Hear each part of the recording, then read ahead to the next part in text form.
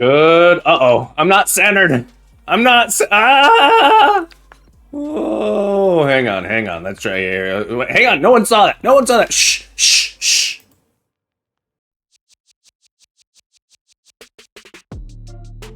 Good morning, good afternoon, good evening to you, Captain Coder, here on this beautiful day. This beautiful, what is today? What is today? Saturday. I wanted to say happy Monday. I don't know why I went, hey, let's try again. Let's try again. First try. Come on, folks. Come on, folks. Press 1 if you believe in the captain. Press 1 if you think I can get it right on the first try. Press 2 if you think I can get it right on the second try. Press 3 if you think I'm about to get it right on the third try. Here we go. Good morning, good afternoon, good evening to you, Captain Coder here, coming at you here on Twitch for today's Saturday showcase. Happy Saturday, everybody. I hope you're having a beautiful day. Brian, thank you for the 1.5. Thank you for the 1.5. What are we doing today? IRAD Dev, thank you so much for coming on into the stream today. We got a beautiful stream. I'm so excited. We got the whole crew with us here today, folks. The whole crew. We got so many people here. I got to scroll up in the chat. We have, the chat, I cleared it out on accident. We have so many beautiful people here, guys. Thank you so much for being here in the chat. Volkera, thank you so much for popping in the chat. I hope you're excited as excited as I am. Muniz, I hope you are also as excited as I am. Muniz, thank you so much for being here. Folks, the incredible, the wonderful, the fabulous Moon is here, going to be moderating here for us. Well, he can. He might have to head out a little bit. Folks, if you guys don't know, Moon is like my favorite person in the world. Taught me everything I know about game dev came from Moon is. 97.5% of the things. If you guys don't know, Moon is also a streamer, game developer, incredible person. Gotta go check out his stream. Click on that, click that little heart button. Give him some love. You gotta go check him out. We also got Krasenstein. Thank you for being here. Thank you for showing off your game. Guys, if you don't know Krasenstein, you're going to get to know Krasenstein today, because you know why? You know why you're going to know Krasenstein? Making World of Grimm Krasenstein. Let's give you a quick, it's not going to let me do the shout out, but we're going to get the video here. Folks, if you guys don't know Krasenstein, look at this. Look at this epic game that's coming out. It's going to be coming out. Look at this beautiful World of Grimm. Is it World or Worlds? I might have typed it in. I think it's World of Grimm. Gotta go check out that Kickstarter, folks. We're gonna get this thing funded. It's gonna be awesome. It's gonna be awesome. Check it out.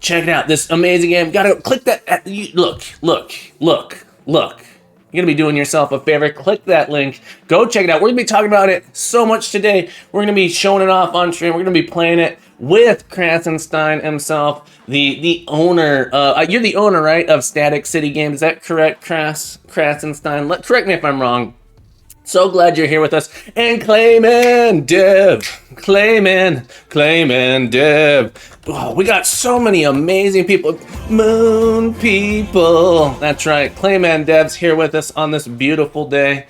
This beautiful Saturday. Clayman, I hope you're having a beautiful day. It's been a rough week, man. I know the feeling. It's been a rough week, but we're so glad you're here with us. I'm so glad you're here with us. I'm so excited to see everything that's going to be happening here today. Dramulks, thank you so much for being here as well. Dramulks, I know you're that C++ syntax. Look, some people love it.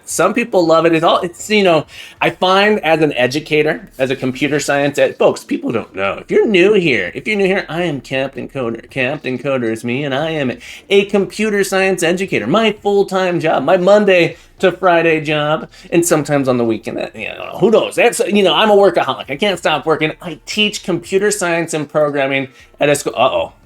Hit the wrong button. I teach computer science and programming at a school for ages 10 to 14. Wait, sometimes it's a little bit, whatever. I teach full-time. I'm an educator. I have found that whatever programming language you're used to, every other programming language has terrible syntax. When I start students in C#, when they go to Python, Python has terrible syntax. When we start students in Python and they go to C#, C# has terrible syntax. When we switch languages, the new language always has terrible syntax. I wouldn't worry about it too much. Trying to be objective about this thing. What is terrible? What is good? Who knows? It's all objective. That is candy to me. Holy moly, code. Red Games. I'd like to welcome Code Red Games. Welcome to Sesame Street. No, Showcase Day. Code Red Games, thank you so much for the raid. It's so nice to have you here on this beautiful, beautiful day. Wait, what was that about Sesame Street? Oh no, am I gonna DMCA'd? Am I gonna get DMCA's? We also got IRADDev. IRADDev, how you doing, my friend? I'm so glad you're here with us. Thank you for popping in. Happy Saturday. How you doing on this? I hope it's having a beautiful beautiful Saturday. A beautiful Saturday. I hope you're having a beautiful Saturday, my friend. So nice to have you here on this beautiful day. I'm gonna repeat it one more time. Happy Saturday. Happy Monday, IRADDev says. Yeah, I know I said happy Monday first time. We also got a new follower. I don't know why my alerts, my chat alerts aren't working. I don't know what's going on here. But Cake Digger, thank you so much for the following. Cake Digger, I'd like to welcome you to the crew on this beautiful morn. I don't know why my follow alerts aren't working. It's making me crazy. But Cake Digger, thank you so much for the follow. Raiders, welcome aboard. So happy to have you here on this beautiful day. It's going to be amazing. It's about to be amazing. We're going to get some beautiful stuff in here. Folks, what are we doing today? Whack. Did I update my WAT? Welcome to Game Dev Thursday. Oh no, I have the wrong WAT. Hang on, we gotta update the WAT. Hang on, it should say showcase. It should say this. Welcome to Community Showcase, the third Saturday. We're gonna update that real quick. We're gonna update it, folks. Hang on. And if you want to share, there's all kinds of stuff going on in the chat. If you want to share your work, you can do so clicking on this form here. Hang on, Dramels. Hold on, hang on, WAT, hang on, hold on, why, stop, hey, what, everyone, hold on to your butts real quick, we're gonna fix it, we're fixing it, here it goes, fixed, I believe, save, all right, we're gonna try the WAT command again, WAT, there it is. Welcome to Community Showcase. Hang on, I can't see it here. Hang on, I got it. Welcome to Community Showcase, the third Saturday of each month. Everyone is encouraged and welcome to share their work with the captain and crew. Presentations are first come, first served as times allows. With those registered via Discord first. Share if you want to join the queue today, folks. All you got to do is click that little link there. Click that link. If you click that link, it's going to open up for you. Let me click that link. It's going to open up for you. You can sign up. Camera's not zoomed in enough. Let me get that for you, Dramels. All right, how's the camera? All right, folks, you're going to click on that link. You're going to end up at the Saturday Showcase sign up. If you want to join on voice, you can. You don't have to. If you want to join on video, you can. You don't have to. If you sign up today, I won't download arbitrary executables to run on my computer. If you want to share an executable game that you have, an executable or mobile game or whatever, you send it to me ahead of time. For next October. Here, what's the third Saturday in October? Got a hiccup there. Hiccup. October 21st. Calm down, Dramels. Calm down. October 21st. If you want to share your executables with me, all right, we're a little too zoomed in. Let's make me nice and tiny. All right, how's that? How are you doing? Can you hear me? You guys hear me? Am I too small? Can you hear me? Am I too small? I'm not sure if I'm too small. Should I make myself bigger? Sorry, I don't know what's wrong with me today. I don't know what's wrong with me every day, any day, whatever. Here I am, folks.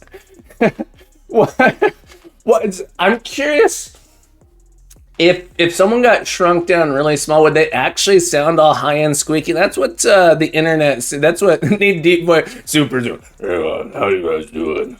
What's going on? I don't think I can zoom in this deep. I don't think I can zoom in this deep. How do you think about that? How's that, Code Red? How's that? I'm gonna get you, Code Red. Is his voice deep enough? I don't know if that's deep or just creepy voice. I don't know if that's deep or just a creepy voice. I don't know. But sign up for the showcase. Fill it out. If you want me to just play your thing, talk about it, that's totally fine. You want to join me on stream and talk? That's fine too. If you want to be here, fill this form out. If you want to be, it's creepy for sure. Yeah, full snap, but felt kind of great. I'm getting a nice Barry White voice out of that. Barry White. Thank you. Thank you. Oh, what a compliment. What a compliment. You're welcome. Fuel Snabble, you're welcome. You're welcome, my friend. We also have, sorry, I'm so behind here. I'm behind on chat. I don't know if I said Art. Happy Saturday to you, folks. Folks, this is how far I am in the chat so far. I made it down to IRAD Dev. I'm trying to catch up here. We're going to find out. I'm catching up. Look. Should we get a little bit more distracted? Have I told you guys the joke about the family of tomatoes? I told you the joke about the family of tomatoes. I don't know if I have. We might save that for later. Too much tomato. All right, folks. I gotta say hello to Art first. Art, I'm so glad you're here. We're gonna get you in. We're gonna be showing off, folks, later today. Prepare yourselves for the incredible. Whoa. The incredible Art Berkless is going to be on later day showing off the Warlock's Gantlet. The Warlock, look at this beautiful pixelated classic first-person hack and slash game. I can't believe it there. And then we got, whoa, hang on. We got to get you a real one, Practical. We got to get you a real one. Whoa. Practical, thank you so much for that huge raid from Practical NPC. So happy to have you here, folks. Whoa. Thank you for the whoa, Dramox. Thank you for the whoa. I'm so excited to have everyone here. Holy moly, it's getting crowded in here. It's getting crowded in here. Too much tomato. We were about to tell a joke here about the three. I don't know if I said it was a joke, but it was a joke. There were 3 tomatoes. All right, there were 3 tomatoes. I should come out. Look, I feel like I should be a talk show host. I should have like a curtain back here and have a producer. And now, Captain Carter, step out and walk out, tell some jokes, come out here. That's how I feel every time I start my stream up. All right, so did you guys hear the story about the 3 tomatoes? You hear the story about the 3 tomatoes? There was a mama tomato, a papa tomato, and a baby tomato. A mama tomato, a papa tomato, and a baby tomato. And the mom thank you for the whoa, Shady. And the mom wanted to go for a walk. The mom wanted to go for the walk with the baby tomato. And the dad just wanted to stay home and watch tomato football. He wanted to watch the tomato bowl. But mom got him to go on this walk. So they got onto the walk. They got onto a walk and they're going. The dad's like, I gotta get home. For Sunday morning. I don't know when is football. Gotta get home. So it's walking real fast. Has the mom by the hand, pulling her along with him. Baby tomatoes, little tiny tomato legs. Falling behind. Calm down, Art. Calm down. All right, falling behind, and the mom's like, we got the little baby. Wait for me. And so the mom stops. The mom's, Dad, come on, Dad. We gotta wait for the tomato. We gotta wait. And his dad sitting there waiting. The baby tomato catches him and says, like, all right, you better not make me miss the tomato bowl. You gotta keep up. And they start walking again. The dad's walking really fast, pulling the mom. The mom's struggling, and the little baby, little tomato legs falling way behind. Wait for me, the baby tomato says, and the dad is upset. This is it. He waits. Baby tomato catch up, like, all right, this is your last warning. You young tomato. You better keep up. And they start walking, and sure enough, baby tomato falls behind. Dad tomato's mad. Daddy tomato's mad. Daddy tomato walks back to tomato and squashes him. That'll make you catch up. All right, folks. So I tell I've told that joke to my students. Dad's One Red State. Welcome back. I've told that joke to my students. They don't think that joke is funny. They're like, oh my God, he killed the tomato. He's like, he killed the tomato. So I don't tell that one at my school anymore. Apparently that joke is not safe for 10-year-olds. There was too much tomato in that joke. Apparently so. Happy Saturday, everyone. What do kids know about humor? It's true. What do kids know? All right, folks, so I'm trying to catch up on chat here. So I got a little distracted on our joke here. I'm trying to catch up on chat. I got a little ways to go. I want to Toxic Thief 007. Welcome to the stream, my friend. That's the darkest version of that joke you've ever heard.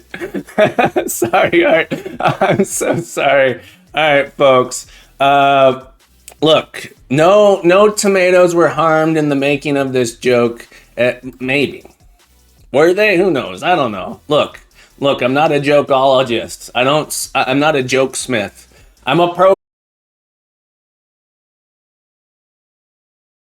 So sorry. Hang on. I got a program that'll tell me who's in chat without me. Who is spoke? One sec. Hang on. Did I close it? Oh no. Here we are. All right. So I want to welcome. We got so many amazing people. Spewel Snabble, thank you so much for being here, my friend.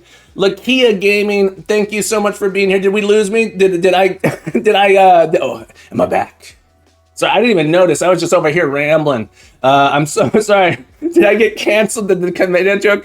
No, we got to replace my. How we doing? Did the tomato joke? Did Twitch was like, that's too dark. We gotta turn you off.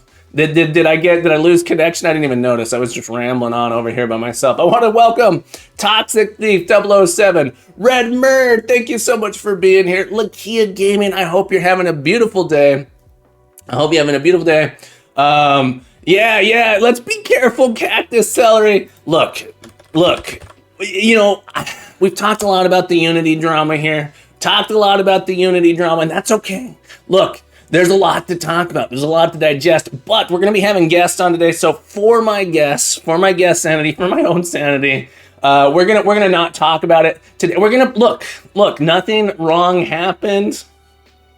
I don't know if that's not true. You can go hang out over on the Twitter, hang over on the formerly known as Twitter. Give me a follow while you're there. Dragon Spirit Games, welcome back to the stream. Welcome back to the stream. Too Much Tomato, I'm so glad you're here. Thank you for Too Much Tomato. Can you confirm or deny the validity of that joke? Can you confirm or deny the validity of that joke? Is that real? For the sake of you, let's not talk. Exactly. For this, let's all come together. Practical NPC, thank you again so much for the raid. I'm so glad you're here with us. Wavy, how are you today? Wavy, how are you today? We also got Shiny Games, folks. Shiny Games. If you haven't seen Escape Space, you got to go check it out. You can go play the demo. You can wishlist it. Escape Space looks awesome. It's ours. I'm sorry if I'm pronouncing it wrong. Is this about divorcing? Maybe. Look. This is Saturday Showcase. That's what we're doing today. Des1 Red State, I'm so glad you're back, my friend. Is it okay, Desired State? Is it okay if I call you Des1 Red State? If not, let me know. I'll call you Desired State. I'm so sorry. I got that wrong the first time. I'll never live it down. Tomer Bar, welcome to the stream, my friend. Happy to have you. I'm just trying to catch up on stream here. I'm so sorry. Lopter Kovic, how the heck have you been, my friend? It's so nice to have you back. Oh, Hithouse, I'm so sorry that you got that thing blocked there. I just saw it here. The stream thinks you did you did post a link. That's okay. Thank you. Thank you for sending that. I'm sorry you got blocked there for a second. I hope you don't mind. There was too much tomato on this joke. Yeah. Glockenberg, Cactus Celery, happy to have you guys aboard. I just skipped a bunch of the chat, folk. I had to skip a bunch of chat because I want to get in here. We have a lot of games that we're going to be showing off today. A lot of things, a lot of games, a lot of projects we're going to be showing off. It doesn't have to be game related. If you want to share your project, go ahead and the exclamation point share, get your project into the queue. We'll do our best to get as many as we can today. I can't promise that we're going to get there. But I'm going to do my best. We're going to get in here. The people signed up on the Discord. If you're not on the Discord yet, be sure to join on the Discord. Third Saturday of every month. So October, what did I say? 21st? October 21st is going to be the next one. October 21st. You have to learn to speak I just gotta prove it. I can't talk twice as fast. I tried. Look. I can say one word really fast over and over and over. All right. People probably, look, I'm turning people away. When I talk like this, I'm gonna take a deep breath. Everyone with me, everyone take a deep breath. Breathe in and out. I'm never gonna get caught up on this chat, so I'm so sorry. Feel free to @ me in the chat if you want me to see it. I'll do my best to see it. And folks, we do have a question command. When you use the question command, it does queue things up into a queue so that I'm going to come back and see it. I'm going to come back and see you can exclamation point queue. We had one that we missed. Sometimes we missed the last one. We were just running out of time. I had to get to work. It's at 8:21. I work at 8:45. So that's got to stop. Thindle asks, can you do this in JS? So Thindle wanted me to show the difference between these two things in JS. We're going to do that. Wavy, are you here with us? I saw you in the chat. Are you around, my friend? Because we're going to be looking at your game if you're here. Wavy, all right. Are you prepared? Can you? I'm gonna hop on the Discord. Let me get on Discord. I'm gonna add you in. So the way this works is on Discord. I have a live stream share voice channel. I have a live stream share voice channel that I'm gonna invite you to. I'm gonna invite you to this. And when you're ready, go ahead and join it. When you're ready, go ahead and join it. So I'm just going to add you as a give you permissions to join this. Let's see here. If you want to join on voice, Wavy, I think you said you did. And folks, if you want to join, you don't have to join on voice. You don't have to join on voice, but you can. All right, Wavy, you should be able to join that channel now. If you need help joining it, just let me know. We're going to answer Thindle's question here. We were talking about weird language things in JavaScript. What is the difference? So I'm going to open up a JavaScript terminal here. 12. This is always pumpkin catcher. Yes, pumpkin catcher. Oops, I actually did screenshot mode. Close that. Hang on. Just trying to open up a JavaScript terminal. Can I make the font bigger in there? I can. All right. So if I do this, and then if I do this, and Thindle wants me to explain how dumb it is. It's pretty. Don't worry, Wavy. It's gonna be awesome. It's gonna be awesome. I'm so excited. I checked it out already a little bit. We're gonna check it out a little bit more. So in JavaScript, the plus operator. This is the concatenate operator, the append operator. In a lot of languages, you get weird things like this. In Java and in C#, you get weird things like this. But if you try and take an array and append an object to the end of it, you end up with an object. If you take a JSON object and you append an array to it, you get 0. The outcomes of these, this one, the fact that they're not the same is a little bit weird, but basically under the hood, there's a function that says, how do I append arrays? And this is saying that this is a list. I think if I do this, let x equal this thing, I think it's actually an array. Is x of 0? Oh no, it's a string. That doesn't make this. All right, so this evaluates to a string that has this text in it. This evaluates to a string that has this text. And never mind, it doesn't make any sense. Doesn't make any sense. I thought I was saying it was an object. I think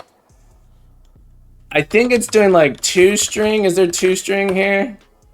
I don't know, man. Look, I'm no JavaScriptologist. All right, Thindle, thank you for boozling me here.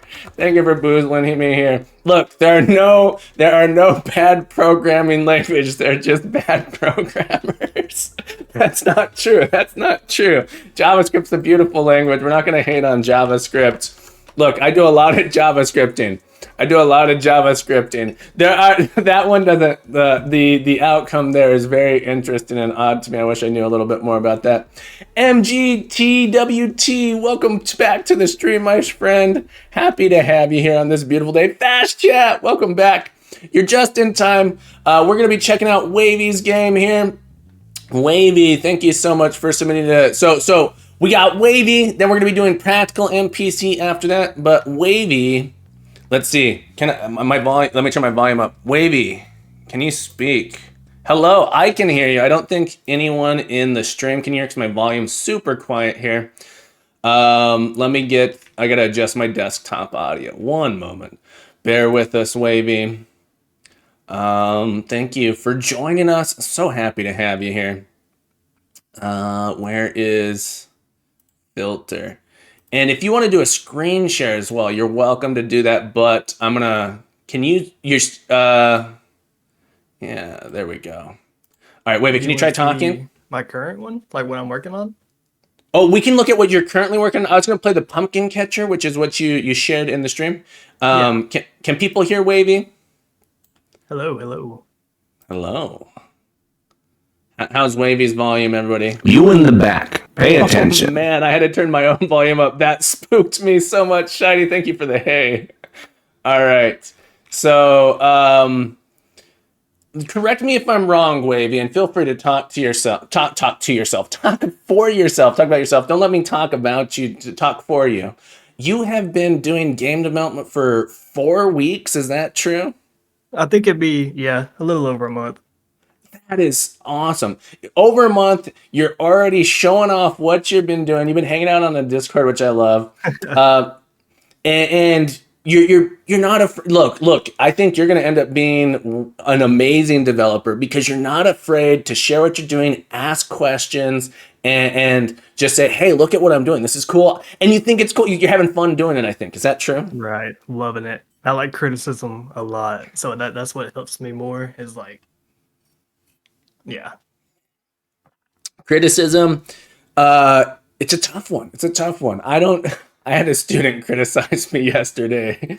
I'm not going to talk about it. I had a student say something like, "What are we supposed to be learning?" I was like, "Oh no, oh no!" And in the moment, I was like, "How dare!" I didn't say this to him, but in turn, I was like, "How dare you? I'm a fantastic teacher." But then, it took me about 7 seconds to be like, "Wait, what?" And then I said, "You know what? Thank you so much." Thank you so much for saying you were confused at what's going on because you're probably not the only one. And it helps me to know if someone's confused about what I'm trying to teach, it means I could do better. It means I could do better. But like for just half a second, I was like, oh no, oh no. All right, I'm going to run your game. Tell us about this. Is it okay if I play Pumpkin Catcher on stream? Oh, go ahead. This is the first All time right. I've seen it since I posted it. Cool. So tell us about Pumpkin Catcher. I'm going to see if I can play it here. So here we are. Here's Pumpkin Catcher. I mean, it's not really much at all. I started learning with Snake and like Pong, the basic games, and then I took this as a way to try to see what I could do. Gotcha. So very simple game where you are a ghost. Very cool. So you learned about animations, I'm assuming. Yeah. Ghost, you catch pumpkins as they fall. And I'm really bad at all games. So my high score is current. Let's see if I can beat my high score here. 3, 4, 5, 6. Oh, 6. I'm not so good. So got started with Unity. So tell me about these art assets. These are like part of a group of assets you found? Tell me more about what's going on with these They're just arts. kind of bits and pieces I found on Open Game Art. Nice. Open Game Art, for anyone who doesn't know, fantastic site to start finding art assets that are open source that you can use in your games. All right. Cool. So Wavy, this is your first game ever, is that correct? Yeah, besides like following tutorials for Pong and Snake, simple games. This is awesome. This is incredible work. Incredible work on a first project. What are you working on now? From what I understand, you're doing some stuff in Game Maker. Is that true? Yeah, I swapped to Game Maker after the Unity stuff. I got scared. Got So I scared. didn't Look, know what would happen. we're all a little scared, I think. We're all a little scared. If you'd like to share your screen and show us what you're working on, you can. If you want to just talk about what you're working on, that's awesome too. Yeah, I can show it. It's not much yet. I've been having to learn Game Maker, Okay. but I don't know. I think Game Maker is actually kind of better for what I'm wanting to do. Let me get you on stream here 1 second. See if I can remember how to do this. Someone taught me how to make this full screen. All right, so here we are. We've got this full screen, and then I can shrink. There's a button. There we go. All right, folks. All right, folks. This is Wavy String. Wavy, you're live. You're Oh live. gosh. So yeah, it's called Scrunch Quest, thanks to Pirate Thor. It was gonna be like you're shrunk in a garden and it's kinda like a roguelike, you'll fight bugs and stuff and keep going on, fight bosses and so on and so forth. But he said the man looked kind of scrunched down and he wanted to call it Scrunch Man for the remainder, so I stuck with it. Nice. But Nice. it's not much. I've been having troubles with the game crashing, like when you collide with stuff. I finally fixed all that. It's a And feature. then So feature Wavy. this Could you? took me forever to figure out how to swap weapons that are on the ground. Okay. So like your character can go pick up weapons. Yeah. And then it'll leave the other one. I'm only seeing a game maker. It looks like you're pointing at stuff that isn't showing. So I'm only seeing yeah. the game maker screen. Uh I think you might have shared just game maker and not shared like a desktop or something. And you should be able to swap it out. Here we go. There we go. All right, there we go. Now we see it. All right. So yeah. Ooh, okay. So platforming. It'll be I don't really know what I'm gonna do with it yet. I'm just trying to get the basics set in. Okay. But I'm seeing a second character down. Is it going to be? Do you think it's going to be multiplayer? that was gonna be an enemy placeholder. Okay. So I could test damage and stuff, but it took me way too long to be able to swap weapons. Yeah. Grayson has a few questions for you in the chat saying the artwork of the game, are they presets or made from scratch? This is all scratch. My girlfriend actually does all my art. What program does she use? Sprite. A Sprite? Cool. It's been Cool, a learning for her too because she went to school and had a couple art classes, so she did detailed art, and I'm just pixel art is not as detailed. She's like, oh gosh. She's Yeah, done all the swords are not absolutely. mine. I find there's something I'm terrible at. People see some of my pixels like, wow, you've done some really cool stuff. It's like, yeah, but that took me a week to make, and I watch these other people make amazing art. So I feel like the constraints of pixel art can be really, really fun actually. But also very challenging if you're coming from pen and paper, maybe not pen, but pencil drawings, right? Pencil drawings or painting where it's you have almost infinite room for detailed pixels. I have 32 by 32 pixels here. Yeah, I think these are all 32 by 32. See, oh, that popped up on this side. But yeah, this is what she does. She tries to make it detailed too, but yeah. Cool. Very cool. And She so loves seeing it come to life. so this particular thing that you're showing us right now, you switched to Game Maker on Tuesday? Yeah, the day of. Yeah, The day whenever all of, that went down. day of Unity Unity announcements. Cool. So that's pretty cool. So you've been doing game development for a total of about 1 month. You've been doing Game Maker for a total of 3 days. And you got this all set up. That's really cool. That's really cool. So let me ask you, what is, for you've only been using it a little bit. You've done a little bit of Unity stuff. Now you've done a little bit of Game Maker. I've used Unity mostly. I've done almost nothing with Game Maker. I have students at my school. I teach a game jam class, or at least I did last year. And they use Game Maker, and there was some really cool stuff in it. Could you describe your experience or share your experience with going from Unity to Game Maker so far? Well, I kind of had to force myself to learn it because it was hard, because I just got the hang of Unity and I was like, oh God. So I tried everything at first. Godot, I tried that and I was like, oh, I don't like this. And then Thor told me to try this. So I tried it and I was like, oh man, I don't like this either. And then I was like, I can't just keep hopping back and forth. So I just sat down and spent a few hours on it and then started, getting the hang of it. Yeah. Cool.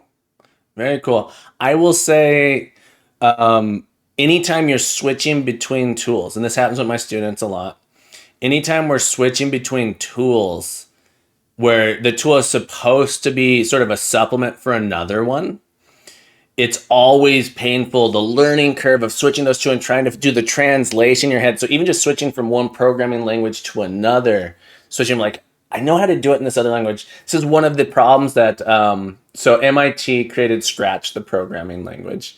And there's this major challenge of getting people to go from Scratch to a text-based programming language. There's a lot of resistance, and there's a study. It's like an old study. There's probably new information, but I think it's a 2013 study that showed high school students going to university, taking an intro to programming class, students who had exposure to Scratch did worse than students who had no programming experience in their intro to programming classes.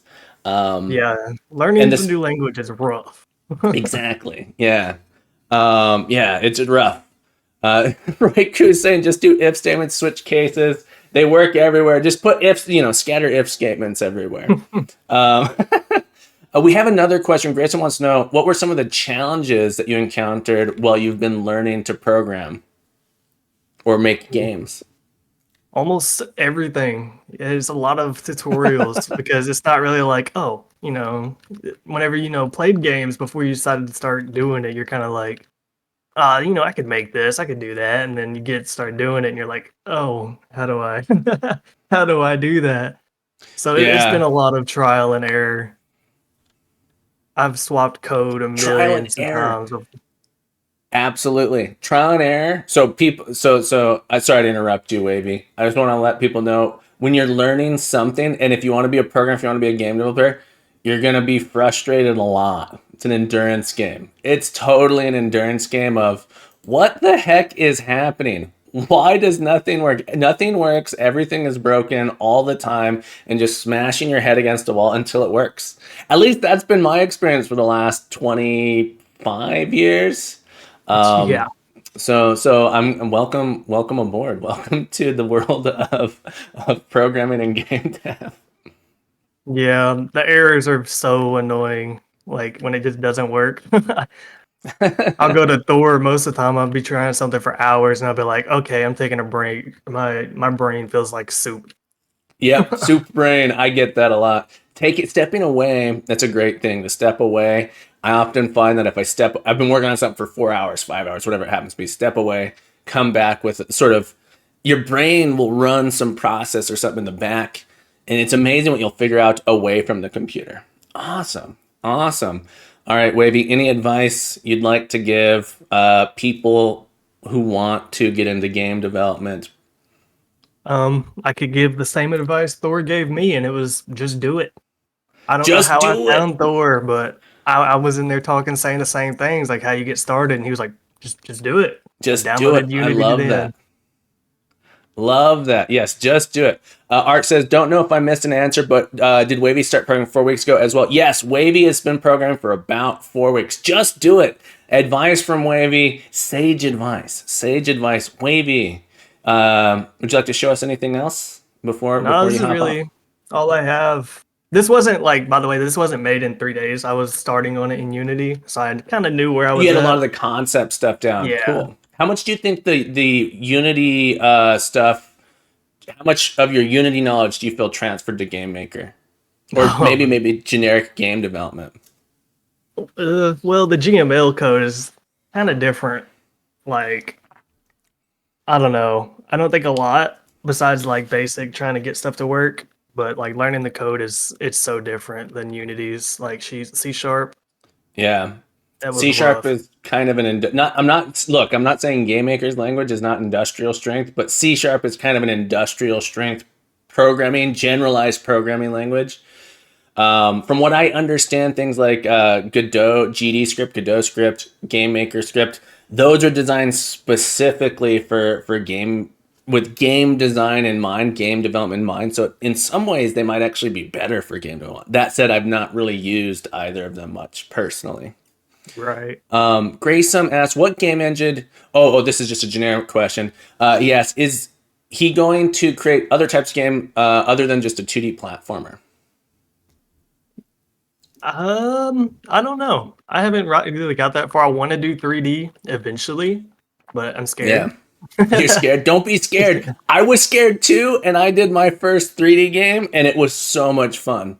It was so much fun. Crazy Marble was essentially my first 3D game. I had a blast doing it. Anyone who wants to check out little self promotion, Crazy Marble. You guys want to go play a game that's impossible to play? Go if a game you want to be frustrated. Check out Crazy Marble. We made it in 12 days on stream. Wavy, thank you so much for joining me on stream. Thank you for getting into game. Thank you for, I hope people are inspired by this. 4 weeks. This is amazing stuff. Just do it. Just do it, Wavy. Thank you so much for joining me. Thank you so much for being a part of the community. We love having you here in the community, my friend. I appreciate it. And I can't wait to see what's next for you and how things keep going. So thanks for joining us. Right. All I gotta say is YouTube and questions will get you far. Very far. Ask questions, folks, and you can ask questions on the Discord. Graysome, sorry I missed. All right, Wavy, have a beautiful day. We'll see you next. We'll see you back in the chat. Thank you.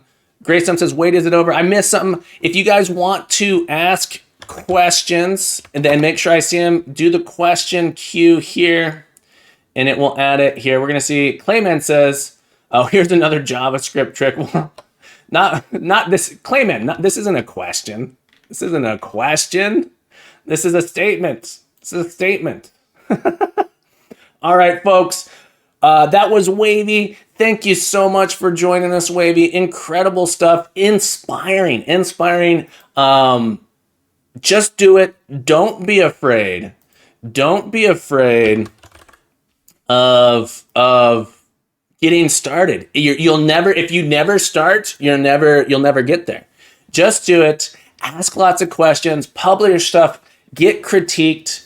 And do your best. I know it's hard sometimes. Do your best to take that criticism and run with it. Say, okay, someone said something. People aren't just trying to be mean. People aren't just trying to be mean. They are just trying to share. For the most part, people aren't trying to be mean. Practical NPC is going to be up next. Will we get Practical on the line? Practical, do you want to join via guest share or on Discord? Guest spot, because we can add you to guest spot so you get video as well. Or you can join via voice on Discord and screen share. Folks, if you guys don't know Practical NPC, there's a live stream channel join. Practical NPC is up next, making an incredible indie game. Whoa. Incredible indie game. Krastenstein, thank you for the raid, my friend. Thank you for the raid. Happy to have you with us. Incredible indie game, Memori. I'm going to be playing it here in a moment. You guys I installed it. Oh, there's an update, right? I think Practical. Yeah, yep.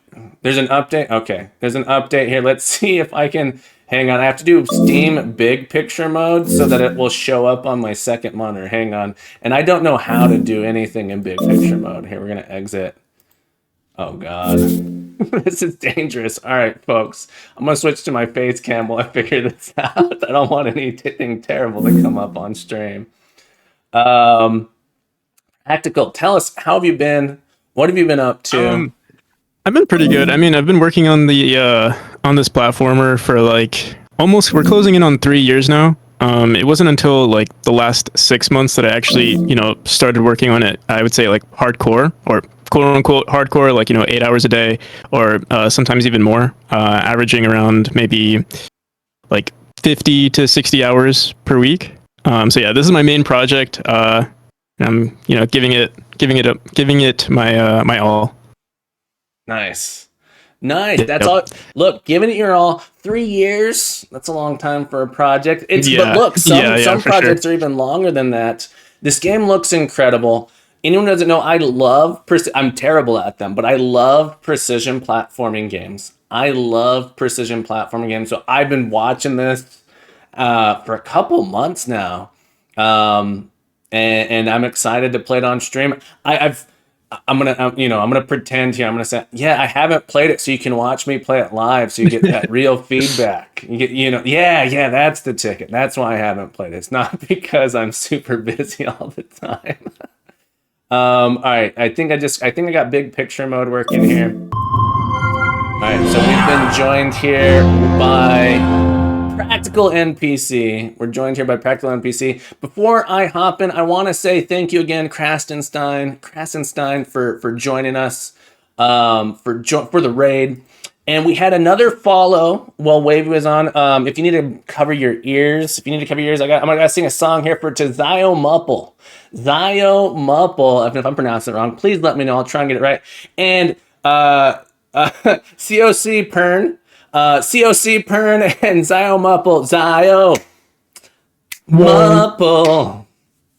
I'd like to welcome you to the crew. Thank you for following me today. And COC Pern, this is a PG-11 stream, so I'm not sure how to pronounce that. If there's a way you'd like me to pronounce that is PG-11, let me know. We got COC Pern, COC Pern. Welcome to the stream. Happy to have you here today. And Observed, thank you so much for the raid, my friend. Welcome aboard. Happy to have you. We're getting a bunch of follows now because I'm singing Observed, Observed. Thank you for following me today. And then we got Oi52. Oi, 52, I don't know how to say that. Oi, 52, thank you for following me now. Oi, thank you for the follow today. We also have Z-Mech. I'm sorry if I'm saying that incorrectly. Z-Mech, thank you for following me today. Z-Mech, Oi52, Observed, and COC Pern. Thank you so much for the follow, my friend. Happy to have you here. Observed, thank you so much for the raid. We have our community showcase going on today. Community showcase, the third Saturday of each month. This is our second community showcase. It was such a great time last time. I couldn't help but do it again today. So welcome aboard. Happy to have you here. Anyone is welcome to share their stuff. COC Pern, I don't have a subscribe button. I'm not an affiliate. I'm not an affiliate because I love you guys. If you guys do want to contribute, you can do so on the Ko-fi, but it's not necessary, never necessary. Join the Discord. That's what I'm going to say. Join the Discord. Hang on Discord. We have a good time over there. Share your work. You just want to show up and give me money. Show up and give me thank you for the doy, Moonness. All right. Okay. All right, folks. We got to focus here because we have an incredible guest with us. I'm going to start up Memori here. Guys, let me know if the volume is out of control and we can adjust it. And we're going to check out Memori. Practical. Tell us more. Tell us about it. Well, it's a precision platformer. If you've ever played Celeste, it's very similar to Celeste in terms of mechanics. There's a dash, wall climb, stuff like that. The gameplay is if we go into specifics, it is slightly different. Like if you are familiar with precision platformers, you will notice differences in the gameplay. But for the most part, on the surface, it's pretty similar to Celeste. Dashes, wall climbs. So I should start platforming on puzzles, mode, right? Whichever one you want. I mean, it's all the same gameplay. Okay. If you want, maybe even free mode would be nice. That way, if you find an area too difficult and you want to just go on to the next level, you can. Okay. But yeah, really up to you. I will give you. I will. Okay. Yeah, I will warn you though. I mean, it is a long game, so feel free to end whenever you want. Okay. Well, we'll play for as long as I feel like I'm not suffering. Yeah. Sounds good. Rex asked in the chat, what is a precision platformer? What is a precision platformer? So it kind of is subjective what someone might consider a precision platformer because usually you associate precision with consistency, and that some people automatically assume the precision is required from the player, you have to get to this exact frame at this exact time to reach this exact point. But for me, actually, precision platformer means to make a game feel very consistent for a player. So you would want to sort of allow for some margin of error for the player to actually hit a certain point. So for example, maybe if they're, 1 pixel away from a wall, you might still want to put them into the climb state or make them do a wall jump, just so that the game is completely consistent, where the player might not feel like they've been cheated. Or you want to make the game feel super responsive. So there's like these little, if you look at the game, you'll notice that there's like a lot of timers. Like, I don't know if you are familiar with precision platformers, but there are things like coyote time. That's like the most basic form of like making a game feel responsive, is like someone will run off a platform and they'll still have the ability to jump off the quote unquote platform, even though they're not directly above it. So there's like a bunch of examples like that would make a game feel super responsive in that aspect. Cool. That's something I always challenge. I pretty much only made game jam games, and one of the things I really struggle with is getting the controls. My games I always love them. Not true, but I tend to love them, but no one can play them because I'm so bad at that part of it. It does. Yeah, for sure. It does take a lot of like feedback, for sure. Like it doesn't come naturally. Definitely, you need to see like how people react to your game, and then you can update it that way. All right. Thank you for the explanation, Practical. So here we are. We're finally awake, folks. If you want me to turn the chat off, let me know if it's blocking too much. But I can turn the chat off, and I can move my face to a different spot. Practical, would you suggest I move my face? I'm in the bottom right corner. Is that going to be blocking anything important for the viewers? No, I think you're fine. Yeah. Cool. All right. You're awake. How was your journey? Never mind that. I hope you're doing well. And folks, this was made in Godot. This is being made in Godot. That's correct, right, Practical? Yes, that's correct. Okay. We'll meet face to face again soon. Let me know if the volume needs to be turned up, anybody as well. All right. So I'm gonna say, can I adjust the controls or the control set? Yeah, you can modify all the controls. You can even set, like, if you want a certain dead zone. I do recommend, I think we talked about this, but yeah, I highly recommend using a D-pad. I'm playing on a gamepad here.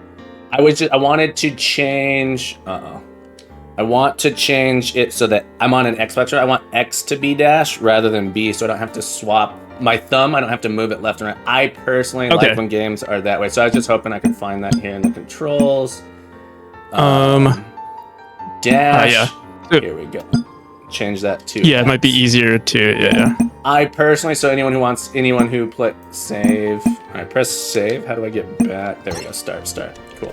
There. So it's just easier for me. I have carpal tunnel. So on the keypad, moving my thumb back and forth for whatever reason is like slightly painful. So gaming is just hard for me these days. So I don't do it a lot. But I love precision platformers. All right, cool. Interesting. So it's dash the direction you'd say. Okay, let's try it here.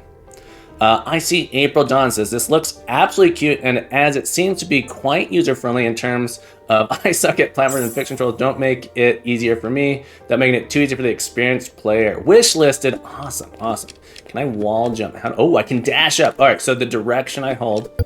Let me try and be better. There we go. All right, I'm assuming that was a checkpoint. A dash. How do I read this sign? L2. Y.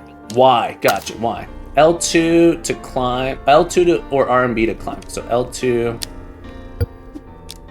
So it's actually you can press L2 if you're on a controller. It also automatically puts you. Just automatically do it. Yeah, and then I slide. Yeah. Down. Nice. These controls feel good so far. Okay. I love the little. For me, because I'm dumb. This is me being really dumb. I wish when I was just in this spot, this is just me saying my thing, I wish it would just show up here and I didn't have to press something because I'm dumb and couldn't figure it out. That's actually a good idea. When you're just on this spot, have it show up. I don't think it's going to block anything. Yeah, I agree. And the less amount of buttons that the player has to press is probably it is better. Yeah, that's actually, I'll probably switch to that. At least in the tutorial here, that might be useful. Or the first sign you come up to, instead of just the exclamation point, have like the button you're supposed to press. That would be a suggestion. It's me I don't know anything about nothing. I ain't never learned nothing, never. Oh no. No, this is some pretty good feedback already. Watching you play is feedback enough. I love, so this reminds me of Super Meat Boy, the death respawning is so fast. I love that in games. In platformers, I love that most games now do that. The respawn is nice and quick, so you don't have to worry. Oh, all right, we can do it. We can do it. We can do it. Maybe. Hang on. Do you believe in me? Here. Let me do the easy way. Oh no. Am I solo? Yeah, I am. I am a solo dev. There we go. By the way, Secret diagonal down here? dashes. There is not. I like that I die and respawn so quick because it encouraged me to look for secrets. I don't know if there's any secrets in this, but I got here and it's like the spikes on the right going down below make me think there's actually a secret down there, so I wanted to check. But I like the respawn here. Try that again.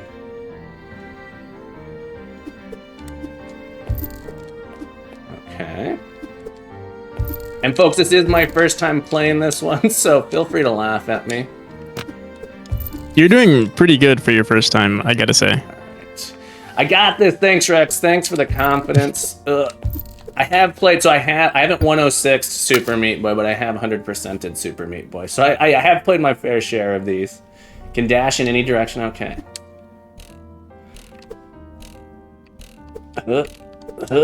We done did it. Okay. Alright. I love that you did all the pixel art for this. You're completely solo. I am solo, but I don't necessarily make all of my own assets. So a lot of the time I do, commission stuff or I'll buy assets on itch. I do edit them a lot. So like, I'll go into Sprite, like I'll download something, I'll go into Sprite. Like for example, those springs that you see right there. Those used to be like black and white, like a commission that I made. And then I found some other spring assets that I really liked and then combined the two to give it some, just some more polish. So yeah, certain things I've made myself, like the simple things like the spikes or the chains or the platforms that you see falling. Those are things that I've made myself. Like the background, you see the pillars or the stones or like the bricks in the background. Those are things that I usually commission or I buy, and then I'll probably edit like the color palette, or I'll make it. I'll add like a border to them, or make the designs slightly similar so that everything fits in together. Yeah, I really like it. It feels very consistent to me. Feels very consistent. I love, even though it's pixelated, these like rotating, using sort of transformation rotations. These still look really good, even though those aren't. I'm assuming that that's done using a transformation rotation, not they aren't actually animated, which I mean that's the drawback of pixel art. Right. Especially if you want to rotate things like this, you could maybe potentially add a rotation of every, you could try drawing every, degree that you want to rotate it for, but yeah, that would be way too much work. Yeah, I paused here for a second. Sorry, folks. I wanted to point out that I love that the game is teaching me what to do and how to play here. So this is something I struggle with, is having my games teach people how to play. I love that you're teaching people, hey, take advantage of these things. There's going to be parts in the game where you have to bounce to the right and jump, and you're slowly introducing these things. And of course I died doing that. I'd already made it up here, but take note, people trying to get into game dev. Your game should try and teach people how to play it. Good level design, absolutely. I do take pride in level design. Like that is one thing that I think I'm relatively good at. But I learned all of my level design from Maddie Thorson, which is one of the developers of Celeste.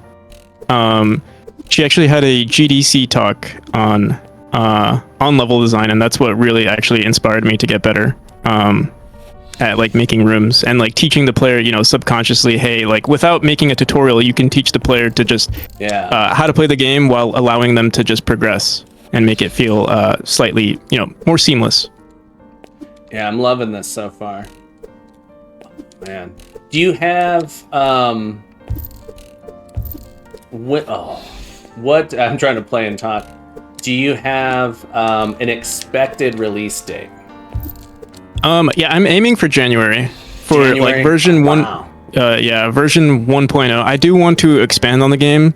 once the game is out. So like, yeah, I'll probably have 1.0, like the official speedrunning version for people to play on sometime in January. But I would still like to, you know, keep developing the game, especially if I find that people like it. I would love to keep expanding on it. Yeah, I'm loving this. This is my type of game for sure. I love this. The art, I love retro pixel art. I wouldn't even necessarily call this retro, but I love pixel art games. I love, can I get up here? I love precision platformers. And I like to be challenged. I think that's something my whole life. It's one of the things I think that as programmers like to be challenged, at least me. I like puzzles. I like being challenged. Okay. And this game is really challenging. But I also like how, you know, when I die, it doesn't feel like I'm dumb. It feels like I'm bad. Not necessarily bad, but it was my fault. That's one thing. Yeah. I like a game where I feel like when I die, the mistake is mine. It's not because the game is not great.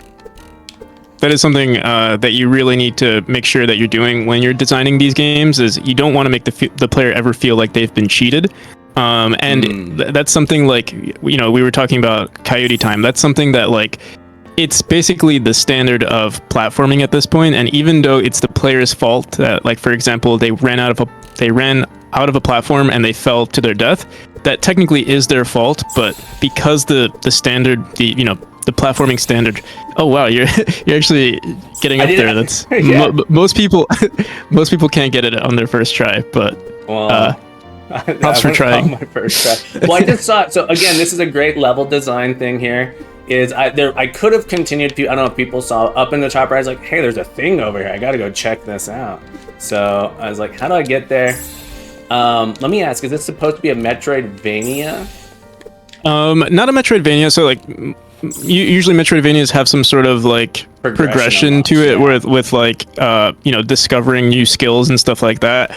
All of the skills for the most part are introduced to the player from the beginning. How there might be other mechanics that are introduced, like movement mechanics. So like right now, all you've seen so far are like the springs. That's really all that there is at the moment. But like if you progress through the chapter, you'll see that there are a portal, there are dash orbs, there's something that I call the Twilight State, which lets you like flow through this like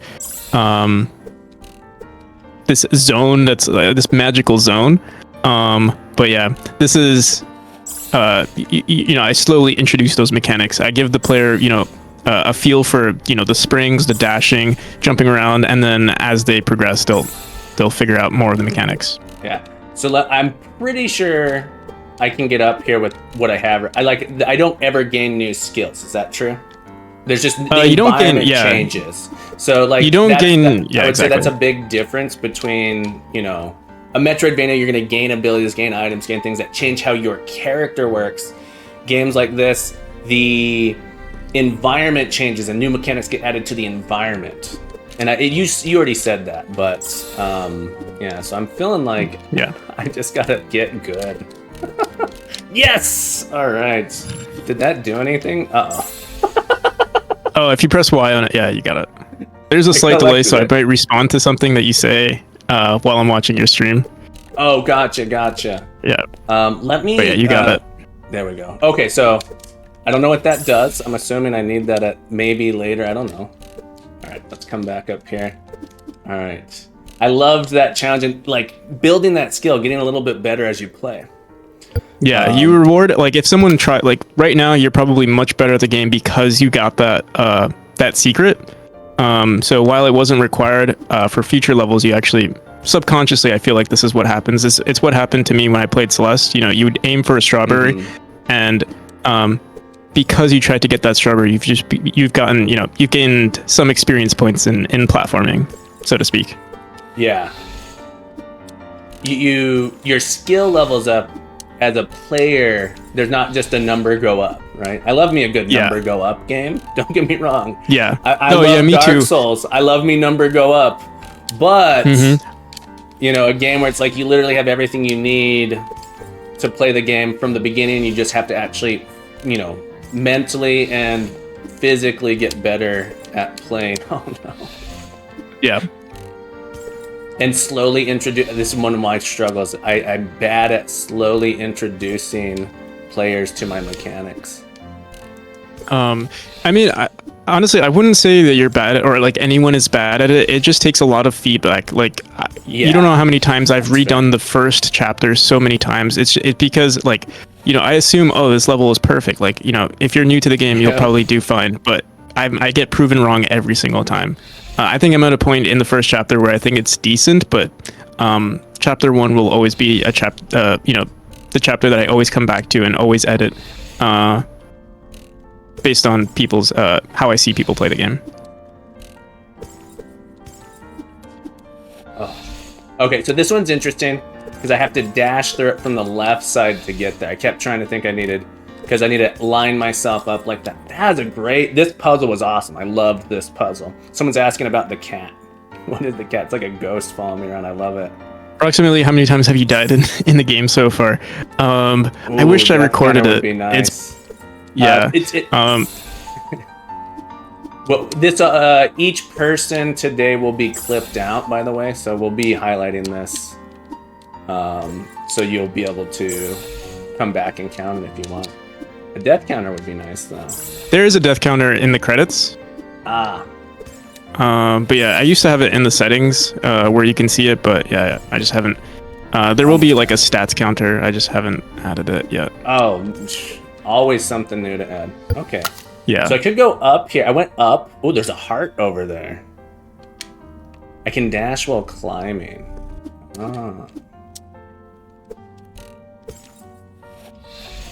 Ah. What's the cat? The cat is a part of the lore. It's also going to be, right now you don't really see it, but it's going to be a part of the visual cue. I think right now, showing that the player has the dash available isn't that much of a visual cue to the player. Like, I think if you're playing, you'll know. Oh, I fade out a little bit. Okay. Yeah, you fade out, which I mean, it's good enough. Or like if you're aware that you used it, it should be fine. But I think the cat would be a better like visual cue, just showing something extra. I'll probably keep fading out the player, but do something extra with the cat. Maybe like a sound, or maybe make the cat explode or something. Like it gives some sort of oomph to the skill. Do I have to collect the heart and get off the screen in the same?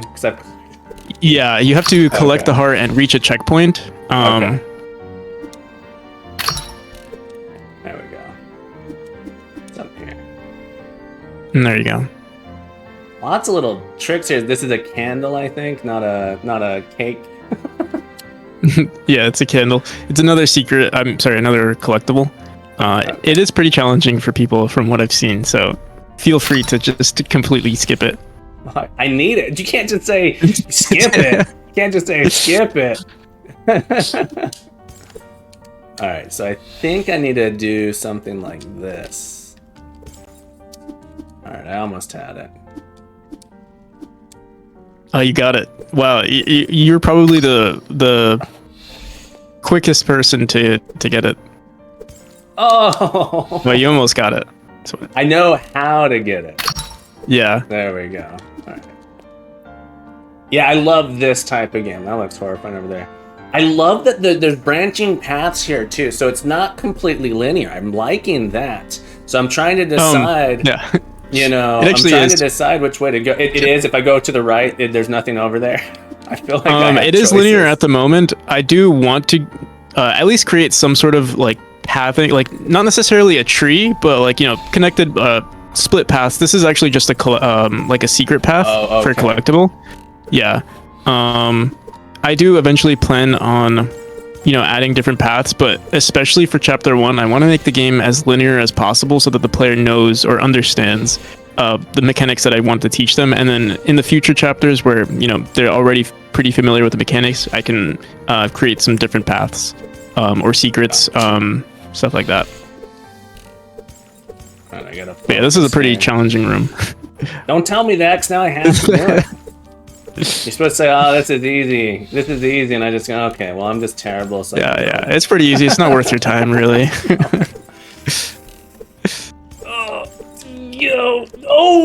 The portals don't mess. What are the portals? Oh, yeah. Do I have to? Yeah, that's the dash first in? time you have to dash into it. Yeah. Okay, I said the You portal can- is just rejecting me. I hate. Look, Yeah. look. Why is this bring me back to high school? Stop. I want to be rejected by another portal. I got enough portal rejection in high school. You get rejected, but it does replenish your dash, so you can actually, if you do, get pushed God. out, you can dash into it again. All right, I think I can do it. I think I can. Look, I'm the little, Yeah, I'm you the little almost got gamer it. that could. I'm the little gamer that could. I think I can. I think I can. Ugh. I don't know if people can see the stress on my face as I play. I'm not used to gaming. I'm not used to gaming and playing. I don't know how gaming streamers do it. I cannot watch the chat and play and think and talk and exist at the same time. All right, gotta focus. Gotta focus. One's in the chat if you believe. One's in the chat if you believe. Better put zeros. I shouldn't have had believers. All right, thank you everyone for the twos, the threes, because those are helping me decide whether or not I want to continue with this path. My choices in life so far have led me here. Oh. That was interesting. I was able to get a pretty high jump there. I don't know how I did it. I think I was pressing jump and then dash at just the right time. That was really interesting to me. That was pretty that'll interesting. Be really I think fun to figure out the different ways people. I gotta stop talking. The different ways people will learn how to speedrun your game with, semi glitches or just, I don't know if abuse is the right word, but using unintended mechanics to solve puzzles. I always love seeing that type of thing, especially in things like Dark Souls. You have these crazy. Oh yeah, for sure. Another nice level design when it comes to. Oh you. Oh shit. Nice try. My blood. I have a heart rate monitor on. We need to check my heart rate here in a second. I'm just like feeling the adrenaline. That's how you know it's a great game. I'm having so much fun. People see me probably going like, "This game looks fresh," and I'm having so much fun. If you like challenging games, this game, you guys are gonna love this game. Go play the demo, folks. Demo's available. Playing the demo right now. You can play this exact version. You could show everyone that you're better than the captain. Look. Does this have ski hops? So no, it does not. It does have its own form of like wave dashing. I might include something similar, but yeah, at the moment it does not. I used to have a bounce state that the player can go into when dashing into like walls or floors, but not at the moment. And it's not planned at the moment.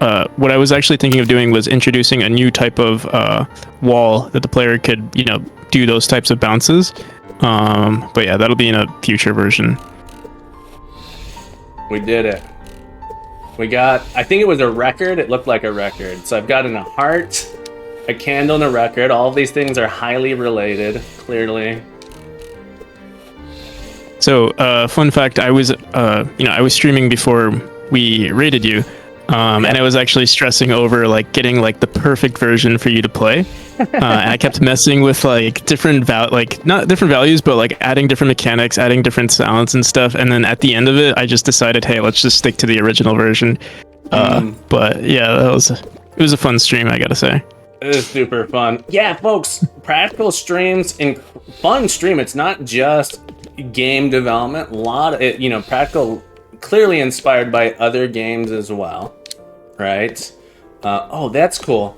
Okay, I didn't quite realize this. This is nice. I like this. What's just happening here is I didn't realize if I just sit on the portal here. Give me a second to breathe. Yeah, flow's great. Okay. Oh, so close. But yeah, great stream. I like hanging out over there when I have some time. And you guys should too. What are you waiting for? follow Practical NPC. Can someone do exclamation point Practical NPC in the chat so we can get a link?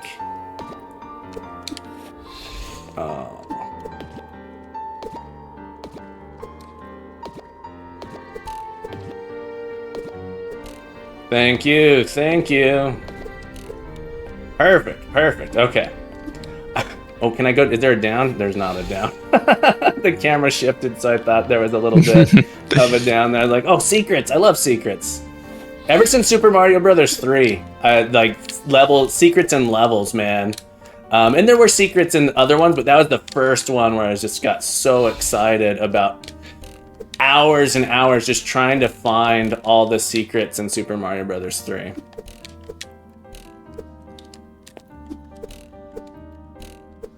Okay, here we go. Ugh. What the collectibles? Do they have? I'm assuming there's some purpose with them. You collect, or is it just to collect them? Because collectibles are fun. At the moment, I mean, yeah, it's mainly just, if you want to 100% the game. Yeah, exactly. There aren't any achievements currently saved. The game is still in the demo version, but I will be connecting it to Steam achievements and all of that. I will probably add how Celeste does it with a lot of their collectibles. Not necessarily the collectibles, but there are certain things that are required from the player to reach these more difficult areas before they can have access to the other parts of the game. Gotcha. Either secret rooms or even other parts of the chapter. You have to you have to find the secrets before you can unlock the next chapter. Gotcha. Very cool. This is awesome. I'm gonna continue here. I'm gonna keep going. I'm assuming there was a collectible there, or maybe this was where I was actually supposed to go. Oh, okay. And then this opened a thing up above. Seems good. Thank you. No. Nice, Rex. It's just another collectible. Okay. Almost missed that one.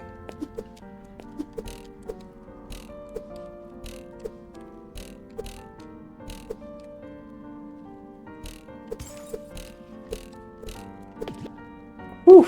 Okay. Ooh, very cool. Nice. Very cool. All right. I'm loving this. This is the next stage. All right. So of course I have to go explore this way because you gotta. Oh, found a watch. That was unintentional. That was interesting. Most people miss that. I got it accidentally. You did. Chapter 2. That's right, Tomer Bar. Chapter 2. All right. This is great. Let's see what new features we have here. Well, put dash into the pressure plate. Okay. Is it timed? Okay. I love the little polish there with everything, with it ticking down like that. It's great. All right. So we got some. Okay. I'm gonna have to hit both of these. New mechanic, and then dash past him. New mechanic, beautiful. All right.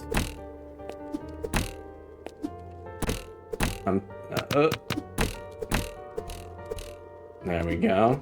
Very cool. Lots of, how many levels, this would be, how many levels are there? What I just did, I'm assuming, counts as a level. So what I'm calling is a level. Yeah, I call them, it's, depends on your vocabulary. I call them chapters. So they're currently, currently there are 5 chapters that are completely, or not completely developed, but 5 chapters that I have. But I do plan on, there is technically a bug right here where if the flame turns on while you're on top of it. Yeah, it looked like it didn't affect me. Yeah, I was going to fix that bug, but I don't think anyone's going to complain that they're not dying, so I just put it on the back burner. So I was like, but yeah, currently I anticipate 6 chapters altogether for the first version of the game.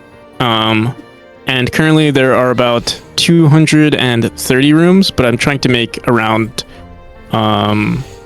I want to say around 400 rooms or like 450 rooms in the final version or in the first version of the game. But yeah, we'll see how it goes.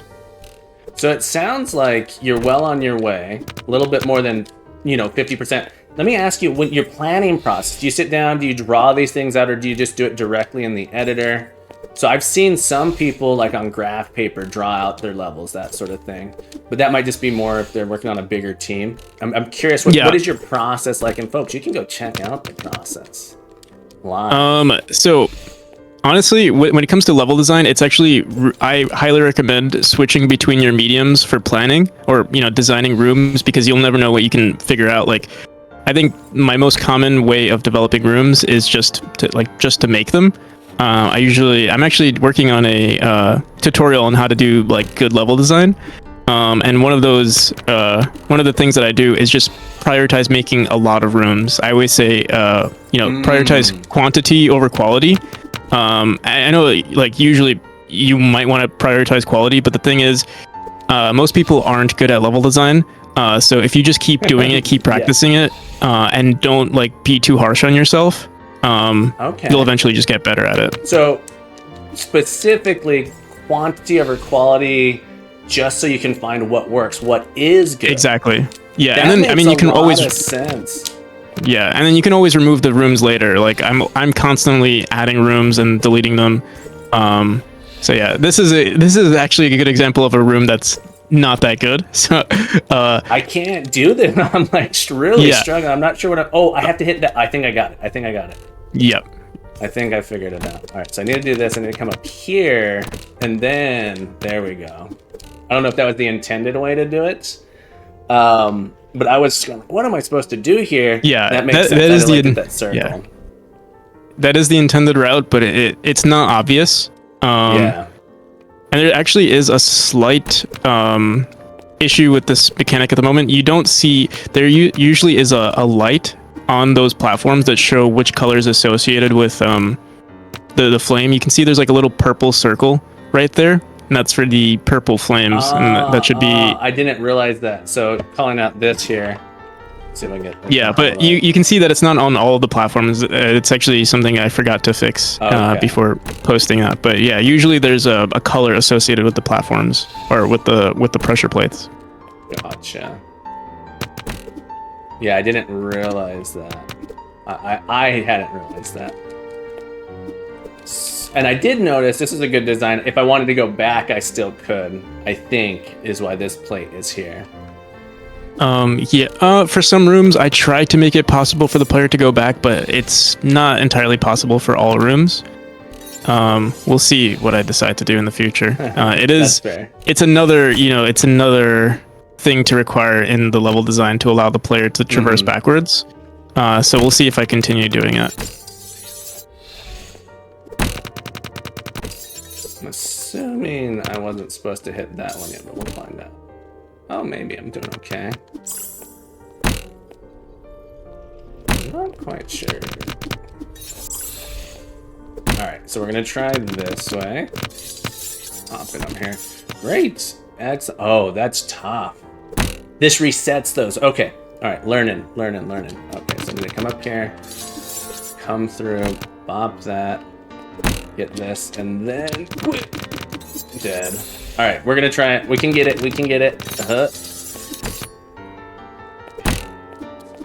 Too slow.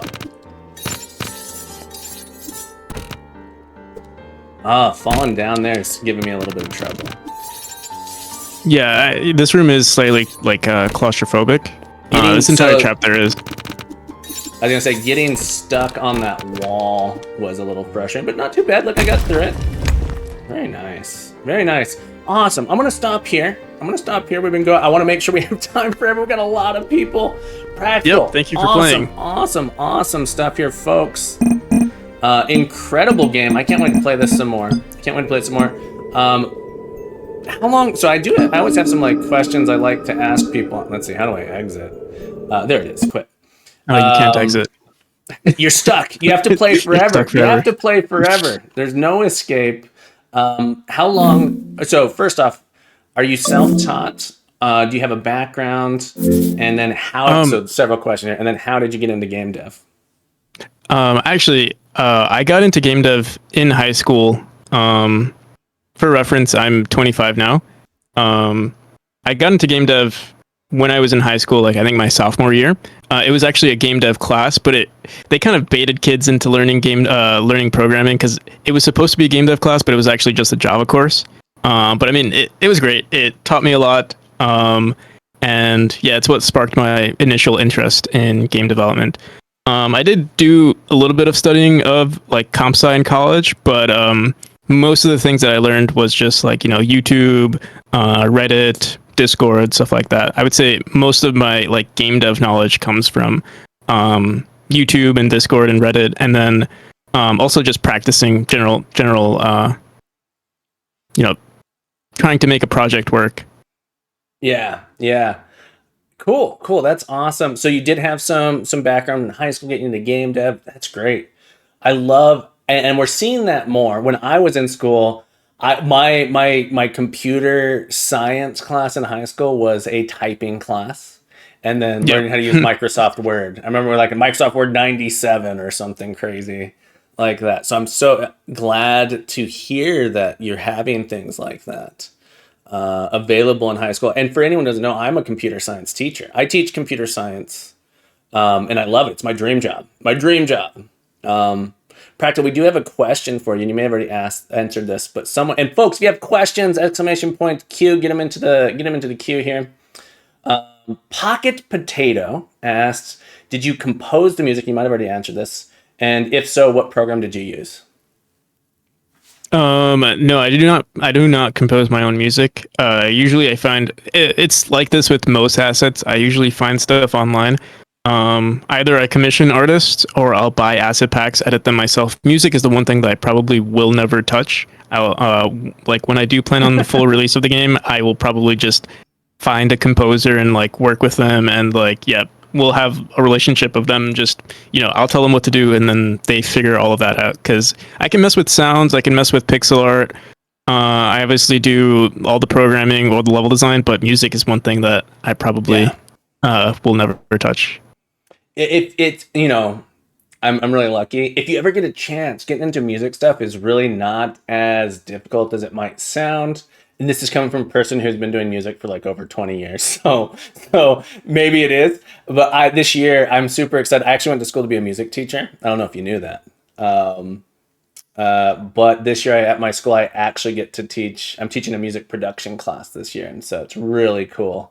But yeah, getting it to sound super amazing, awesome. Like stuff what you're doing here. Your game has a very specific atmosphere, and you would probably spend hundreds of hours just trying to get it right. But hiring someone, it's going to save you a lot of money. For sure. But it's super fun. I love making music. Yeah. Especially when you want to hold, your project to a high standard, and like I know I'm decent at making video games or making something feel good, and I would love the music to match that standard. So yeah. Well, Practical, thank you so much for joining us. I had a blast playing this game. I can't wait. Thank you so much for playing. Play the full version, folks. Let's give another shout out. Probably not going to let me give you another shout out. So actually, I think it makes me wait over 14 more minutes. Please, guys, follow. Where is it? Do my command in Practical NPC. Click on that link there. Let's get an Practical NPC. Click on Practical's name. Make sure you're following Practical NPC if you want to stay up to date on the development. Watch his process. It's amazing. Be sure to wishlist it on Steam and download the demo today. You can download and play the demo, which is like almost a full game, which is insane. Almost insane. Music is easy to get into and hard to get good at. Absolutely. Hours and hours and hours of practice. Absolutely. Practical, if you're still with us, any last words? No, I think that's it. Also, don't be discouraged. I feel like a lot of people getting into game devs compare themselves to like all these projects that they might see on social media, and they'll be like, oh, I'll never. But it's like, you just have to go at your own pace. Don't compare yourself too much. Yeah, and have fun. It's supposed to be, game dev is supposed to be fun. It's not, shouldn't be stressful. Supposed to be Yeah. fun, not supposed to be stressful. I love it. Just do it. Get started. Don't wait. Cake Digger is asking, what are you doing today, folks? We are doing the community showcase. Community showcase. What are you working with today? That was a Godot project. There's some Unity projects, lots of other stuff. Practical, thank you so much for being here. And I can't Thank you wait for to having catch you me. again soon. Take care. Okay, I'll see you. Bye. Bye. All right, everybody. I think our next guest, and let me double check this. I got to double. If you want to share your projects, we'll try and get you guys in here to share your own projects as long as we're here and have time. I believe the next project up is Rogue Blight. Code Red, are you here? Code Red Games, are you here? I do have to take a quick break. I'm out of water. I'm out of bean water. We're going to take a quick break. When we come back, Code Red Games is going to join us. Code Red Games, folks.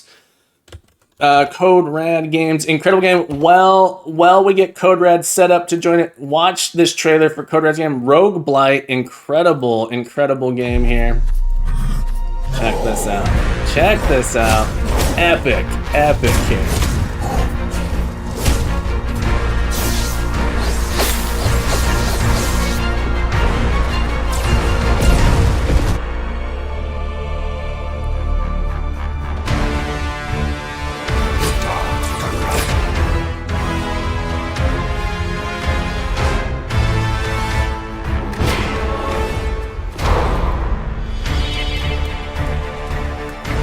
I can upgrade anything you desire.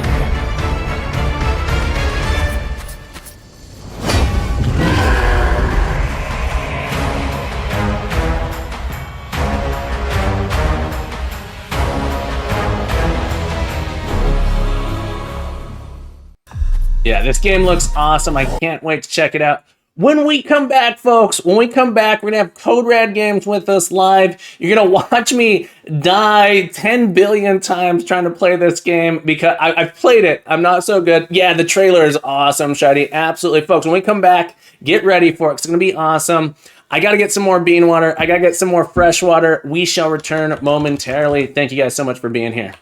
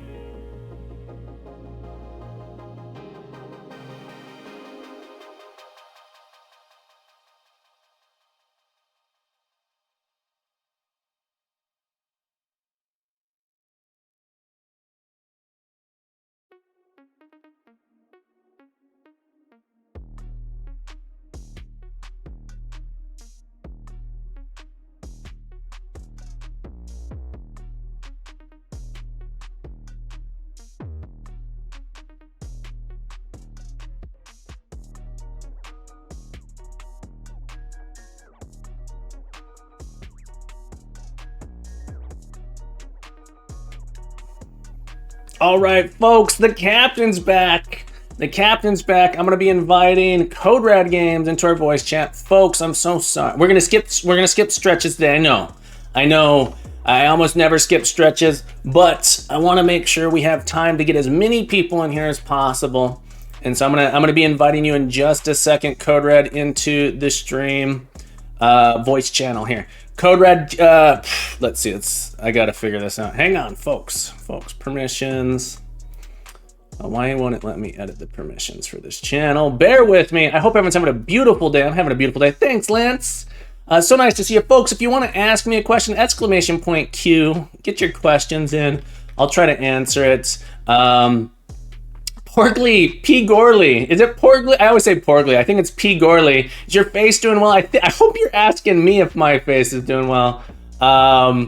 Yeah, it's never not been doing well, ? Who do we got? Code Rad Games. Excellent. Code Rad. I've added you to the voice channel on Discord. Can you try joining that? If you might Code Rad, can we hear you? Hello. How's the volume on Code Red, folks? How's the volume? Can you hear me fine? I can hear you. How about you guys? Is this good? Top volume. Is it too loud? Noi Ain Rain. All good. Dramok says it's good. Giga Chad. We need to get the what's this? Did you ever do another 5 or 10 hour coffin dance stream, Code Red? Not yet. I'll do another one when I hit 1,000 followers. That's my plan. 1,000 folks. We got to get a 10 hour. Can you do a 10 hour? 24 Why hour. not? It's gonna be 10 hours. 24 hours. Come on. Whoa. Thank you for the whoa. Folks, you guys got to go check out Code Red Games. Let's see if it's going to play here. It's going to play the old trailer, I think, still. Code Red Games, folks, attention, all lurkers. Click that follow button. Rogue Blight here. Here's my video that I put together. Not nearly as good as your trailer. This is me dying to a gorilla here. Dying to a gorilla. This game's amazing. 2D Souls-like. Rogue Blight. Gotta go check it out, folks. You have to go check it out. If you haven't, this is Game of the Year. When is this coming out, Code Red? So far, the plan is late 2024, but this might be pushed back a little bit. Look, you do it in Q1 2025, and that way you get Game of the Year. If you release it in Q4 2024, you can't get Game of the Year because that year's going to be over. Q1 2025, Game of the Year, folks. It's going to get in. This game is awesome. I love challenging. I love challenging games like this. This is another one. This isn't a platformer. Don't. I'm gonna butcher it. Code Red, tell us about this game. How long have you been working on it? What inspired you? Give me the skivvy. I'm gonna pull it up. Sure. So I'm a software engineer. I work full time, and when COVID hit, I've been working from home for 5 months or so. It was mid to late 2020. August 2020, let's say. I was like, you know what? I always wanted to make games, and I'm working from home, so I have so much free time. I'm just playing games for 5-6 hours a day. So I was like, why not? I'm just gonna go back to game development because I used to do a bit of game development before. I actually went to university where I did game development from 2009 to 2014. So it started all during COVID, so I've been working on it for 3 years now. 3 years, okay. 3 years, that's a long time, but in the world of game development, in the world of software development, it's actually not that long. Part-time, obviously. Yeah, part-time. It's not that crazy. It's pretty normal. But how long, so tell us as well, how long have you been doing game development? And you might have said this and I just, it's just... Yeah, sure. So I started in 2009, and I made a lot of random games, and I started learning Unity actually in 2012. And I did lots of small projects, nothing big, VR games as well. But in 2015 I stopped because I got a job in software engineering. So I actually was working for 1 year for indie dev from indie company that was doing mobile games from 2014 to 2015. and that's when I lost my passion for game development because I was, when you sell like gold, and the gems, we buy gems, stuff like that, microtransactions on mobile games. I was basically doing that for 1 year.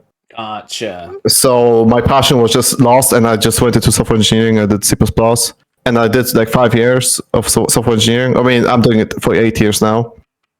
But yeah, then COVID happened, and I was like, wait, I want to make games. And then, I don't know, I just love it. I just got back into it. Good. I'm so glad to hear it. And I love hanging out in your stream. I feel like I haven't been able to be over there.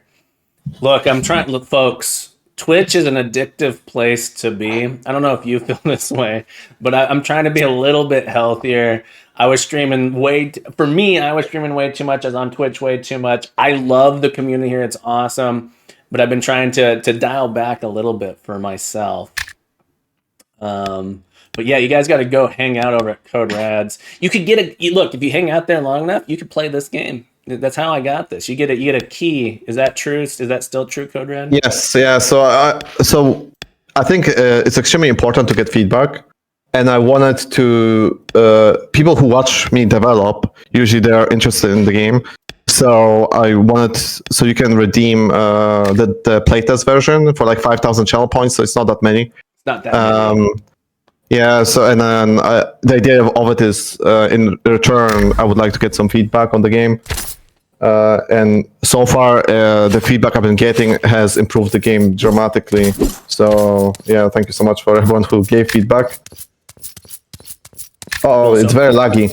Oh, you know what we need to do? Let me share my screen on Discord so you can see. You'll be live. The game is laggy because you need to put VSync on. I need to turn VSync on. Okay. Give me you need to go back to I'm the also menu. going to share my... We're going to see how crazy this gets. I'm going to share my screen on Discord so you can see it, and we're going to see if that affects anything. Yeah, I'm not sure why this affects OBS, because your game is running fine for you, but on stream it will be laggy. I have no idea why. Oh, on stream it's laggy. Oh, yeah. Okay, so I need to turn VSync. Sorry, thank you for letting me know. Yeah, I have no idea why it's like that. So it's the game. So in the game, how do I get to the settings here? All right, options. You need to save and quit. And yeah. Video. I think the frame rate is so high, OBS doesn't know what to do. It's under video. Yeah. All right, so if I turn VSync on, folks, and I think in the video it had a little thing here. Is this better for stream? Do people see it a little bit better in stream? Yeah, now it's gonna be smooth. Okay, perfect. Thank you for letting me know. Change quality to ultra. It doesn't make much in video. I don't know why it's on that. That was ultra apply. All right, crash my computer. Here we go. Yes, I'm using Unity. And folks, if you have questions, just so I know there's a lot of stuff going on in chat. Exclamation point Q if you want to get some questions in. I will pull those up. I'm going to try to pull them up intermittently, and we'll try and answer those. So if you have questions for me or Code Rad, our guest Code Rad Games here, feel free to get those in. I haven't played in a while, and so I'm really looking forward to the sort of the change here. All right, so wooden sword. I will say that all my unlocks are gone. All my unlocks are gone. Yeah, so I've changed the game quite a bit. So I decided to reset the saves for everyone, so they can start from beginning and get me feedback on the start. Gotcha. So this reminds me a lot of the newer Darkest Dungeon game, Darkest Dungeon 2. The path, you like sort of picking this path. You can see ahead of this path. The goal is to get to the boss here. Is this the gorilla, or is there like a mini? There's like a mini boss in the middle. So gorilla actually is in the middle now. Okay, very cool. We're gonna try it. I got a wooden sword. We're gonna go for it, and probably gonna get wrecked. But we're gonna try. We're gonna try here. Alright, I gotta remember how to attack here. I had adjusted my. Hang on. Why can't I figure out any of the controls? What is my attack? Shouldn't I just have like a basic attack? There we go. L. Other one, yeah. Alright. I can do it. Look, I'm actually terrible at games. Alright. So the game is challenging. It's not as challenging as I'm making it look, folks. How's the volume on the game? Is the game volume too loud, or is it good?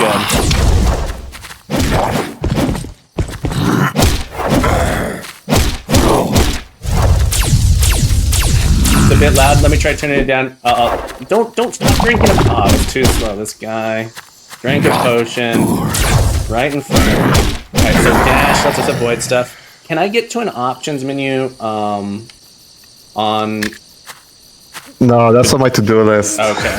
So I'm gonna. You have to save and quit and go to the options. Right, we're gonna adjust the volume a little bit. It's been this feature has been requested many times. I'm just gonna turn the master volume down. Hopefully, getting to there. Back start game. All right. I'm glad I didn't have to abandon my run though. So look, you knew you didn't have to abandon the run. Here we go. Let me guys know if it's not. Let me know if it's too loud now. Choose wisely, my friend. All right. Choose blessing but lower max stat. Choose blessing but reduce health to 1. Ooh, I don't want to do that.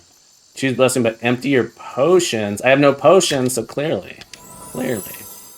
So as you play through the game, it's a rogue light game. Is that correct? For people who don't know, tell us what is a rogue light, and what makes your game a rogue light. So, roguelikes, you lose all your progress, but roguelite, you keep some of your progress. So, in this game, you do level up. I don't know when you last played it, because I added level system now. You can see on the top left you have your level 1 there. Gotcha. So now every time you play, you will unlock more weapons that will drop. So basically, you will progress through the game, and also you can get the fun guide to the currency to upgrade your character. So basically, you keep some of the progress on roguelites, so you become a little bit stronger, or you have more options. Gotcha. The art in this is fantastic. Am I actually taking things, or am I accidentally messing up? Let's find out. Okay, am taking things. I was a little worried I wasn't. I'm on controller, so I will say the control, and this is just me being bad at games. There we go. It wasn't necessarily intuitive for me. The gameplay feels good. Again, this is a game similar to Practical NPCs where I'm playing the game and I feel completely in control. When things don't go my way, it was my fault. I don't feel, so I love that about this game. When things go wrong, I feel like it was my fault. Oh, I should have pressed this, I should have pressed that. Ooh, 150. Yeah, so huge inspiration for me was Dark Souls. And Dark Souls has this kind of feeling throughout. Every time you die, you don't feel cheated, unless it's a mimic in Dark Souls, I guess. It's a mimic. Yeah, so in my game, mimics don't kill you instantly. So that's the only difference between this. Gotcha. Should I give this guy, what do you think? Restore health feels good. I was hurting. Alright, I'm gonna kill.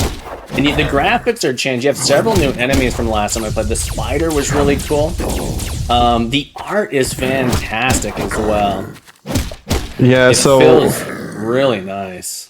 So my main background is programming, but I didn't do the art. I commissioned someone for art. I've been commissioning them since actually December last year. So I did change the art style. Actually, the game used to look different. Yeah, so... Can I see my inventory here by any chance?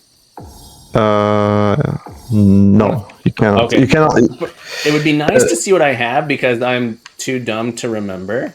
But it looks like it does a compare. I see. I'm not wearing anything in those slots, so it does a compare. I have something in that slot, so it does a compare. Yeah. Cool. Also, something to know: the shop no longer shows the weapons that you already own, unless for certain weapons. Like it doesn't show shields that you already own, or for example, if you had 2 iron swords in your inventory, the shop would not sell the iron sword. Okay. Gotcha. Because you can dual wield them. That's a nice little quality of life change. I like that. Yeah, people were complaining they were getting. Yeah, Eye for an Same Eye looks weapons. great. After getting hit, restore 50% of the last damage as health if you hit the enemy back within 3 seconds. That feels like a great blessing. I definitely wanted to pick that up. That was inspired from Bloodborne. I don't know if you played it. So I like Dark Souls. Dark Souls 2 is my favorite. A lot of people, unpopular opinion, Dark Souls 2 is my favorite of the Dark Souls games.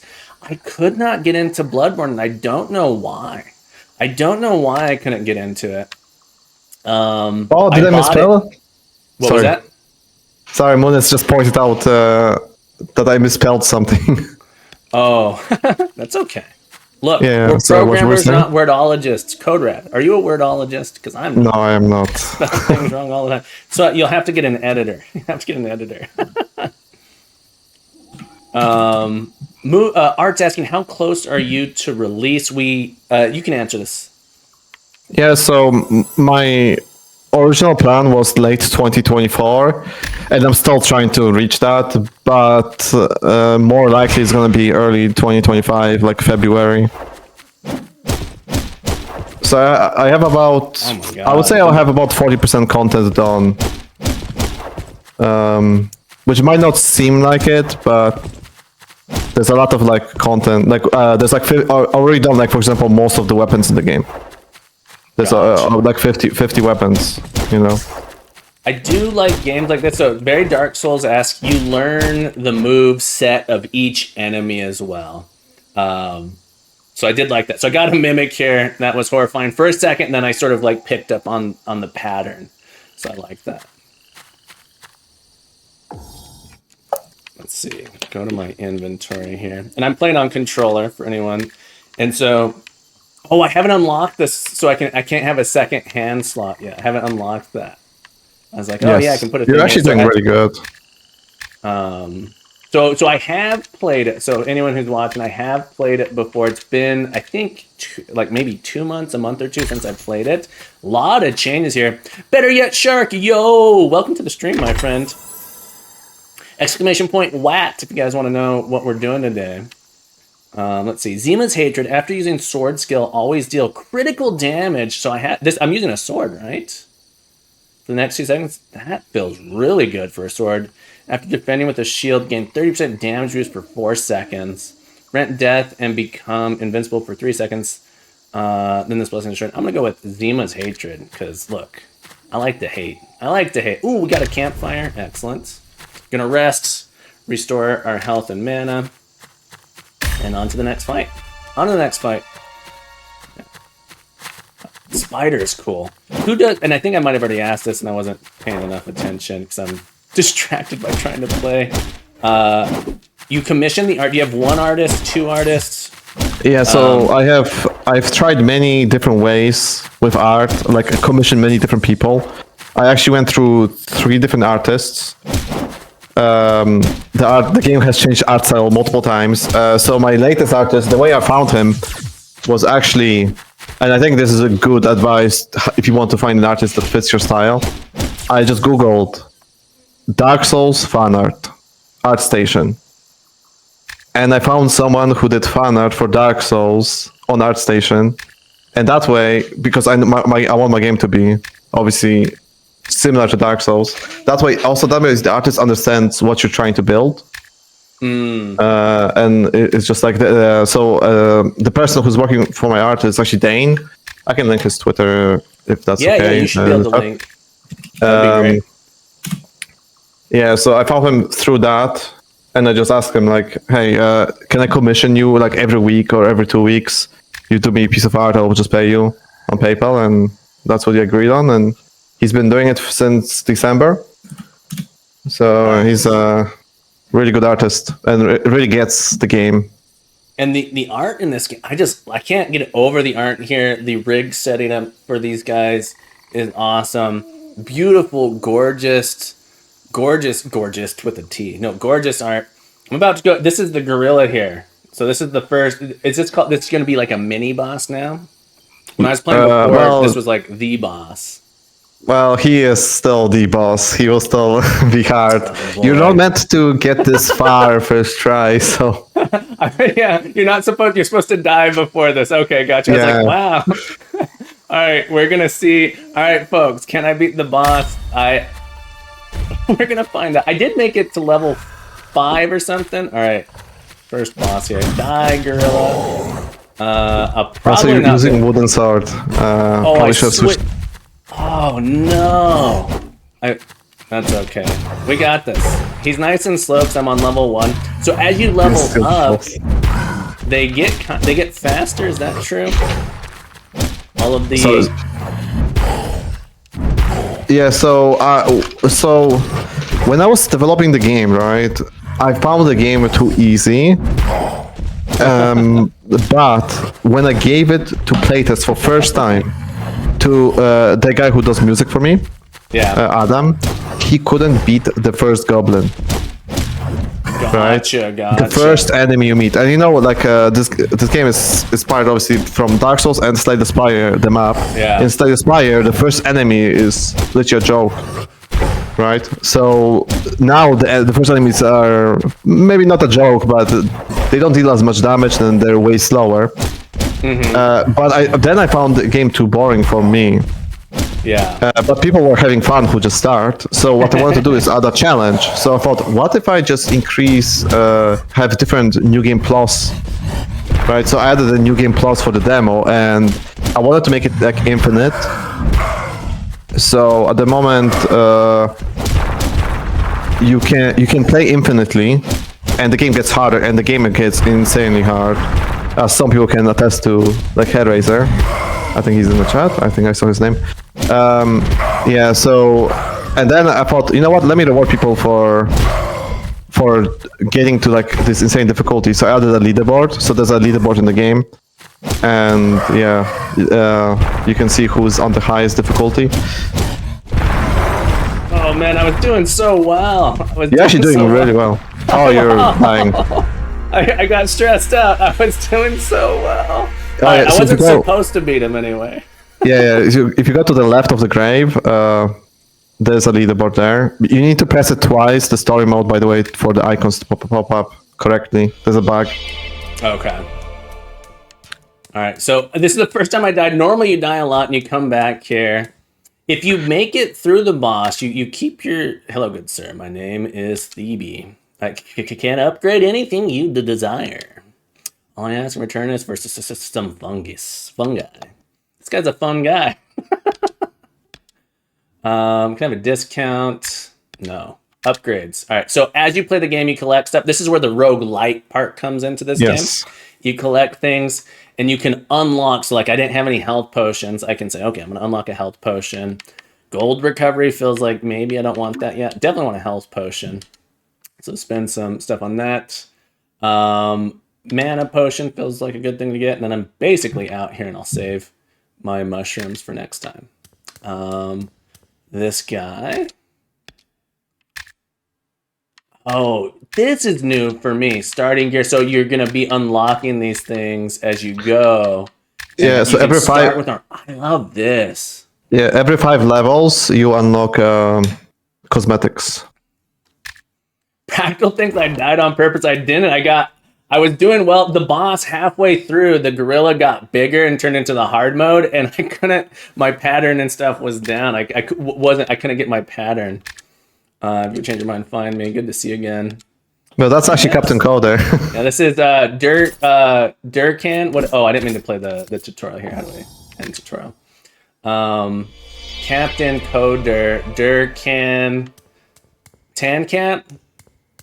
Durcode Tancap. Durcode Tancap. If you see Durcode Tancap, that's Captain Coder with all the syllables backwards.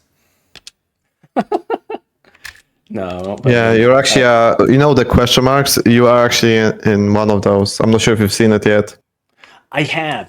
And I think he showed it to me as well. So this guy, as we unlock stuff, story mode, I only have this one map, but you can increase, this is the difficulty we're talking about. As you get better, the game just becomes more and more challenging. You can increase the stuff, increase your rewards, start the map. Do you have still just the one map? Yes, so I'm actually working on the next one. You can see a bit of it in the trailer at the end, where there's this giant monster screaming at you. But yeah, I'm actually working on the next map already. But yeah, so I'm planning on releasing that in the next month or two. Probably that's a bit optimistic. Let's say by January. Okay. Oh, I got a fire sword. Sweet. Much better than the wooden sword. Yeah, so Actually, Lance in the chat there, he played the game and he found it confusing. And that was back when all the weapons were dropping. So there was like 50 weapons in the game, and you would every time get different weapon you need to read. So what they added is this level system where you level up and you unlock more and more weapons. That is brilliant. That is brilliant. This is, folks, get your games out there. Get your games out there so people can play them, check them out, give you feedback. You don't even know what you don't know about your game. What is confusing? This is my biggest problem with games is I never know. My games are so hard and so confusing. Something that is perfectly, makes perfect sense to you, easy to forget. Easy to not realize someone else might find it confusing. Yeah. All right. Seller, I want to sell you strongest potions. You can't handle my strongest potions. They're too strong. I love the font here. It's too strong. All right. I don't think I have anything to do with this guy here. What's the plus sign? I don't remember what the plus sign is. Oh, it's the prey. Okay. Increase my max health. All right, we're gonna see if we can speed run to the gorilla this time.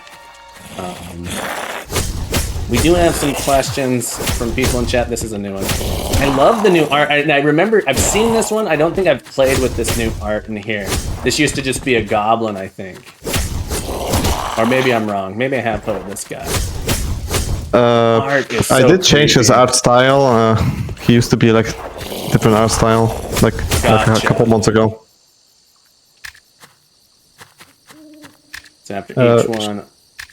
Should I answer some of these questions? If there's a question you see it, feel free to answer. Yeah, go. Okay. Does each weapon have different attack? Also, do any weapons have more than one attack?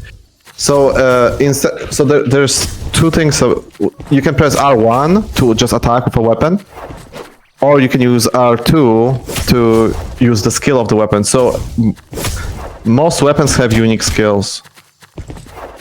So like, see, he used the fire sword there. So that was a unique skill to the fire sword, and fire sword also burns enemies. So different effects you can apply to enemies as well that all have things. And then as you're getting these blessings, you're leveling. As you're playing the game, you're finding blessings. You're adding things in that adjust, and so you have like these different builds every time you go through. You can't just get good at one build. You can, but it's random the blessings you get. Yeah, also all weapons are one-handed, so that way you can wear like a wand on one hand and a sword on the other, and you can combine that with blessings. And so what I want to do is, or what I'm trying to achieve here is to have a unique build every time you play the game. I love that. Oh.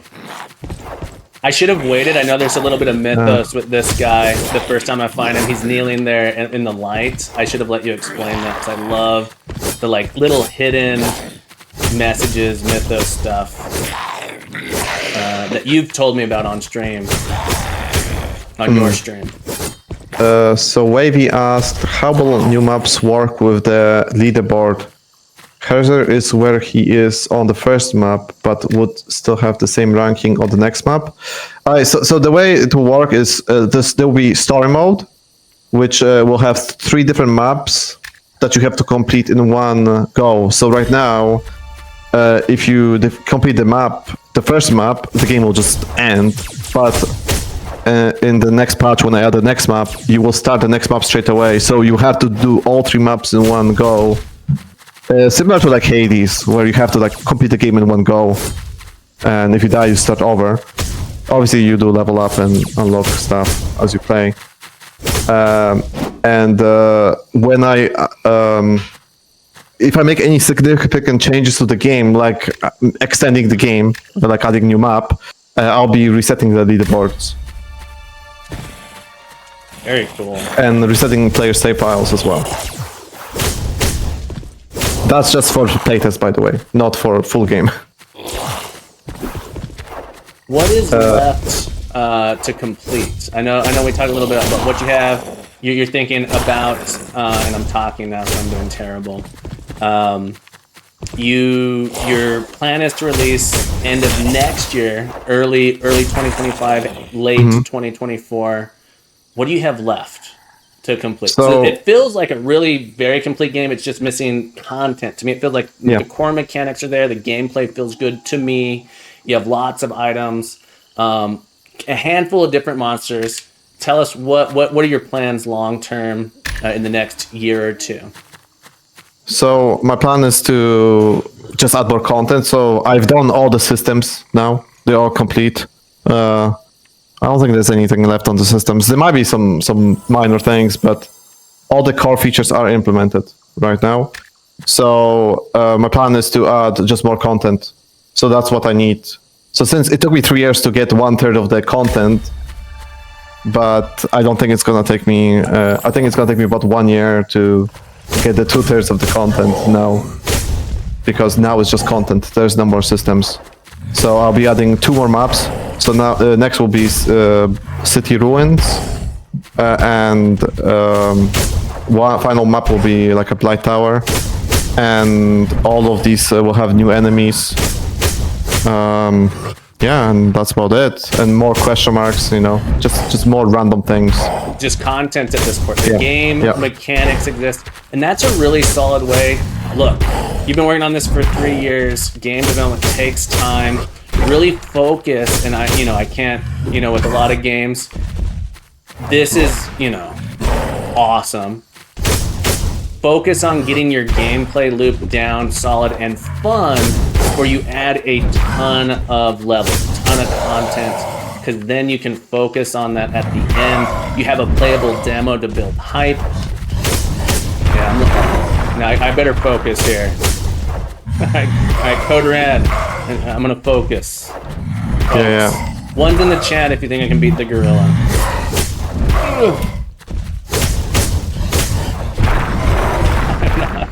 I'm out of potions. Dear goodness. I totally believe in you.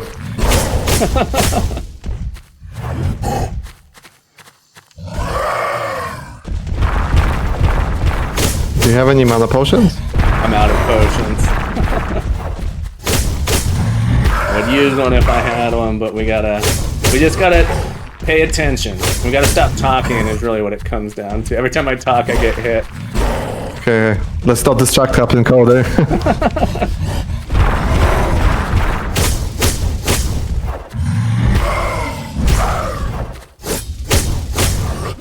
Go. Practical. Oh, did you die? No, I didn't dodge. Look, you gotta Practical remember. asked, Go ahead. Practical asked, do elements stack or have bonuses with each other? They just stack. So you have, let's say, fire and ice. If you have, let's say you are fire sword and ice sword, you will freeze the enemy. Ice freezes the enemy. Oh, you did it! Nice. And enemy will be on the fire at the same time. So fire is just a dot, just damage over time, and ice freezes enemy for 3 seconds, so they cannot move for 3 seconds. I did It will it. apply both at the same time. Alright, I need to find a campfire, so I'm gonna go take the right route here. So there is a little bit of planning I can do here. I'm gonna try and get to this campfire. Yeah, so do I have anything else I can stack that has like a... These are the only ones that have the fire. Thank you for the doy, Lance. Thank you for the doy. But I'm stacking here 2 fire swords, so it does... What is it? If I have 2 fire swords, it does stack a little bit, but it's like I get a bonus 18% or something. Basically, if you wear 2 fire swords, you apply burn faster. Okay. Here, I like... Is this one? This one's technically better. We'll try it. Thank you for the whoa. All right. All right, we're gonna try it. We're gonna keep going here. And thank you so much for sharing this game with us, folks. You gotta go check it out. Let's see if we can beat this guy here. Oh, this is a new guy. Or at least the attack pattern is different than I remember on this one. I changed them a couple times. Yeah, that's a different... Oh, I wasn't paying attention to my life. I thought I had full life. Oh. No. Yeah, so see, you will level up here. Very cool. Then you unlock more weapons that will drop. Also, you got the helmet. Sweet. Yeah, I got the gorilla helmet. All right, beautiful. Fictional Codes, hey, how's it going? All right, folks. Incredible game. Let's give another shout out. I'm going to watch the trailer one more time. Code Rad, thank you so much for being here. Let's watch this trailer. Amazing game. Code. It's not going to let me give you a shout out, actually. But if I do Code Red Games here, play a little trailer here. I'm going to play your full trailer in a second here. Be sure to follow Code Red Games. Check out Code Red's stream. Go on to, let me see if I can minimize this. My whole setup's flying. Everything's going crazy. Be sure to wishlist this on Steam. Let's get the link to it on Steam here. My computer's freaking out. I didn't mean to. There we go. Go wishlist it. Hop over here. Add it to your wishlist. Oh, if you're not logged in, open it in Steam. Add it to your wishlist there. Code Red Games, incredible game developer making an incredible game. Play the demo. Hang out. Code Red will give you the demo key. Awesome. Incredibly challenging. Incredibly fun. Side scrolling. I don't want to call it side scroller, but like 2D roguelike game. Sorry, I butchered that a little bit. Code Red, any last thoughts? Wishlist Blight on Steam. Thank you so much for having me. Absolutely, do it. Oh, thank you so much for being here. Look, Community Showcase wouldn't happen if it wasn't for wonderful, fabulous people like you. Code Red, we love you very much. Thank you for hanging out. Have a beautiful day. We'll catch you again soon. Yeah, all right. Thank you so much. See ya. See ya. Next up, I believe we have, let me double check here in the queue. Let me find my queue here. I believe we got Art. Warlock's Gantlet, isn't that? Art, are you with us? Art, are you here? And I have some questions here. Oh, Code Red, I'm so sorry. Code Red, if you can hear me, we do have some questions that I missed. I think you actually answered most of these, but I just want to make sure. I think you answered most of these. The game is available for free. Make sure these questions. How will the new map work? You did answer these. Does each one have a different attack? Do you have more attacks? Yes. Where do you get inspiration for your monsters and NPCs? Did you answer that one, Code Red?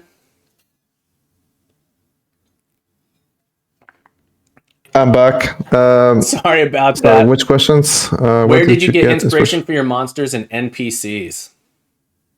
Inspirations for monsters. So Dark Souls. That's short answer. Many times I would just draw literally a picture of a dog, for example. I think this is a great example. I just told the artist I wanted an undead dog, and I drew the size of the dog, like in paint quickly, and then I just let him come up with the idea. So like cool. I just put a picture in the chat of like what I sent him and what I got. Let's check it out. I'm gonna open it up here. You're not gonna rickroll me, are you? No. Because I already had that happen once, and we had to ban BK Dev for that. No, I'm kidding. What I sent and what I got back. Holy cow! What did it? That's amazing. The concept art to the final product. Wow. Incredible artist. So my idea was like I wanted an undead dog that charges the player and bites him, and that's what the artist came up with. So, yeah. Yeah, Dead Robot Dev says the programmer art is on point. I absolutely agree. That's my level of art there. I hope you can tell which one is mine, which one is the artist's. Look, Code Red, I need you. So, I'm not trying to give you ideas, but you should have if you beat the game, you can unlock developer art mode where you take all of your concept art and you replace your art with yours. That would be so funny. Do it. We want to see it. Thank you again. If there are any last questions, exclamation point Q to get them in. Will we get Art in here? Art, I'm going to add you to our Discord channel so you can join. But if you got a question, exclamation point Q to get it in. You can also ask in the chat. I just miss things in the chat often. So I'm sorry, folks, if I miss something in the chat. We got a lot of people here, so if I'm missing stuff in the chat, I'm sorry. All right. So Art, you should be able to join on the Discord. I have it set up so you can join the live stream share channel if you'd like to join on voice. All right, I'll see you later then. Code Red, thank you so much for being here. Have a beautiful day, my friend. We'll catch you next time. And Art, we think we have you. Let's see. Can we hear you, Art? Art's joining, folks. Exclamation point Q. Wavy's asked me, do you know about the Easter egg in Code Red's game? I don't think so. I think I missed it. I think I'm not aware of it. If there is one there, I missed it. I'm going to reset the queue here real quick. There we go.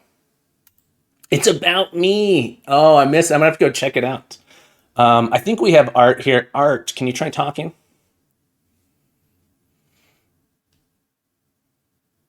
Shows you're muted.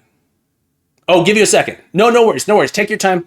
All right, folks. If you guys don't know the incredible Art Berkless here, Art's also a streamer. On the screen, you're going to see a couple pictures here from the Warlock's Gantlet. I'm so excited for this game. I love the old school Heretic, Hexen, Doom games. Beautiful, beautiful. You can check his game out on Steam. The demo I'm going to be playing today, you can get on Steam as well. The Steam demo is available for you to play. We're going to be playing it. I'm going to be struggling. I'm going to be on a struggle bus here, but we got Warlock's Gantlet coming up here. Not only does this game, so Warlock's Gantlet, Art is not only a game developer, programmer, he's writing his own engine for this game. In C++. I am not a C++ developer personally. I've done a little bit of C++. I've actually learned a ton watching Art work on this game on his stream. So if you want to learn a little bit about C++, Art is a computer science. Art, can you hear me? I can hear you, Art. Can we hear you? Finally. Okay. Sorry. Good. Welcome. Thank you so much for taking the time. I know you're busy with school. Thank you so much for taking the time to join us today. I appreciate you being here. Chat, how is the volume on Art? How do I sound to you? Can hear you. Thanks, Lance. Thanks for the confirmation there. Good, thank you. So, Art, I'm going to pull this, unless you want me to pause here for a second, I'm going to pull this up on Steam. While I'm doing that, tell us a little bit about Warlock's Gantlet. Maybe tell us a little bit about yourself. I know people are dying to know who you are, what you do, why you're so amazing. Let's start with the game. It's called Warlock's Gantlet. It is a sword and sorcery themed hack and slash FPS. And as you can probably see, it's heavily inspired by the early to mid 90s first person games. Many of the shooters and some of the role-playing games of the era. Yeah, so when I saw it, the first time I saw it, I'm like, oh man, this looks like Hexen. This looks like Heretic, which are games I grew up playing. I love them. I'm trying to get, I need to use my remapper. I have a program I use. So folks, I have carpal tunnel. So I actually have to remap some of the key bindings in here, but I'm getting it open here so I can turn them on and off as I go. Don't forget, folks, exclamation point, Q if you want to add a question to Q. I'll do my best to get to them. People try to remind me. Tag me at the Capping Coder or at Art Berkless in the chat. Art, I'm going to do a screen share in Zoom as well so that you'll see my gameplay at the same time, so you don't have to watch the stream. I'm actually watching the stream live. Okay. The stream delay, it's like a 2 or 3 second delay, so it's not much at all. Cool. Okay, so here's Warlock's Gantlet, folks. I think I just have to wait. It's loading. Get some. Oh, there we go. Wavy. Gantlet is an older spelling of gauntlet, but where gauntlet means both an armored glove and an ordeal, Gantlet means only ordeal. Ordeal. Yeah, so it's like a trial. It's a trial. Yeah, a punishing trial. And so in this game, we are the Warlock, correct? Correct. Okay. Although there might absolutely be some enemy Warlocks eventually. So I gotta admit that I hit enter to play, and enter is the quit button. So just, folks, You got to read Sorry the about friendly that. manual. No. I knew that was going to happen too, folks. Got to remember to read the friendly manual here. Yeah, it is there are a few details, at least, about the game that might be useful to read about. And in fact, the manual is becoming a bit out of date because I've been updating this demo all through the summer. Gotcha. So there are some new things I have Been to a teach while you. since I've played. I need to rebind my keys here because my space key is only on my right hand, which I need for the mouse. And so Tell me when you're ready, and I'll kind of walk you through the menu there. okay. So what keys? So I know WASD, space is jump. Is there any like other key that I might want to rebind? So I'm rebinding space to another key for jumping because I didn't even know when I was first playing this. I didn't know jump. You could like. I mean, jump you need punch. Q and E to switch weapons and spells. That's okay. So that I mean, one should you be need okay. you need C to drink potions. You need R to switch potions. You need Okay. X to look at the map. Anything that would be on a normal right hand that I would miss. Not much. Okay, it's just the space. Your key. tab key is quite important as well. Okay, well, we're gonna try this. All right, I think last time I tried this, it wouldn't actually let me rebind the keys in your game, but we're gonna see if it'll work. All right, I'm ready. Oh dear. Take it easy, Irad. Thank you so much for hanging out with us. Have a beautiful day. Okay, so C to start. So one of the things I've added, you see, this is what I call the alpha demo of the game. It's very basic. In its fundamental form, it's just one procedurally generated level after another, so that you can try out how it feels to play. But what Captain did here, he pressed either F6 or C, which means he entered the challenge mode. That's why you see a timer at the bottom there, and some text close to the fist. You see some text that says damage taken and NPCs left alive. So that means it's tracking how much damage you've taken from enemies. It also then tracks how many enemies you've killed out of the total and how long you've been playing. And if you beat any of the records for the level you're playing on, because he's now on a specific level. Yeah, so I picked level 1. You can send the end of level stat screen cap to me, and I'll enter you as a record holder in the high scores list, which should be available from the main menu. Actually, if you go to the main menu, I think if you press R from the main menu. Okay, from here, R. Oh, look at that. Yes, Okay, there are so- all the records for each of the if you go to challenge mode, you choose one of 6 levels, you see? One of 6 Yeah. seeds for the procedural generator. So there are the different record holders for various... there are 3 challenges per level. Okay, very cool. I do like that you changed. So I think I was the one that recommended changing escape from being quit. It was. Because I kept exiting the game on accident because I wanted to switch back out of the menu. And now I've pressed enter to quit. So I've unintentionally bought this sword twice and spent almost all of my money. Bummer. So You can restart the game, though. Oh, that's true. We're not very far in. Let's restart here. So I bought 2 swords. So I'm going to pick a sword. So so now I can swap into the sword. Q to swap out the sword. E swaps my spell. My face on the screen is blocking. In the bottom right, I have a spell that people can't see. And from nowadays, you actually both have the fundamental fireball spell and the fundamental ice bolt spell. That is new. How much And is I that? made the ice bolt spell more efficient, and it is now possible to power it up as well. It has 3 power levels. Very cool. Very cool. Yeah, that's not something I had before. Before you used to So go find when the you- secrets. Go ahead. When you froze enemies before, they only slowed down, but now they freeze in place for a short while, very short while, just a few seconds. But you can absolutely decapitate a few liches in that time. Cool. Oh, I can. The rebinding is working, so I can jump now.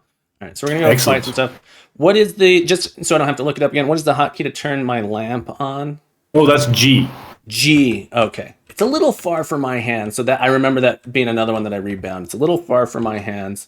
I just used my potion like a fool, but that's okay. All right, so I bought oil to power my lamp so it's dark. I'm gonna come in here, and so I actually found, so in the bottom left, people say we have a durability on the sword.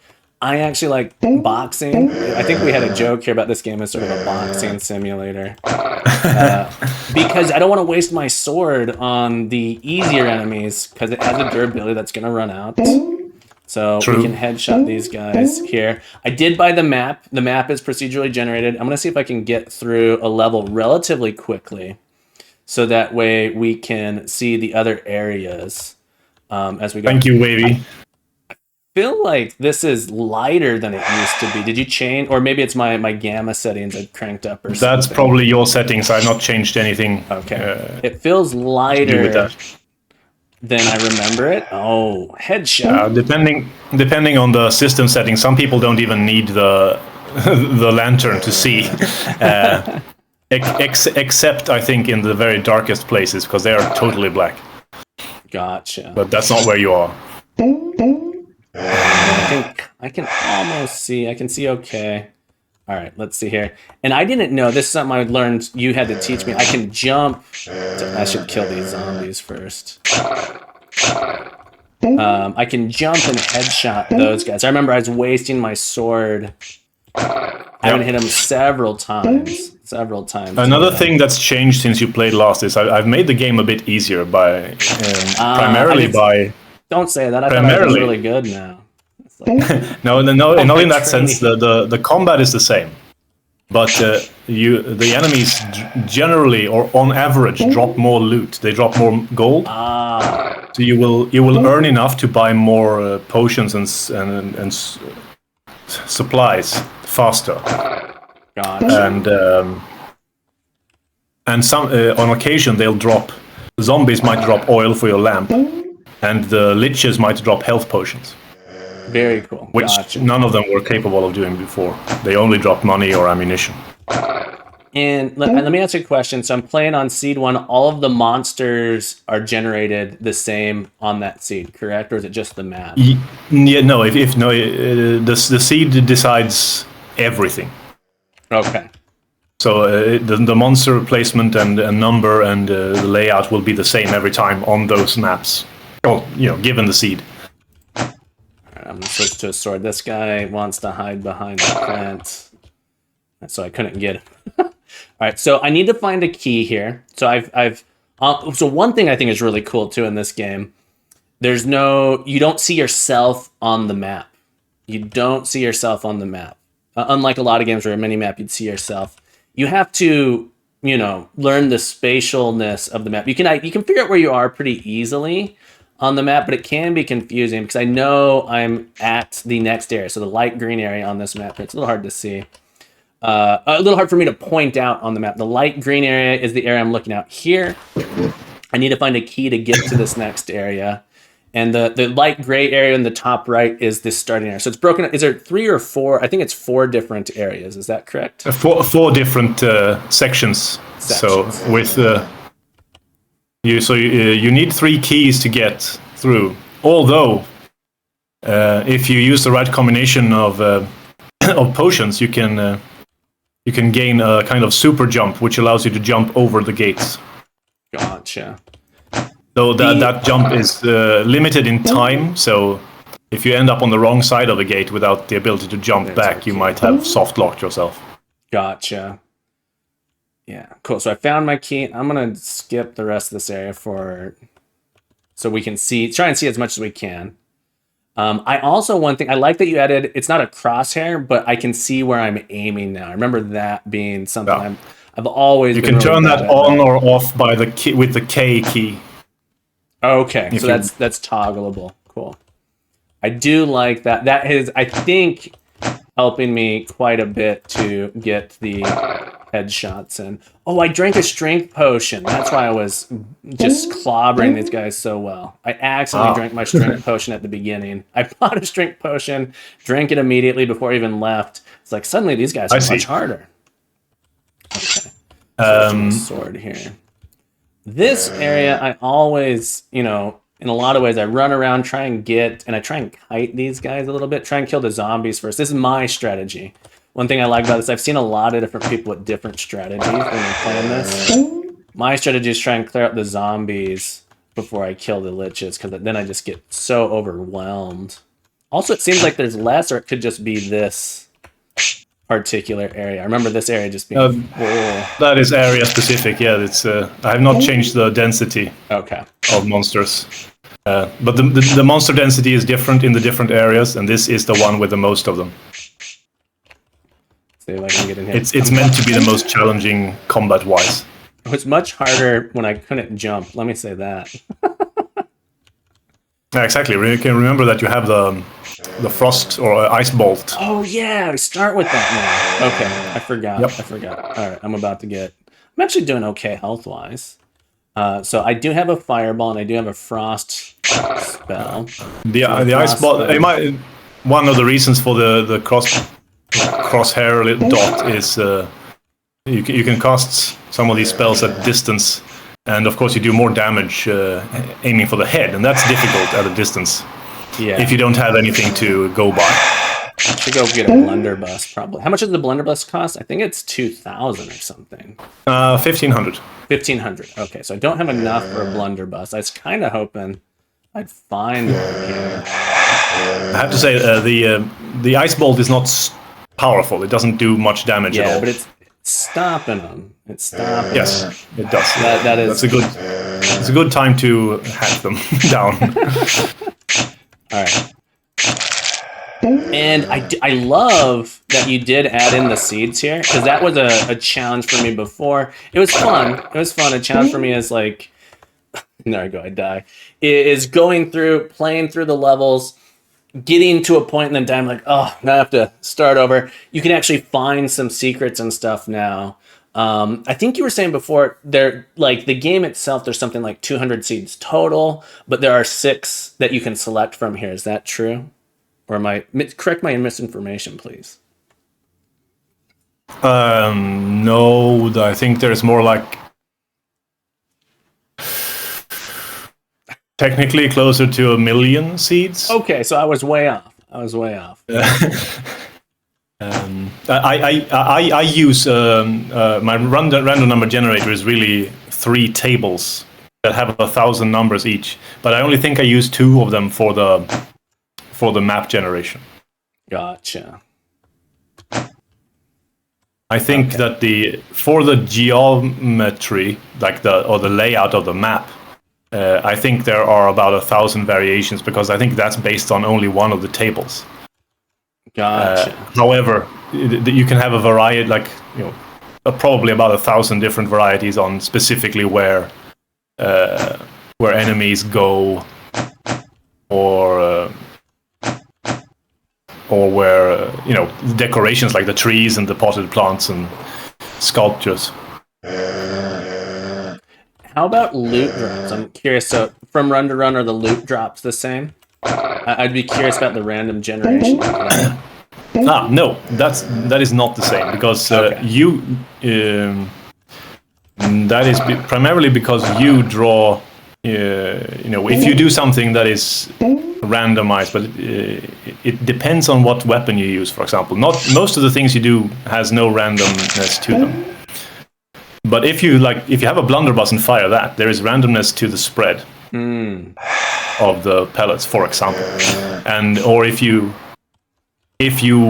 stop, if you interact with an enemy, of course, that means that they're otherwise deterministic path changes. So anytime you interact with the enemies, or they interact with you, or you use at least the blunderbuss, the draw order from the RNG tables changes, and that affects loot drops. That makes as sense. well. So You could get vastly different amounts of money and ammunition and such. But I'm guessing that the average, at least over a few games, should be very similar for a given seed. Gotcha. That makes sense. Okay, so we're gonna try and be a little bit more. I try to avoid. Slow. I try to avoid too much randomness in the gameplay, because the fireball is not meant for this level of fireball is not meant for attack. It's to illuminate. Oh, it's an alternative to your lantern. I was expecting. don't- Cool. I was expecting it to be like the flame thing. So as I level that up, it'll turn into the. I called it like a shower of flames. Yeah. Oh yeah, it becomes very powerful eventually. And I actually made that one. The two highest levels of the fireball spell are now more powerful. They create larger flame pools. By the way, you're walking around just spending your with your lantern on. Oh, thank you for letting me know. I'm making a terrible choice here. I was trying to find a good spot. You remember that you can press the tab key. Oh, strategy mode. I love that. Yeah, so strategy mode. Anyone doesn't know, strategy mode, press tab, kind of pause the game, but you can look around and make plans. Thank you for the reminder on that. And make plans. You can turn your lantern on and off. And actually, during strategy mode, you will not be burning oil. Okay, cool. And look at your map, drink potions, pick your spells, etc. Plan your death. Thank you, Cake Digger. Yeah, this is fantastic game. I love this type of game. I love the challenge in it. I switch my weapon. I can change my weapon. I can change my spell. Timer keeps running, which is good. The skull flame is super cool. And you've done all of this art in here, all of the textures, everything you've done as well. So you're an artist, correct? Yes. Okay. Resume here. And you actually have your own. Is it your own format as well, if I recall? Yes, which is about to be updated. I'm working on a new art tool. Because the graphics are made in my own art tool, which it's one I wrote several years ago now. You're writing your new one in C, is that correct? Yes, so for those who are curious, the game and the engine are written in C++, and that's what I do. That's what you'll see most of. But at the moment, I am writing a new art tool, and I decided to do that in a different language to learn something new. Yeah, awesome. And that is C. How long? All right, so these are my very cool. I'm loving the game. I need to get good. I got to get good at it. All right. So some questions I always like to ask for anyone who came in. I think you answered these a little bit at the beginning. How long have you? So these are my common questions. How long have you been programming? How long have you been doing game development? And what advice would you give people who want to get into it? I've been programming for a little bit more than 5.5 years. It'll be 6 years in like December, I think. And I started immediately with game dev. I started out as a hobby, and eventually I decided to also study computer science. So I've been doing that for a couple of years now. Okay. So this game I've been working on for. I expect that some people might want to know about the roadmaps. I'm just going to take that very quickly. Yeah, go for it. About 2 years into the development of the game, and this which you saw is what I call the alpha demo. I expect to release another, which I'll call Alpha 1.5, around the New Year's. End of this year, beginning of next, which will have a few more features. Maybe a few more enemies, a bit more meat to it. Then possibly a beta around, maybe this time next year. And I think a full release sometime in 2025. That's my estimate. based on the what is left to implement and what progress I've been making. My advice for anyone is to find something that you enjoy about, something that you're passionate about in development, so that it's fun all the time. For example, I was dabbling with writing my new art tool in Java this summer, but I discovered that I didn't particularly like programming in Java. I found the language interesting, but I thought that I shouldn't make any decisions that might turn my passion project into a chore. Yeah. But I should keep it fun for myself, and I think that's quite important, because that means that I'm drawn to it, so it's easy to get down and do work. Especially for a personal project, right? Sorry? I was going to say, especially for a personal project. If you're working on a personal project and it's not fun, you're going to lose interest very quickly. So I think that's a really important point to state, is if you're learning to program, learning game dev for a personal project, if it's not for work should be fun too, but it isn't always. Work is work, right? Hopefully your work, yeah, I'm not going to get into too much about what work is, but if it's not fun, you're not going to want to do it as much. And another little tip that I usually give people is to make a little bit of progress, even if you don't have much time to put in every week or so, but put a little bit in, and don't think of how much you've got left, but think of what you've accomplished. That actually feels better. Yeah.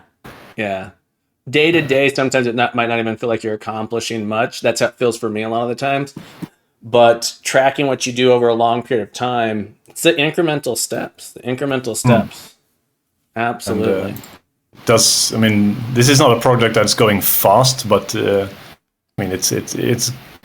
well along the way by now.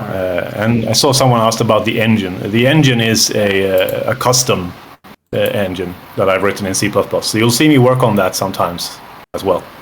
Although the majority of the engine work is done, there's still some of that I do on occasion. Yeah. And if anyone has more questions, !Q, get them in. And just so people understand, it's a custom engine for this game. A lot of people think making a game engine is crazy hard or something. If you're making it for a specific game, it's still hard. But it's not a generalized engine. It's an engine specific for what you're doing. And that's even cooler in my mind, because you can focus on that. I sort of tried to make it into a, not really for general use, but to detach the code of the engine and the game, which I haven't done for my previous projects. I wouldn't say that I've succeeded, but it worked better this time than last time. Yeah. That was primarily just to get a structure to give structure to the project that is easier to navigate and more flexible, because it's by far my largest project to date, and it needed good structure. So I actually after half a year I started rewriting it, and that was a good decision. Cool. Yeah, I think it's amazing. I'm inspired by you folks, guys. If you guys don't know, I originally was only going to stream for like 25 days back in December. It feels like it wasn't that long ago. I always say I'm new to streaming, but Art is the streamer who inspired me to kind of keep going. He was like, promote yourself, talk about what you're doing. So Art, I wanted to say thank you for I have so much fun streaming these days. Maybe not always fun, but lately I've been having so much fun. And a big part of it is, I just want to do a huge thanks to Art. Because I probably wouldn't still be streaming if it wasn't for Art. So thank you for that. Thank you, and thank you for showing my game again. Oh, of course, I love it. I can't wait for the full version. It's so, there's some inspiration of it. There's a lot of inspiration for me. I like showing my students, hey, look, you can do it. Anyone can do it. Doesn't matter if you started when you're young. So I started programming when I was 7, so that is intimidating a lot of people. You can start anytime. I don't know if you saw this question. Someone asked, what documentation, this is Code Matt Zor. Code Matt Xor asked, and you may have already answered it and I missed it. What documentation helped you build this engine or guided you to achieve what we see here? Oh, I see. No, I didn't see that question. Thank you. If it's with regards to the engine specifically, almost none at all. I learned how to set up a bitmap. Okay. But really the engine, like the rendering and the 3D calculations and all that was a big intellectual challenge to myself, because I'm one of those people who didn't start coding when I was young, and I was not good at math in school. So it was kind of a personal rite of passage for me to show myself that I was worthy of doing engineering things. Yeah, because that was not me. So I gave me this challenge. I thought, I thought that I might be able to do it, and it worked even better than I thought. But that's not really helpful, I'm afraid. That said, if anyone is curious about how to do a kind of homebrew software rendered engine, I can show you the basic ropes to get you going. Actually, I think I might do a themed stream on that sometime if enough people are interested. Cool. I would be super into that, Art. If you have any links to share, feel free to share them in the chat. There's a few more questions. We're going to try and get through them. If you have time, Art, you still have time? I can, if I may, I can share the link to my Twitch. Please do. Because I don't stream all that much during the semesters because I'm studying computer science. But I'm going to try to do, at least one per weekend. Cool. Even during the hardest times. Yeah. I love your streams, Art. It's one of my favorite streams. Probably my favorite stream. I haven't been able to, and I think it's just because you're not streaming as much. I feel like I'm always missing your streams these days, but I think it's just because you've been catching most of them, I think. Okay, cool. You're sorry, folks. I don't have I follow a lot of people on Twitch. I don't have notifications turned on for all of them. I have notifications for Arts turned on because it's very interactive. The community you've fostered is awesome. It's a place to just chat about kind of whatever. But I like older style games. Your game's a little bit older style, which I love. So thank you for creating a cool community as well, Art. Wavy, I don't know if you answered Wavy's question here. Wavy asked, 2-in-1, why did you decide to make your own engine for this game, and how do you balance school and making the engine in game? I think you may have answered this, but I might have missed it. No, I didn't. Wow, I didn't catch these. The chat the chat's been crazy. Why did I think I kind of answered the why did I make my own engine with the previous one, didn't I? Yeah. How did I balance school? I just work on the game is just slower when I have a lot to do in school. That's the question. That's the answer. Yeah, my answer to that is like, how do you balance this? And I was like, my answer is always with much difficulty. Yeah, but actually that kind of loops back to my advice earlier. That, as I said, even if you can't do a lot all the time, like try to do a little bit. So even on those, it might be that on some sad weeks, I might only have time to do like a half hour of programming. Yeah. But if you have that half hour, do it, and that means that you're half an hour further in than you would have been the next time you sit down. Absolutely. And I've been continuous balancing game dev with work before then, and it was kind of the same, but I was making progress all the time. Yeah, and I think there was a kind of an answer to this one already. But how much time did you spend on the engine and game so far? And I think you already answered this once, so we can be a little bit brief on it. Yes, it's taken about 2 years, but that's not full time, of course, but about 2 years so far, a little bit more. Yeah, cool. Art, I want to say thank you. so much for taking the time to be here. I love your game. I love your stream. I love the community you've built. You inspire me all the time. I can't wait for the full version of this. Folks, send Art some love. Be sure to follow Art on Twitch. Be sure to wishlist, download the demo of Warlock's Gantlet. I'll send the link one more time in the chat. And have a beautiful day, Art. Any last words? Oh, I think I've said everything I'd like to. All right. Thanks again. Thank you. Bye. Thank you. Take care. All right, folks. Warlock's Gantlet, incredible game. There's a few questions in here that I think are for me. I'm going to clear out my question queue here. Few questions here for me. Frostern asked me, do you still plan to keep using Unity for teaching how to code with everything that is going on? Or do you think you will jump ship with a lot of people to a different software? Also, good morning. Frostern, thank you. First off, thank you so much for being here, Frostern. This is a good question. I've been getting this one a lot. I have a curriculum that I've been building since December of last year for Unity for my students. For anyone who doesn't know, I am Captain Coder. Hang on. I am Captain Coder. Captain Coder is me, and me is a computer science educator. I teach. My full-time job is actually I teach at a school. It's a middle school, an online middle school. I'm in the United States for ages 10 to 14. Computer science programming. And this year I actually get to teach a little bit of music. I think the best answer I have is at least for the rest of this school year, I'll continue using Unity. I think Unity is still a free enough tool to teach game development, to teach programming in C#. I've been looking at Godot for years now. Just so you guys know, I've been looking at Godot. I think I was looking at Godot when it was version 2. I've been looking at Godot for many years. I used to think I've been looking at Godot since before it was called Godot, back when it was called Godot.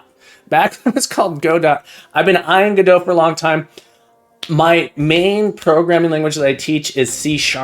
The main programming language I teach is C#, and people are about to say, you can do C# in Godot, and that's true. That's true. Unity is a very heavyweight program. I work in an online remote school, and so Godot, Unity restricts the students I can actually have in my courses, because not all of them have powerful enough computers. And so like I do want some alternatives. We have a lot of courses actually that we offer. We do game dev and construct and stuff like that. I don't teach that class, but there is some game dev stuff happening. Godot is super lightweight. I love the idea of Godot because we're an online remote school. One of my personal requirements is I want to be able to share the games easily with the greater school community. And that greater school community is online, so I want the web builds to work well. I've had a lot of trouble with C# in Godot. Not C#, Godot and C# work fine. With the web builds. I've had trouble with Godot's WebGL builds with C#. That said, this was back in, the last time I checked was in May or June. I think May and June as we were doing some stuff. So so I'm struggling with that right now. If I wanted to switch to Godot. That said, I don't think there's anything wrong with using Unity as an educational tool. I may not agree with their pricing model. I hope things will change with that. I don't think Unity is going anywhere. But I do think it's a great opportunity for people to go check stuff out. I don't think their communication has been good. I think they were foolish for trying for not answering a lot of these questions. I don't think they actually have answers to a lot of these questions, and that's the problem. So when people say trust is broken, I would agree with that. I hope it's a great engine. Unity is a great engine. I hope that we can build trust again. They can fix things. They can make things work for low-cost mobile games without what feels like kind of scummy stuff. That said, WebGL builds with Godot don't work for what I want to do. Godot seems awesome. I played around with it. I actually love the interface. I love the lightweight. I have a lot of students using GD script, but C# is my main language that I teach. So it's sort of me tricking my students into learning object-oriented programming through game development. Great question. Desired State asked, with high-level multiplayer frameworks now available, for example, in Godot 4, which are easy to use and just work most of the time, why don't we see more indie multiplayer? I think a lot of people are just scared of multiplayer. Redston, if we have time, there's a lot of people in the queue. If we have time, you can actually share your project, add it to the queue. We'll do our best to get to you. We're going to go for a little bit. Next up, Cake Digger asks, where do you see Unity Engine in the future? I don't think it's going anywhere. I think it's too big to go anywhere. That said, will it accelerate into something awesome or sort of degenerate in the next couple of years is a question that we really have to wait to figure out what is going to happen with that. All right. Next up, we've got Krasenstein, Static City Games, with their new Kickstarter here. I'm going to get you in Discord. We're going to take a quick break. Krasenstein, get ready. We're going to bring you on here to play. Let me get Steam to close here. Steam closing. Exit Steam. I didn't mean to probably messed that up. That's okay. We're going to get Krasenstein in here. Krasenstein, I'm going to invite you to the voice channel. We're going to get you set up. I do have to take a quick break here. I need to get myself a little bit more water. I'm out of water. But let me do a quick shout out to Krasenstein. Kras. Incredibly accomplished game developer, owner of the indie publisher, indie game publishing, Static City Game, creator of World of Grimm, which you're seeing on the screen right now. Fast-paced, collectible card game. It's going to leave you in awe as you enter the Brothers Grimm universe. You don't want to miss it. There is be sure to follow. Be sure to follow here. Hit that little heart. Give Krasenstein some love. Be sure to follow Krasenstein. And then go to the Kickstarter here. Oh, that link. Hang on. I got to get this link open here. Go to the Kickstarter while I'm on break, while we're getting some bean water here, while we're getting things set up. Go get ready, because this is going to blow your mind, folks. It's going to blow your mind. World of Grimm. World of Grimm Kickstarter launched here. We are 16% of the way there. We can get there. We can get there today, folks. We can get there. Go check it out. This game looks awesome. I can't wait to play it. Folks, I got to get some bean water. Krasenstein, I'm going to add you to the channel here so you can join here. And we can get you going, Krasenstein. So guys, folks, be sure to join the Discord. All kinds of stuff. Sorry if I'm missing chat. Things are crazy for me. Over on the Discord live stream, Krasenstein. We'll check your volume real quick, and then I'm going to take a break.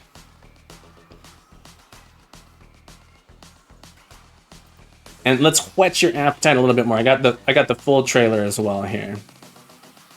World of Grimm.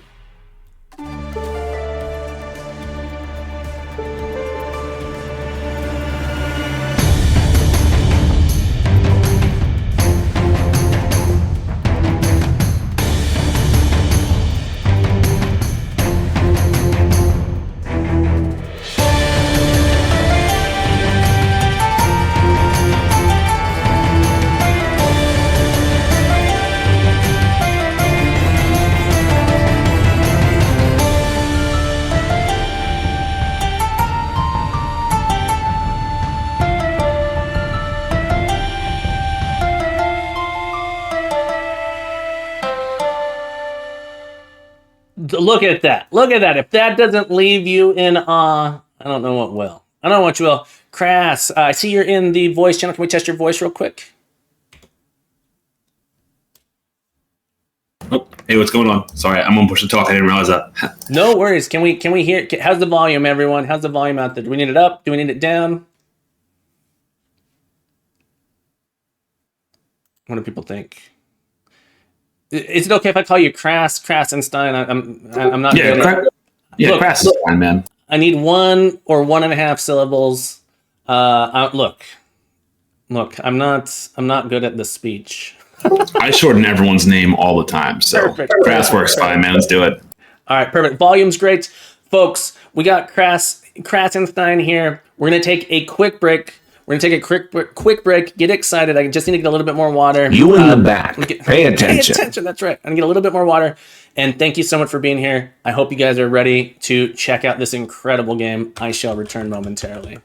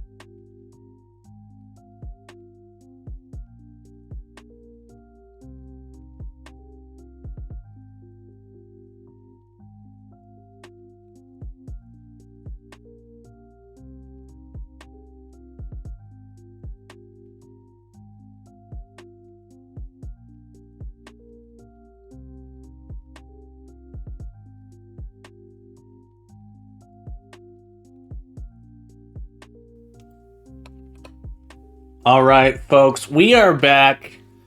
Crash, you still with us? Yeah, man, I'm still here. Sorry to get you on voice, then leave you hanging there while I take a quick break. I apologize. That was probably one of the rudest things I could have ever done. So I apologize. All right, folks, we're going to be playing World of Grimm here. Let me get it onto the screen here. Move it over here. This is World of Grimm. Tell us, Crass, tell us a little bit about yourself. Tell us a little bit about World of Grimm. Tell us what we're looking at here. And folks, while you're doing that, make sure to go check out the Kickstarter. Farron, I just got to say hi to Farron. Happy to have you here. Folks, we are looking at Crass here. Crass, tell us about you. Who are you? Why are you amazing? What makes you so awesome? And how did you get yourself to look that good? Man, that's a lot. All right. Well, obviously, my parents did that. But besides that, my name is Josh. I have been a game developer and own a company called Static City Games for the last 7 years. Completely self-taught 100% through YouTube and Udemy. Very, very small amounts of Udemy. Did not go to school for this. Did not go to school for computer science or game development or anything at all with that. Almost failed a Java class. So I was like, I'm never going to be a coder. It never happened. And then I just kind of fell into it randomly one day, watching on Twitch, some random guy named Quasi TV, who is still one of my best friends. And it just kind of fell into it. He was free. I picked it up. But yeah, this is our fourth game. This is our first huge game, massively multiplayer, online, collectible card game that is called World of Grimm, as you see. It is 100% based on Brothers Grimm fairy tales. Every character and location you see in the game is from one of their many, many, many stories. With Cinderella, Snow White, as you see passing through there on that starter deck. We actually, for the demo, we are giving you 3 starter decks to pick from and kind of play around with. One is just the basic one that's like the cards that don't really do anything. They're just all stat line. There's also a second deck in there that is the Fury deck, which is about cards that get hurt. And there's also a third deck, which uses our time shift mechanic, which is basically changing the game from day to night and back. We also have a season pass that's going to be in the game because the game will be free to play. And there's a little shop button on that bottom nav bar that when you go there, you can actually purchase cosmetic card art variants to change how your deck looks. If you want a demonic version of Snow White, or if you want our newest art that just got finished is a mech pilot Cinderella. So we are trying Pilot Cinderella. Holy dude, it looks a little bit like Diva from Overwatch. It looks really cool. Wow. That's awesome. Yeah. That's awesome. How big is the team on this? Is it? We are a team of 12. Okay. I'm the main and solo programmer, and then we have 2 original artists. Basically, they're considered. They're basically the main artists. One does realm work. One does card art. And then we have 9 variant artists. Those are the ones that are creating the microtransactions for the game, basically. And we are going to be giving kickback royalties to those people if you were to go in and buy the demonic Cinderella or whatever. We have a royalty agreement set up with each artist. So if that piece is purchased, they get a kickback because artists are severely underpaid, and we hate that. So our artists are from all over the world. We want to support them and keep them, afloat. Very cool. I love that. And we have one back-end programmer who's using currently PlayFab, but we're going to be switching to Unity Game Services. Cool. Awesome. So here I am. I'm in the game. I'm going to tell you, this is the first time I've played this. So what and on Discord, I'm streaming on Discord, so there won't be a delay. If you're watching on stream, there's going to be a delay for you. If you watch in Discord, got it. I got it. It should match. Cool, perfect. So I see this is my starter deck number 1. These are the cards I have in my starter deck. Walk me through what should I do? Should I go to match? I'm a crazy person. I like to start exploring stuff a bunch, but right. But what should I, if I want to play a game right now, what do I do? Well, if you want to play a game immediately without figuring out how the game works at all, you just click that big match button. Okay. If you suggest learn is more reading based. What was that? Do you suggest I learn first or just go straight? Actually, you know what? Let's just, if you jump into the card chest, which is the little card icon on the bottom next to main, you can kind of like hover over your cards that you have on the top right over there, and it'll show you kind of like each card has different abilities. Some don't have any abilities at all. They usually just have a little bit of text. But there's a thing called on play, and what on play does is when the card flips over, that effect happens. Every card has a mana value attached to it. There are 6 turns total in the game. And the 6 turns are equal to how Hearthstone's mana system works. So as you play, turn 1 you get 1 mana, turn 2 you get 2 mana, all the way to 6 mana. At the end of the 6 mana, or at the end of the 6 turns, if you have a higher total attack power, which is the red number, if you have a higher total attack power at 2 out of 3 locations, you win the match.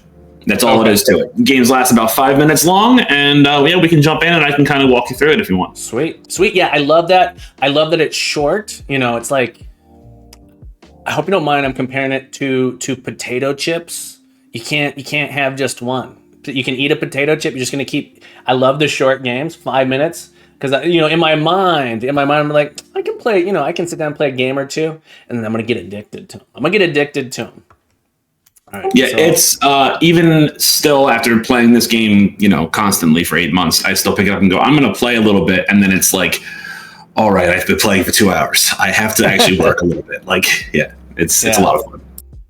Folks, and if you have questions, we will be doing a Q&A for Josh here for this as well.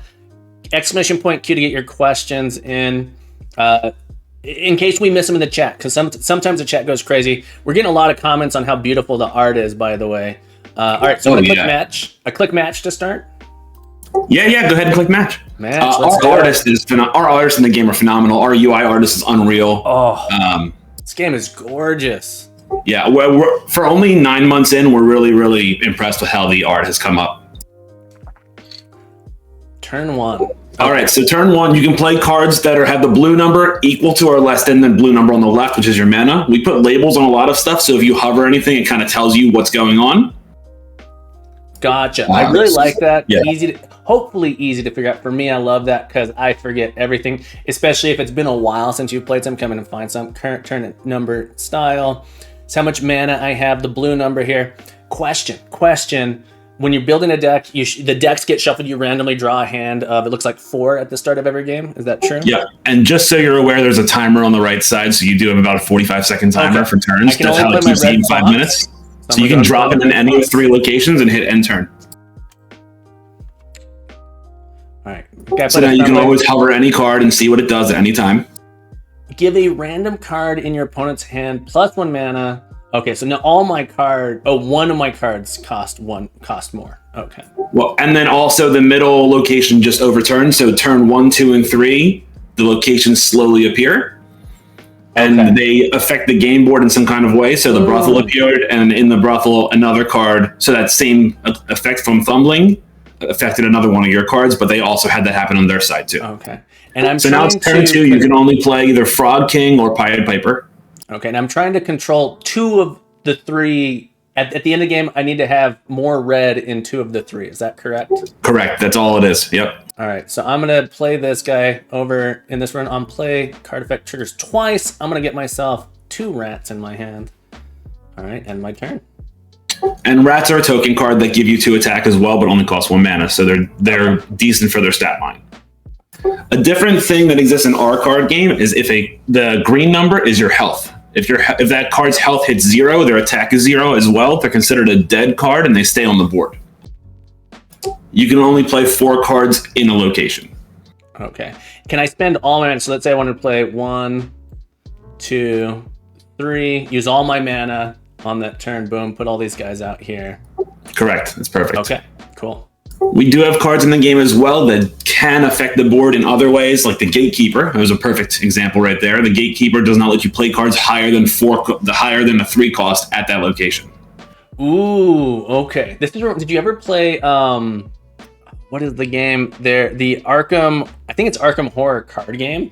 The I one of remember that these one. tracks. This reminds me a lot of the tracks in that particular. That one's called a living card game. It's not like booster packs and stuff. Yeah. I remember that. Good Rabbit of the Morning. Good morning. Happy to have you here. Okay, so that means I gotta be careful. Yeah, so you can't play anything higher than the 3 cost there. So the Shoemaker costs 4 because he got affected by Brothel, so you cannot play him in the middle location. Okay, I have a lot of guys over here, so I think my Shoemaker makes sense in this spot because he's going to give everyone +1. So I'm going to put my Shoemaker there and end my turn.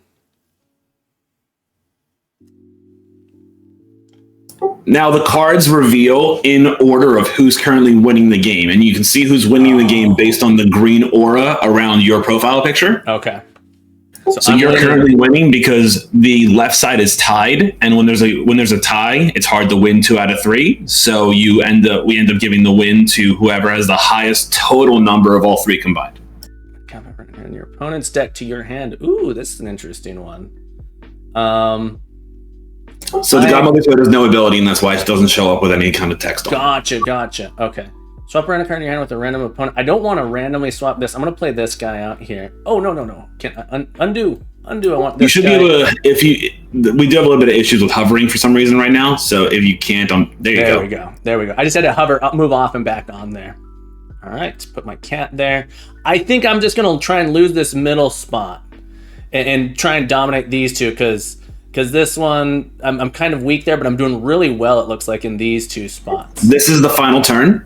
So you can't play anything on the right side at all. So I think you might have that one squared away. So you either fortified left or you try to win middle.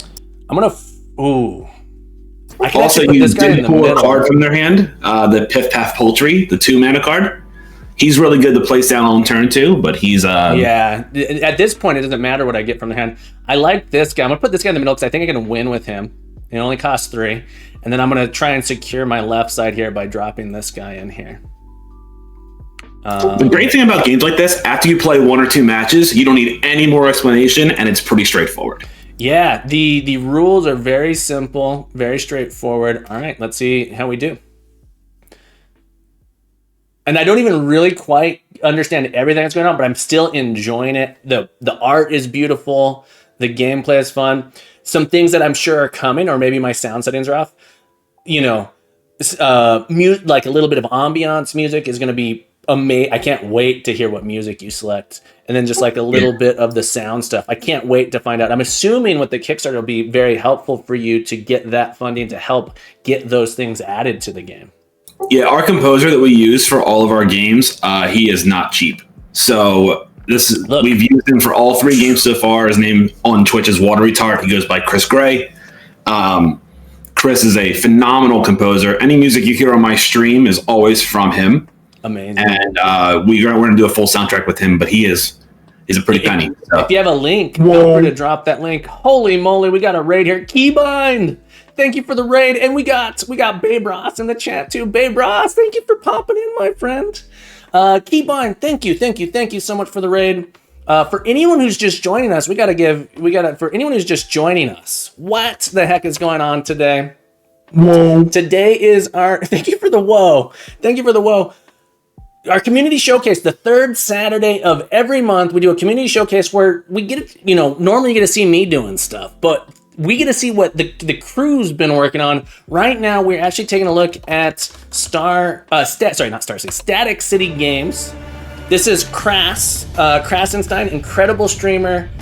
Josh, thank you so much for joining us here. Running a Kickstarter right now for this beautiful game you're seeing on stream. This is World of Grimm. Amazing. You guys got to go check it out on Kickstarter. Download the demo, play it. It's going to be free to play, right? That's right. It'll be 100% free to play. We are just having a $10 a month season pass that's completely optional, and you can still unlock stuff in the season pass, as well as a way to swap out some of this art as well. So basically what happened here is the end of the game, 2 of your cards get experience points that are in that current deck. As they level up, when you hit next or level up, it both goes to the same screen. It'll actually go to the unlock screen, and as you level up your collection, you unlock more cards to add to your deck. You unlock every single card in the game without paying a penny. The rounds are so fast, too, that you're going to be unlocking stuff quick here. I love that. That's I love the it. Let's goal. play another one. Let's play another one. All right. So if you want, you can jump into that shop real fast so you can see what kind of art styles exist. There are going to be 8 that are available for purchase for each person every day, and it does only pick cards that you currently own. I like that. So, for instance, the Demonized Snow White, you can click on any of them at any time, and you can see we actually have a little magnifying glass. You can see the entire piece. So if you really like the entire piece, you can view the piece. Basically, it's like an artwork way to present. We're actually going to set up a way to, I really like Luan Maximino's stuff. What else did he make? You can click on his name eventually and see all of his pieces for sale. This is awesome. I love the way you're showcasing the artists. Folks, is the stream choppy? It showed up. It looks choppy on my end. Is the stream lagging? I just want to make sure the gameplay and stuff is coming through okay. It looks. I haven't seen anyone complain about it, but to me, I love this. I'm Crass. It's got a lot. There's a lot in this game, man. Yo, we have 170 cards, and we have 40 locations. This is incredible. How long? So I got to ask, how long have you been working on this? This is a question I'd like to ask everyone. How long have you been working on this project? You mentioned you've been working on doing game dev program for quite a while, and you may probably already answer. What got you into game dev? I was watching Hearthstone, which is another card game that has influenced this game. I was watching someone play Hearthstone on Twitch, and I went, I wonder if they make games on Twitch. And so I looked it up because on a guy named Quasi TV. I went, hey, what are you making this in? He went, Unity, it's free. I went, sold. That's it. Done. Sold. Done. Let's do it. Amazing. That was 2015, but I mean, it is what it is now, right? Yeah. So question. All right. So folks, if you haven't already, if you're not already in love with this game, I don't know what's, I don't want to say I don't know what's wrong with you, but what's wrong with you? How are you not in love with this game? You gotta head over to the Kickstarter, guys. Gotta head over to the Kickstarter. We're gonna play another game here. Kickstarter here. Anyone's just joining us, we are playing World of Grimm. We're doing our community showcase. We're gonna play another match. There's different. Okay, so I have a starter deck. Starter deck to select from. In order to unlock the other decks, if you just go in and delete your save real fast, it'll give you those new decks. You would open the game prior to that in the past, so it didn't give you those 3 decks to start out. Okay. So it's in that little settings button in main menu. You hit the little settings cog and you hit delete save, and you should be good to go. Okay, let's try it. Let's check out some. Let's play a different one. So, okay, that's being weird. Pretend it didn't exist. Hang on, let me do it from here. Let me delete save. There you go.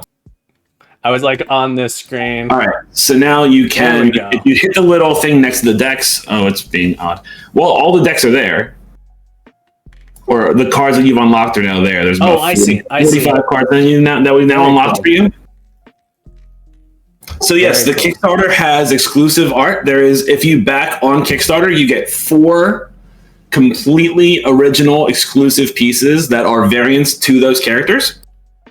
You'll get a biker gang version of Snow White, Rapunzel, Corpse Bride, and the Wolf, or the Big Bad Wolf. So those will only be available on Kickstarter. After the Kickstarter is over, you will not be able to ever get those ever again. So you'll be able to show off that you have 4 really, really cool pieces. And if you're quick, get on these early bird ones too. Early bird ones, there's stuff that's like as you pledge as well. I should sign in here. In a different browser, I'm signed in. I'm always scared of doxing myself. Look at that. Who's that guy? This project is 9 months in so far. We started in about sometime in January. Get amazing stuff here. Oh, folks. Is that you? That's me, dude. This game, I am so excited for this game. You're gonna have enough premium currency for probably let's see, be like 200 variants. So you'll be good for a while. I don't know if people knew this about the captain, but behind me here, I'm a big gamer. And when I say gamer, I'm a video gamer, board gamer. My Magic collection is kind of insane. My Magic the Gathering. So I love collectible card games. They're not out here. I've packed up a lot of stuff. I have some of the other extra stuff here. I love collectible card games. I love things like this. I 100% think that this game is going to be absolutely incredible. Incredible art, incredible gameplay, fast-paced. You can sit down and play. I'm so excited for it. I'm so excited. We're going to play another round here. Guys, go check out the Kickstarter. Go check. This is it. Yeah. Oh, hang on. I got to switch my screen back. Hang on. I almost started playing here. All right. So yeah, I'm not going to say much for this one, and I'll let you just kind of play and see how you do. Because like the games always feel different because the locations are completely randomized every single time. We call them realms because it sounds cooler and it's fairy tales, right? So I love the Brothers Grimm fairy tales. Grimm is the right word here. All right. So the realms slowly unlock themselves, which I really think is cool. So like trying to plan at the end of each turn, card here lose 1 health. Folks, you guys can even help design a realm. If you kickstart, you can design your own realm, design your own stuff. Right. Here. It's awesome. Okay. At the end of each turn, cards here lose 1 health. Ooh, I don't like so that. if you play a red fox there, it will die next turn. In 2 turns, yeah. So I wanna wait. I'm gonna try putting this in the middle here. The left number is the health, the right number is the attack power. So the attack power is what wins you the matches. Okay. This card always starts in your hand. They got a red fox over there. So let's see. Cards here have -2 attack power. Oh, you're getting a rough match this time. Getting rough here. All right, town mouse, town peasant. I want to keep. This guy seems pretty good. Town mouse for 2. All right, we're gonna drop our town mouse over here. Compete with that red fox. Of course, it only has 1 health, so something can stop. 11, the giant. Ooh. There are some cards to watch out for, like that Dark Omen card you have in your deck. I believe is in this enemy's deck as well right now, and that does -1 health to the entire realm that it gets played at. So our AI is extremely advanced and reads the board, so it does play for priority to make sure that they try to win. You can get your butt handed to you more than once. Gotcha. Yeah, I got to be careful here. So this middle section, -2 attack power, I'm going to go ahead and drop my Shoemaker here because he's going to be making things that be stronger in this section. I'm going to need every attack power I can get. Question about that is, how does the cumulative attack power work here? So it's -2 + 1, which I'm going to assume is everything will end up with -1 at the end of the day. Yeah, you should be -1, but you're going to get +1 because he's there, so it'll be 2, right? Okay, perfect. It will not always be AI. There'll be AI that exists to make the servers always feel fuller than what they are, which is a normal thing in all multiplayer games. But because we are using our own proprietary matchmaking system, we're going to make sure that people play each other in similar skill levels with similar amounts of cards unlocked. That way it never feels unfair when you play against somebody.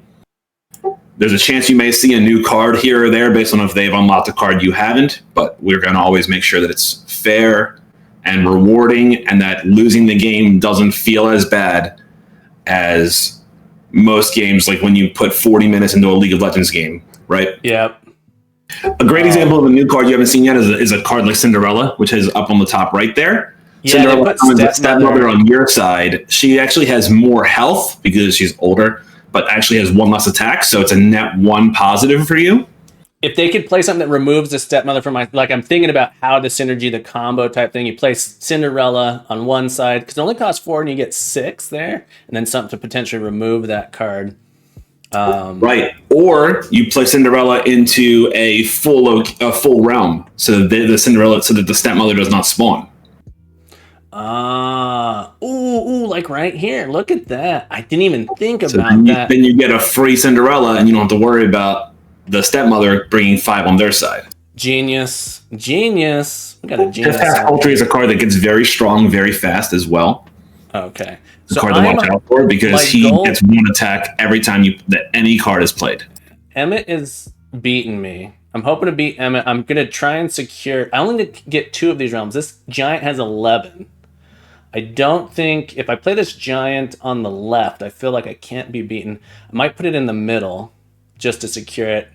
I don't think I'm winning this one. All right, I'm just going to drop this giant in the middle here, actually. Boom. I think that might be a win right there. I think I got it.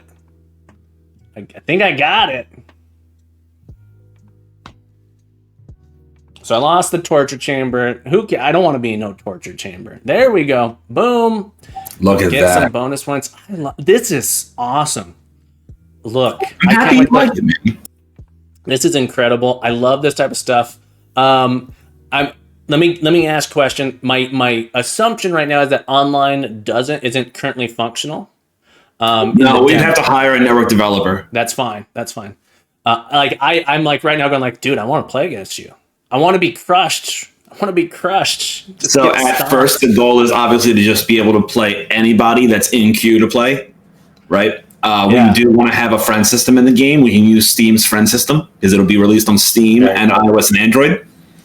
So you'll be able to sit there at the airport waiting for your airplane and queue up a few games of World of Grimm while you're waiting for your plane to come in. Amazing. This is. I mean, you know, or you know, you're at the airport or you're at the mall with your family or whatever, and they all go to the bathroom and you don't have to. You sit there and play a game of World of Grimm while you're waiting for them to finish, right? Gotcha. Yeah, folks, we're gonna do a Q&A now. If you haven't gotten your questions in, !Q, ask your questions so we don't miss them. We're gonna try and answer them. You have some time to answer questions? I don't know if we have that many. I have all the time in the world, man. You got all the time in the world. All right, so folks, while you're getting your questions in, get them ready to go here. We're gonna answer those. Don't wait. What are you waiting for? Go check out the Kickstarter. We're gonna watch your trailer one more time here. My for whatever reason, OBS doesn't like to play my trailers in Chrome when I'm streaming, so I downloaded it. Here we're gonna watch this trailer again, folks. World of Grimm.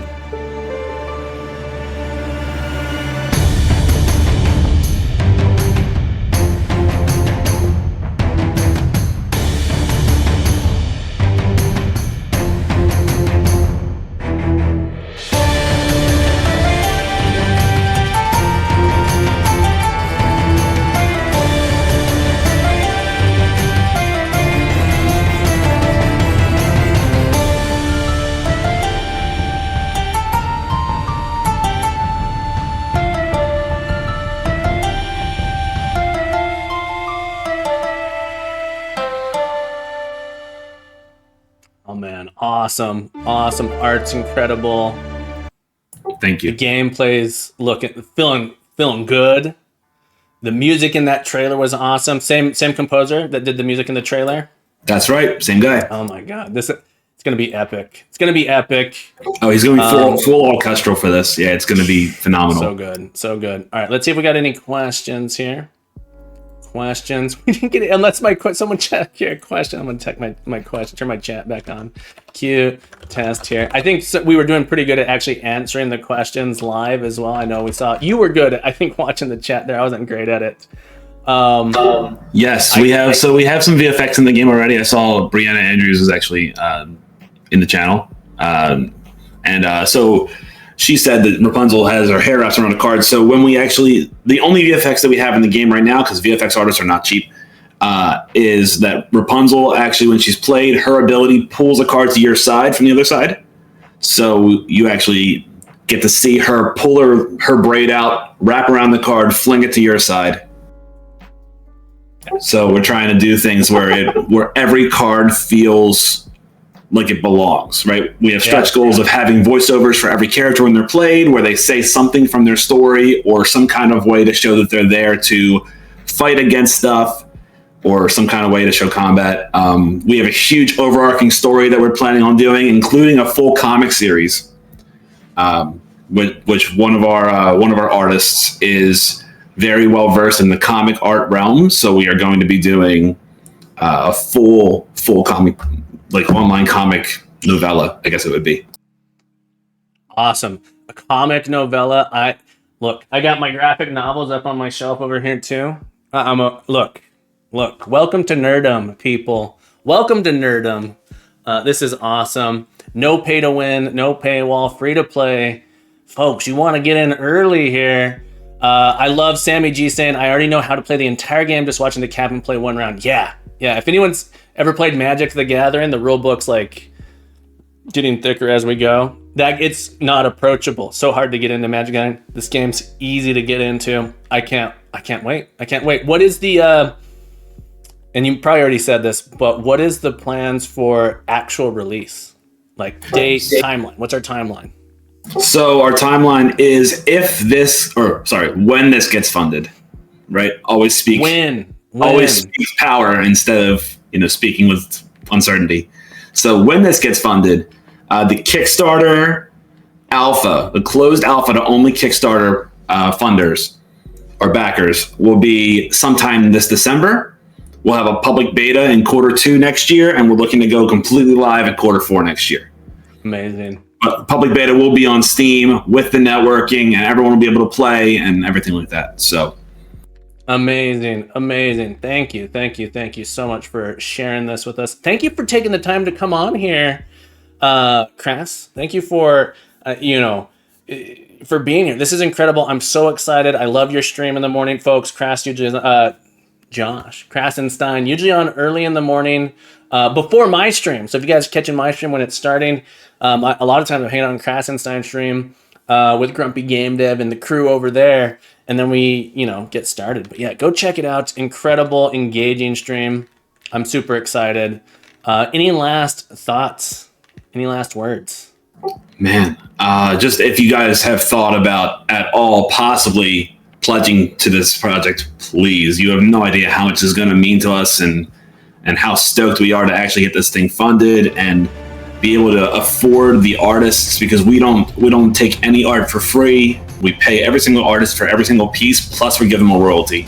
We don't want this to be a thing where it kind of gets stuck into this long delay. We don't, we want this thing to get finished. We want this thing to get out there so that we can, help the people that need to be helped and appreciate the people who we feel should be appreciated. Yeah, I'm looking forward to it. Awesome.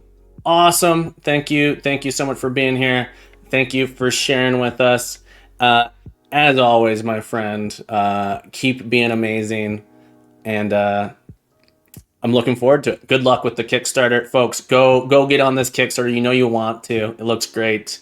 Give what you can, and you'll get it. It's gonna be awesome. I can't wait. Thank you so much. I appreciate you, man. Thank you so much for the time. I appreciate you. Have a beautiful day. We'll see you next time. Sounds good.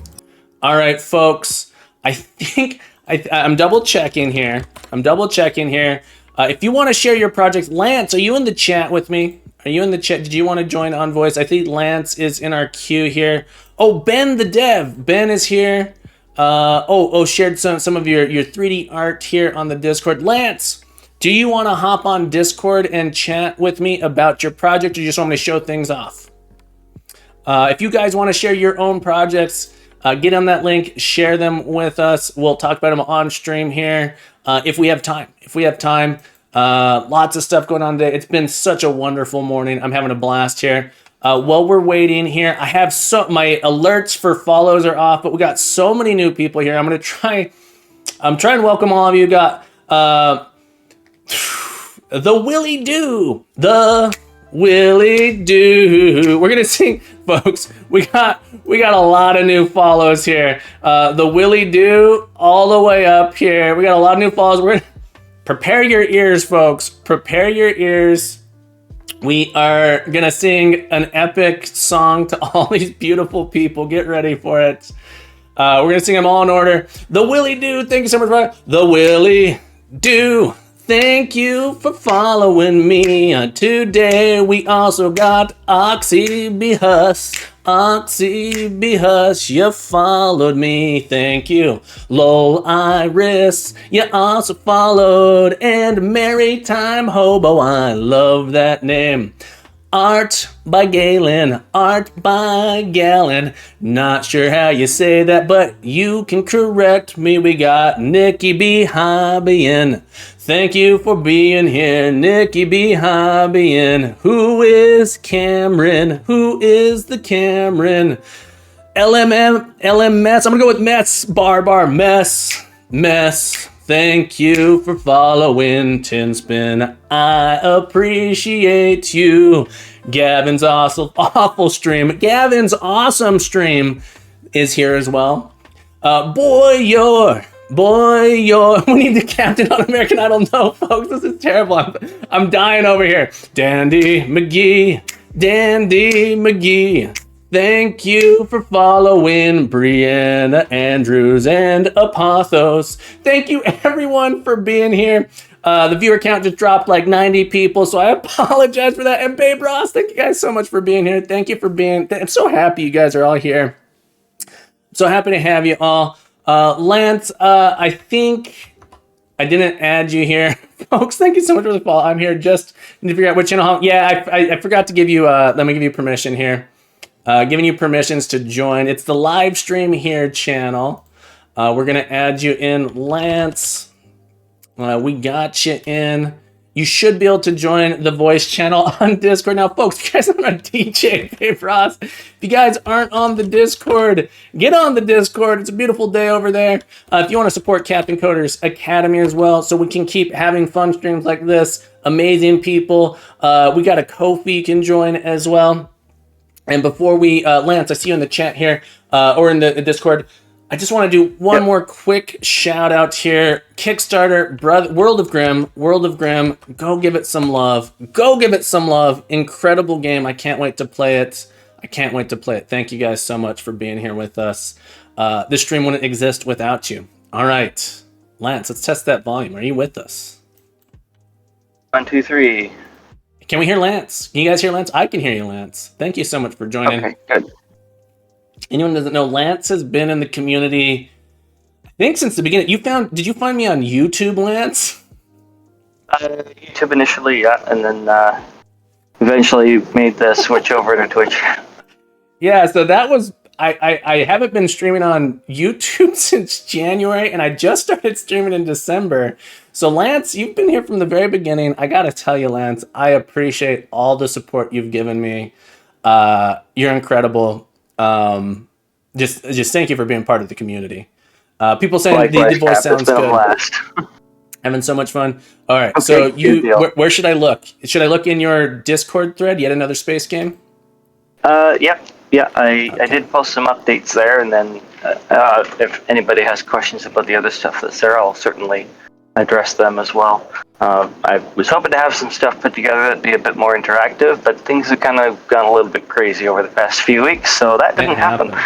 It happens. All right, so Lance, tell us a little bit about yourself. Tell us about your game. How'd you get into game dev? How long have you been doing game dev? You should be able to, you should be able to see, I know it's a little bit delayed on stream, but tell us a little bit about you. I'm rambling here. For sure, yeah, no worries. I've been tinkering around with game design and game development for, looking at the calendar, about 13 years, embarrassingly enough. So I basically jumped aboard with Unity when they went free, and never looked back till recently. I'm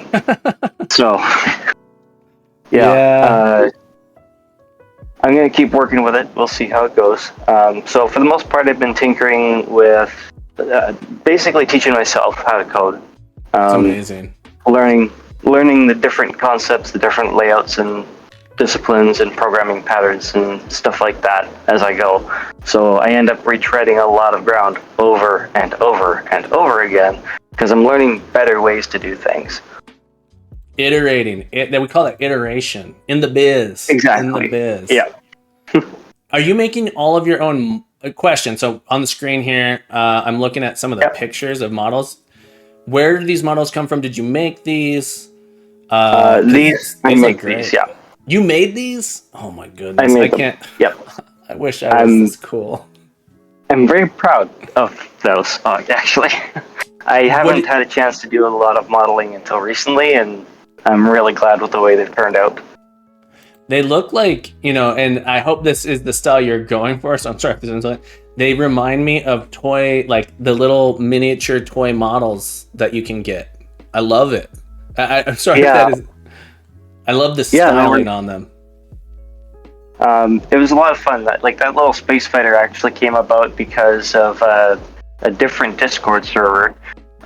Somebody put their little icon together, and it was a completely different ship design, but just the top-down sort of silhouette of it gave me the idea for that spaceship. It's like, I like that. I'm going to go with that. Yeah, so I put it together in about an afternoon. Very Battlestar Galactica. I agree. Excellent. That's exactly what I was going for.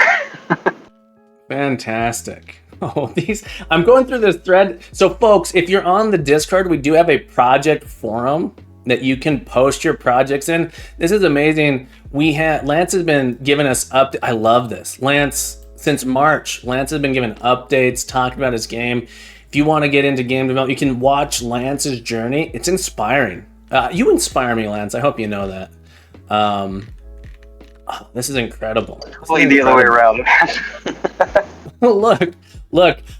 People get mad that when I say this. I'm not a game developer.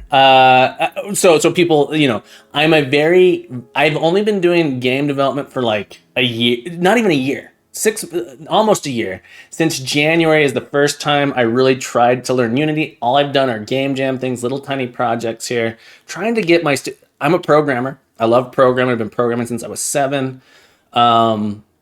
This is awesome. What are you I love the concept art. I was laughing at this. Someone, the Captain Coder AI generated. I think they were AI generated. Do you see my screen here? These crack me up. Those are absolutely AI generated. Yep. I've been working. I didn't have a picture.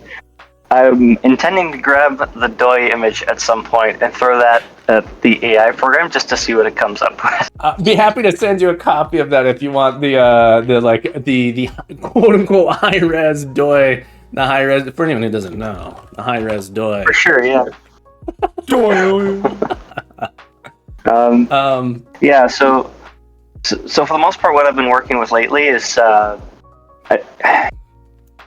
got some ideas for what I want to do as far as the space game, but visualizing what the heck is going on in the engine has always been a problem. If the ship doesn't turn the right way, I've never really understood why. So for the most part, I've been focusing on developing tools to help visualize the math and how things are connected and how things like, for example, the timer is working. I've got this really bad habit. When I have something that needs a timer, I create a bunch of local variables, and each of them is running their own version of some kind of timer instead of a central timer that everybody can know about, talk to, operate, etc. And I recently changed that. So the image with those two little wireframe ships in the progress bar, it's basically using that central timer that multiple systems can talk to, create their timers, and do something with those timers when they're finished, and I don't have to worry about this timer for this class over here having to talk to some other timer. I don't have to worry about that anymore. They can each register for a timer and do something when it's finished. Cool. And I love it. That is one thing. So all the, for lack of a better word, drama with Unity, the new pricing structure that they announced, I'm going to say something maybe controversial here. Unity is not a bad editor. Look, it isn't. Unity is not a bad editor. It gives a lot of, has a lot of customizability. One of the things I really love, and Unity is the only tool I've really used for game development, so I'm not saying that other tools don't have this as well, but one of the things I love about Unity, I'm looking at this, is just like the customizability of their editor to enhance your workflow, your team's workflow, the game you're making. Yes, it has a bunch of stuff built in, but you can customize the editor and make it your own for your project, and that is something that I absolutely love about Unity. Let me say what I love about Unity's editor. Yeah, it's been a wild ride as far as learning the editor coding. It's an entirely different beast, but I love what you can do with it. Really even cool. Me just fumbling around and figuring stuff out, from day to day.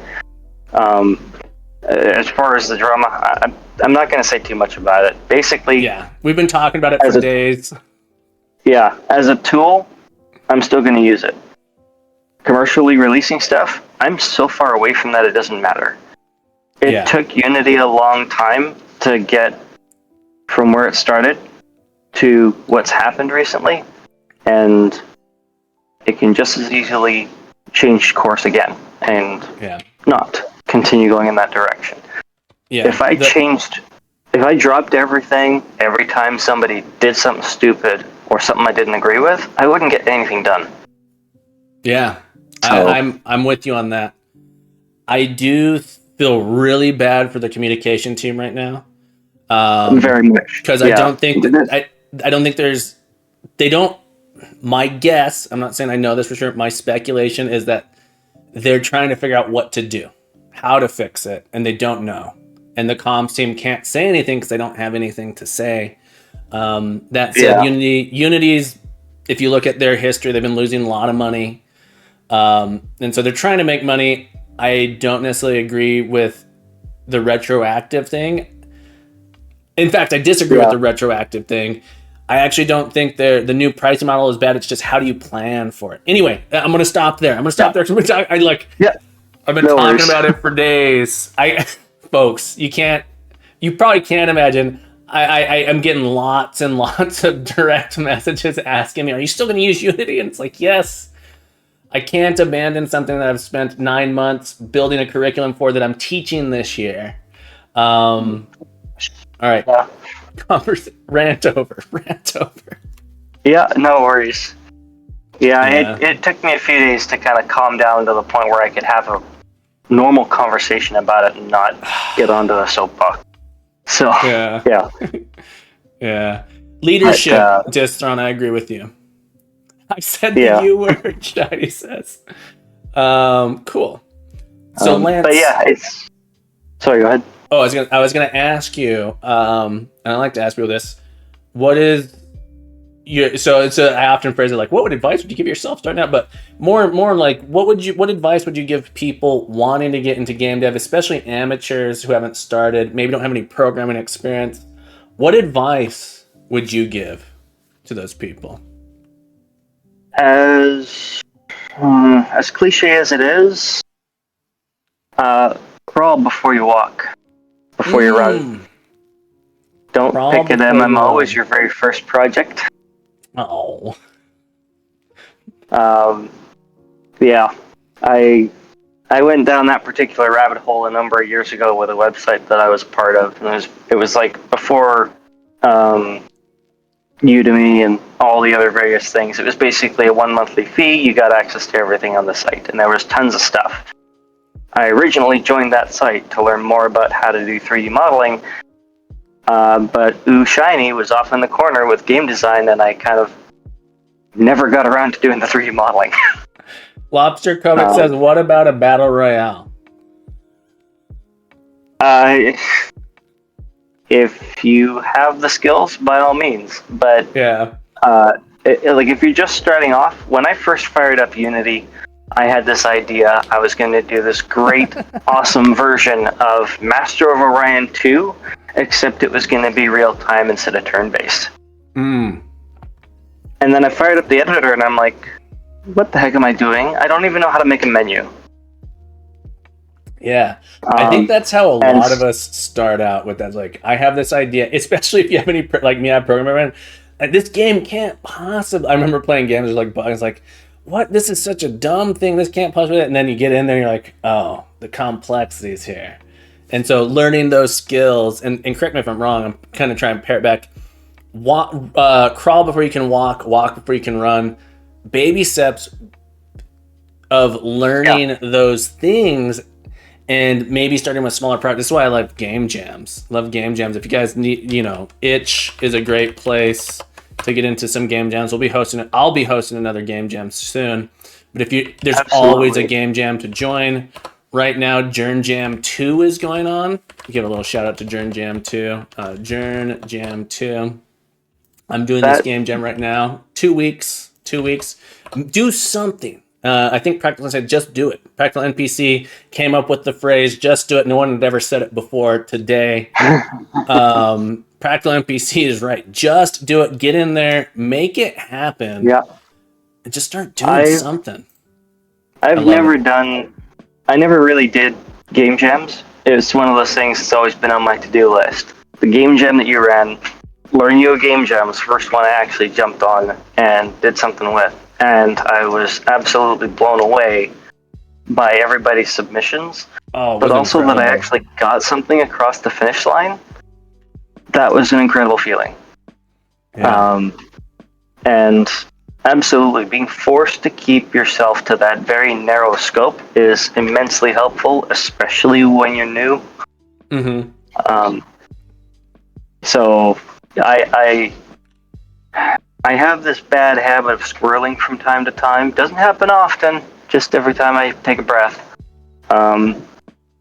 I'll get easily distracted. Yeah. So if you are one of those folks, figure out something to do to help you stay focused, even in that distraction. Anyone who's been in my stream for a while, maybe not even a while, just maybe once, I get, hang on one sec, there's something going on over here. I do get distracted all the time. This is why we used to try and do a new project every week. I can't even stick to a whole project for a week these days. So it's like, all right, we're going to do something new every time. Absolutely. Squirrel. That's right, Yeah. Rex. Squirrel. So it's like, so what I've kind of learned to do is, it's a little bit like pinball. I'll bounce around from thing to thing, but I'm still on the board somewhere. Yeah, I love that analogy. I'm working on the commodity system. I've got this gizmo system to draw the little spaceships, and that was mostly so that I didn't have to worry about making the ship, making the thrusters, making all the effects. It's like, well, just make a gizmo and just make sure what should be happening is happening in the math. And then later the visuals can just hook directly into those numbers, and it will fire the correct thruster to give you the visual impression of the ship moving around. So sticking with the gizmos, yes, I had to learn how to make those work, but now it's like I have a very lightweight system that I can use to test all this stuff, and I can focus on that. Eventually I'll get a 3D model that I can throw in. And then the commodity system was basically, so our workshop that we did with our awesome community member Muniz, where we were covering the Pokemon powers and all that kind of stuff with scriptable objects. That's what kind of led me down the whole commodity thing. When we were finished that, I was like, well, I could adapt that and use it in this context over here. And then it was like, well, if you have all these different recipes and items that contribute to them, how the heck do you keep track of what is where? Right. So that sort of went down the rabbit hole of like, okay, how do I create a custom window? How do I get it to display that information? How do I color code the information so that I know if something is not a valid recipe? So the screenshot that I've got there, that you've got up, the first recipe has a red bar along the top. It's basically checking through anytime you change something.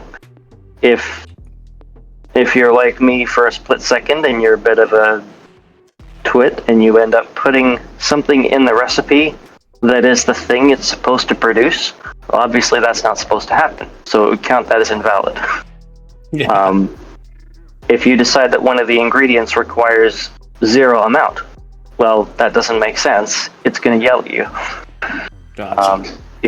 If you've decided that 0 circuit boards are going to come out of this recipe, that doesn't really help anybody, so it's going to yell at you. So originally I was going to have all these lines connecting everything. It was just like, no, that doesn't need to be there. Just split it in half, recipes on one side, components on the other, and away you go. So it's been interesting sort of testing that. On the left side, you've got the resource categories that are those little black bars with the flyout. And what I found is that practically it works as far as having things in categories, but when you're scrolling through all the other stuff, you kind of lose the black bar in and amongst everything else. And you don't know where you are in the resource category list. So I'm basically going to be redesigning that to use buttons instead. So you'll have all the different categories as something you could toggle, and it will filter the list accordingly. Awesome. I love that. Look, I'm loving what you're doing. I'm loving that you're just going with it, adding new things, learning every step of the way, learning something new, working on adding your own editors to build out. You know, and you have a vision. You kind of have this like the end goal in mind, right? Let me ask you a question. Yeah. Do you have a game design document? I do. I haven't touched it for a while. Yeah. Yeah, it happens. It happens. I was just curious. Having that end goal in mind can be good. If you're kind of like me, I try not to. I end up not having game design acts all that often. I'm trying to get better at it. But like just I'm loving it. I'm loving it. The game design documents that I have set up have been immensely helpful. Because I get into this thing every now and then. If you look at the project, however much you might focus in on something that's actually achievable instead of that great big mammoth dream game that you've had in your head for 10 years. If you look at the whole thing, it's always an insurmountable task. There's just too much stuff, you don't know where to go. I've found that the game design document has been absolutely essential in helping to set up the goalposts. When we get something done, it's like, okay, what do I do next? I don't know. Look at the design document. And it's like, you've got all these ideas in your head for how space combat is going to work. But if your ships aren't moving anywhere yet, space combat doesn't matter. Right. So it's like, okay, that's what I got to do next. I got to make it so the ships will go somewhere. So having that document is a great way to set the goalposts, and you have to remind yourself not to move the goalposts. But it's great for having a sign on, it's like where to go next. Yeah. You know. And it breaks it down into smaller components that are not the insurmountable task of the entire thing. Right. Awesome. Lance, I want to say thank you so much for taking time to join us. Thank you for keeping us updated since March. All the way back in March. Incredible stuff. I can't. When do we get to play it? When do we get to play it? When do I get to play it? Look, I do care about everybody, but I mostly care about me. When do I get to play it? I think I'm closing in on getting these systems in place to the point where they will be functional, and then I can actually work on the proper gameplay loop. So I'm going to aim to have something ready for you to be interacting with next month. Awesome. I can't wait. I cannot wait, Lance. As always, I got to say thank you so much for being part of the community. Thank you for being part of the Bridge crew. Thank you very much for putting up with me. Look, folks, I don't promote my people. People keep telling me to promote myself more. We do have a Ko-fi. You can become part of the Bridge crew over at membership. Bridge crew. Get a Bridge crew role on Discord. Did you know you get 15% off merch? Lance. I did not. That means you get 15% off lessons with Captain Coder. That's part of the merch. Look, folks, you can also do coding sessions with Captain Coder. Very popular. Look, we've sold 13 lessons here. I normally don't promote this too much on stream. If you want, look, I am a computer science teacher. I teach computer science programming. If you want me to design one-on-one lessons for you or a course for you and some of your friends, you guys pull together. If you want a course, I will build that course for you, customize it for you. You can sign up on the Ko-fi. Lance, dozens and dozens. That's right, Grumpy. Dozens and dozens of people. Look, Rex, I heard the cool improve. If you join the Bridge crew, it's guaranteed to increase up to 50% coding improvement. Up to somewhere between -50 and +50 for joining the Bridge crew. Lance, I'm sorry if I'm talking over you. Thank you again so much for joining us. Keep up this awesome work. I can't wait to play it. Look, you've shown it off a couple times in the Discord to me. I can't wait to play it. Any last thoughts? Nothing really comes to mind. I am still working on Squishy. Cool. Yeah, it's so I'm having some issues getting the WebGL build to work properly on the laptop, and I just haven't really had a chance to test it on the main machine yet. But if I can get a decent frame rate out of one of those environments, I'm going to see about putting an update on there that will be a web-based client, and I'll probably continue updating it that way. I can't wait to check it out. So Squishy was fun. I enjoyed this one. I wish there was a screenshot. I have Squishy open here. It looks almost like maybe a virus. If you go to your itch.io page, I'm not gonna lie. Oh, it looks like it might be a virus. This is a real game you guys can play. If this is the game Lance made for the Game Jam, Learn Your Game Jam. It's like a stealth game. I actually really enjoyed it. I did figure out why all the guards were broken when I tried to have more than one. So actually, I do have a piece of advice for anybody that's new. Document the heck out of your scripts while you're developing them. Documentation. So I'm not saying spam the update loop with debug log statements, but so when I was building the guard, I just had a dummy object, no geometry, and it just acted as the destination point for this little guy to run around to. Intending at one point to make it so that when you start the game, it would create the target point itself, and each character would assign their own target. I forgot to do this. And when I duplicated all the guards, they all had the same hard-coded reference to the predefined target point. Oops. So all of them were like basically going to the system saying, hey, give me a random point. And the system was going, okay, here's your random point. And all of them were setting the same target point to whatever their random point was. And by the time the last guy did that, everybody had the same location as a result. So they all went to the same spot. That makes sense. That makes a lot of sense. That debug there. Yeah. Document your code. My students hate when I tell them to do that. It's sometimes it's hard to do it. Especially if you're on a learning project, be like, what is going on here? What was this supposed to do? Go back in your prototype, document the heck out of it, and then come back, like comment it so you know what's going on. Come back if you build an API, something that other people use, document the public interface so people know how to interact with it. Absolutely. Yeah, like future me would have gone in and said, debug log warning, this is a predefined point, go back later on and just don't do this. Yeah.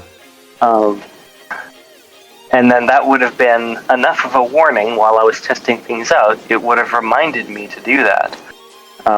But yeah, oddly enough, when you're in a game jam, you're also kind of in a rush, and it's easy to forget to do things like that. Absolutely. And you pay for it. Well, it's a prototype. It's a one-off. You get it out there. You do what you can. You learn something. Ship it. And have a good time with it. Yeah. The game jam is not supposed to be. You're supposed to learn something new, something simple. Focus on. This is one of the things about the time constraint on a game jam. You only have enough time to do one, maybe two mechanics, and so I always encourage people on game jams to experiment. Try something new. If you fail, who cares? I mean, exactly. Try not to care. At least you tried. You learned. Hopefully, learn something, and you can share that with the world and get some feedback. And I learned a whole lot about how not to do certain things. I got it working, but it's like, oh, so this is why we do it this other way that I didn't want to learn about before. Well, I got a real reason to now. Awesome. I do have to take a break here real quick, Lance. I want to say thank you again so much for taking the time to join me here. I'm looking in the queue, folks. No one else here. I got 45 more minutes. If someone does want to hop in the queue to share, I thought I saw you say something momentarily. Is this form going to the right place? It is. Okay. If anyone else wants to share, I have 45 more minutes. We can try and do some speedrun sharing if there's more than one. But I'd love to show off anything else. I got 45 more minutes on stream. I do need to take a quick break here. I'm out of water. Been chatting all morning. I'm loving it. Exclamation point Q. Distron, thank you. You posted it in the Discord. Awesome. Distron, we're gonna do yours after command. Distron, would you like to join on voice? Or do you want me to just check it out and play it live after command? And Lance, again, thank you. Sorry I'm talking over you. If you want to say any last thoughts before you hop off, if you have any socials, feel free to share your socials. As always, thank you for being here. Glad to be here. Yeah, I don't have any social set up at the moment, although I recently got lit up by my mother, who seems to think that I should be on YouTube more, actually talking about this stuff. I was like, well, I don't normally have much to say, and she's like, you lit me up for 3 hours talking about stuff. Yes, you do. Clearly, yeah. All right, devlog. Do a devlog. And you're writing your devlogs out, and I'm seeing it on the Discord. I think other people would be interested. All right, folks, we're going to take a quick break. Thanks again, Lance, for being here. We're going to take a quick break. I'm going to get myself some more water. I'm going to get myself a little bit of Earl Grey tea. And then we're going to come back. We're going to check out After Command with Distron. So don't go anywhere. Hang tight. We shall return. And I'll see you guys in a little bit. Clayman, add your name to the queue. If we have time, we'll get you in. Because I think your game's awesome. All right. Thanks, Lance. Thank you very much. We'll see you in chat.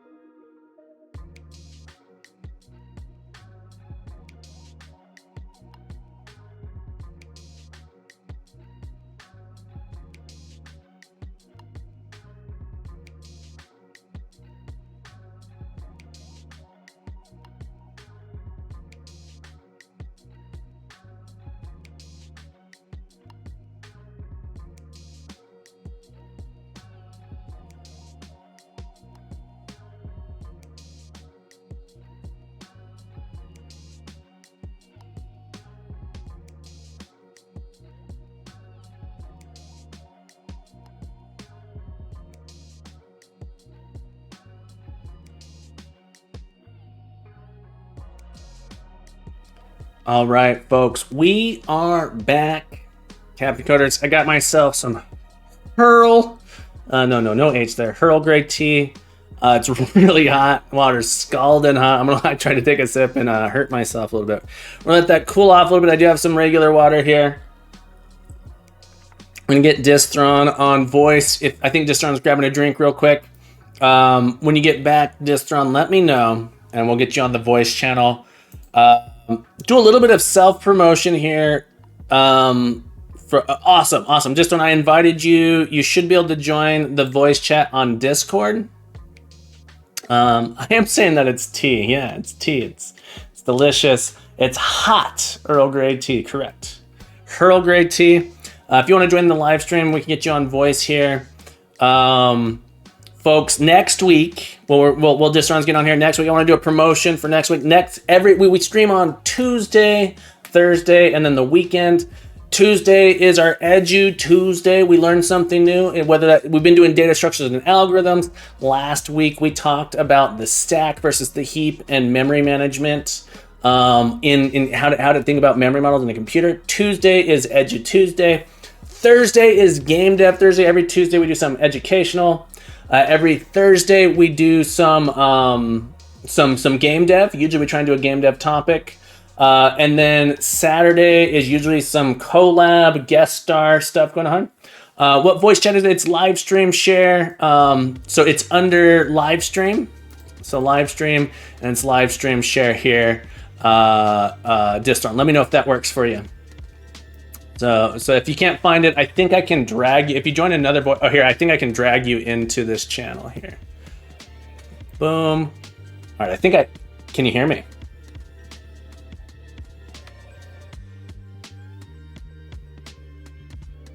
Hello? Hello. Thank you for joining us. Folks, how's the volume on Distron's voice? Can you give us a little chat? Tell us a little bit about yourself, Distron. So I've been trying to get this whole game development thing off the ground since about 2013. I think that was the first game that I actually released was back then, and it's been a number of years, but I'm working on a new project. I'm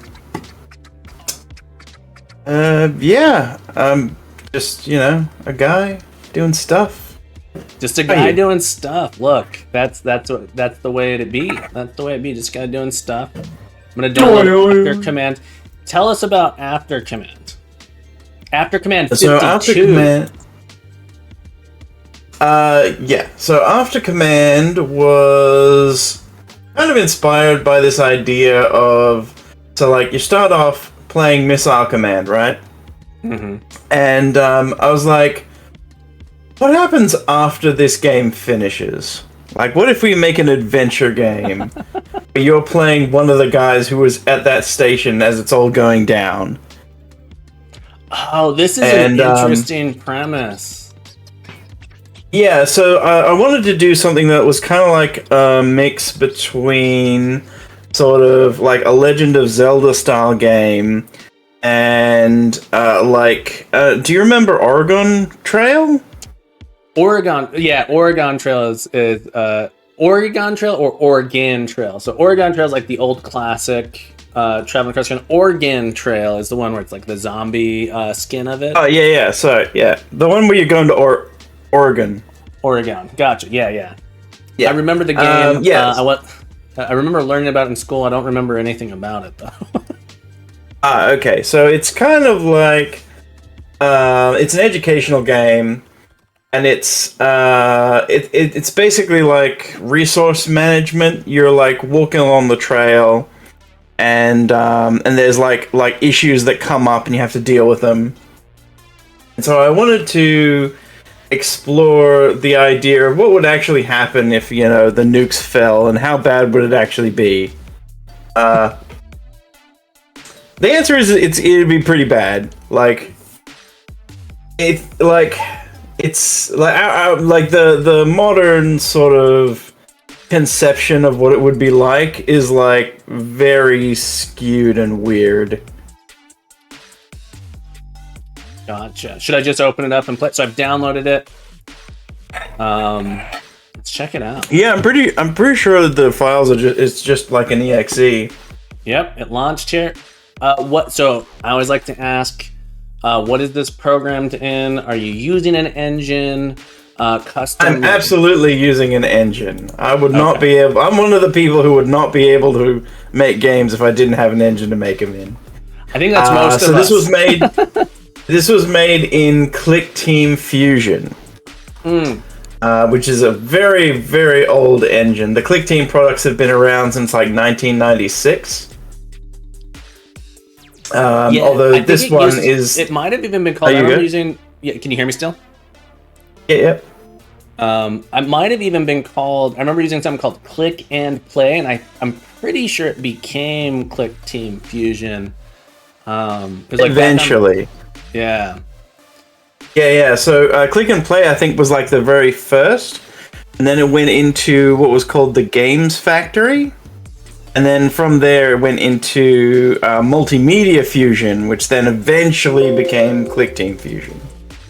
All right, so it's been a long road. So I want to say thank you right off the bat for making the game start. I can't get it to go back to window mode actually, but the game starting in a window is nice because I'm able to switch monitors. One thing, most games want to show up on my other monitor. So thank you for putting it in a window so I could put it over here and then make it full screen, and now it's stuck on full screen, but that's okay. All right. I'm sharing my screen in Discord so it'll be live for you so you don't have to do the weird stream delay. Oh, okay. So if you want to watch there. I'm actually watching the stream. So I'm going to close the Twitch stream. Okay. But yeah, if you watch on, you'll be able to see just the screen in Discord. All right, cool. All right, warning. All right, so anybody that's been on here for a while now, warning: flashing lights may cause seizures. I'm assuming there's going to be plenty of flashing lights, just like in Missile. There's going to be a few. All right. Yeah. Let me ask: should I get my trackball out? No, it doesn't use the trackball. No trackball controls. Can I use a controller? Nope, mouse and keyboard. Okay, we're gonna try it. I might have to remap some stuff. I only have a space on my right thumb, which is used for my keyboard, so we'll see how we do. Okay. Most of the stuff uses space. Okay, let me remap that real quick. I'm gonna turn my remapper on. Is backspace used anywhere in the game? I don't think so. Okay. I think if you go, I'm if you give assuming me a I sec. can't change it. It's all right. I have my there is remapper. So you can actually change the controls in the game. Okay. I just can't remember the shortcut for it. I think We'll see how we do here.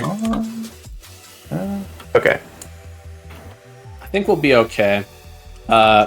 I have space on my left hand now. So anyone who hasn't seen my keyboard, I use a Kinesis. Show a picture of the Kinesis here. Kinesis Advantage. This is the keyboard I have. I have pretty bad carpal tunnel. I don't know. Actually, not that bad. I do have carpal tunnel. Ever since I use this keyboard, all my pain's gone away. But this keyboard, I don't have a space on my left hand. It's only on my right hand. And so it's this one here, everybody. So I'm remapping the backspace there to be my space. All right, let's check it out. Okay, so Control Y is the shortcut to change the controls if you need to. Okay, I see. Cool. Well, if we run into trouble, we'll do it. We'll see if we can do it with the keyboard. Gamer keyboard. I'm definitely not a gamer. It's a programmer keyboard, Roku. I'm gonna click start here. All right. So I have a little missile command in here. Yep. Oh, I think space is actually shoot. Okay. Ooh, very satisfying sound effects here. Folks, if it's too loud, let me know. I can probably adjust the volume on this. How loud is it in the stream, people? I love the pixelation here. It's a bit loud. I'm out of missiles. I wasn't paying it. I forgot to unlock missiles here. Boom. All right. 1 second. I'm gonna try and adjust the volume here. If I alt tab out, I bet. I think Control P is pause. Alright, what key is pause? Control P? Control P, okay. Paused. Alright, I'm gonna adjust the volume for this application, hopefully get it a little bit less. Alright, I'm turning it down here. Alright, people, let me know if that's any better. So I'm assuming it's supposed to be... Do I have to beat this here? Let me pause it again. No, you don't have to. It will actually give you a different... it'll actually give you a different thing based on how you do here. Okay.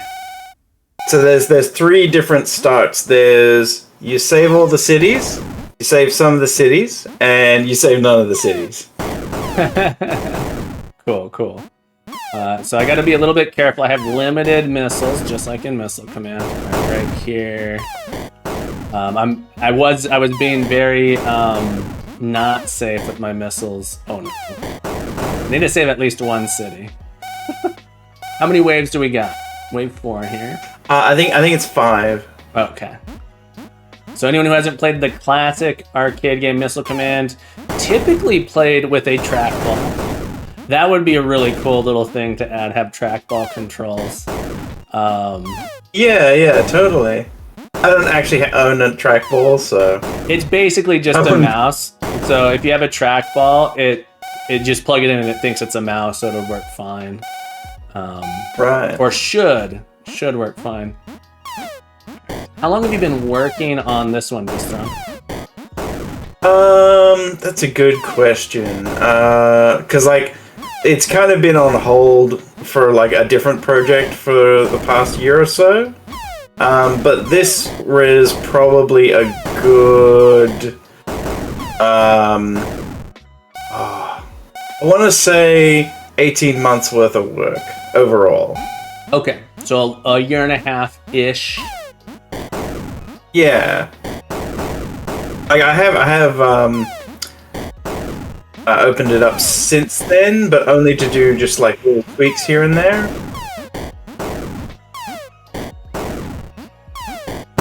Okay.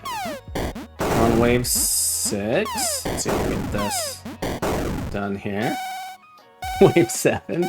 All right, so there are more than 5. Yeah, I could have sworn there was only supposed to be 5. When we get to 10, am I gonna get rickrolled? Nah. Not by me.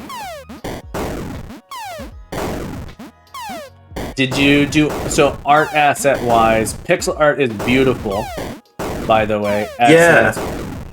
Where's the pixel art? Most of it is from Open Game Art. Yeah, people... Oh, here we go. They've stopped. We did it. We done did it. This is such a cool concept. I love this concept. Stop the missiles, headed our way. But what about the base? Daily, get on the comp. I want to get an update and see what the situation is. Connecting to Central Command now.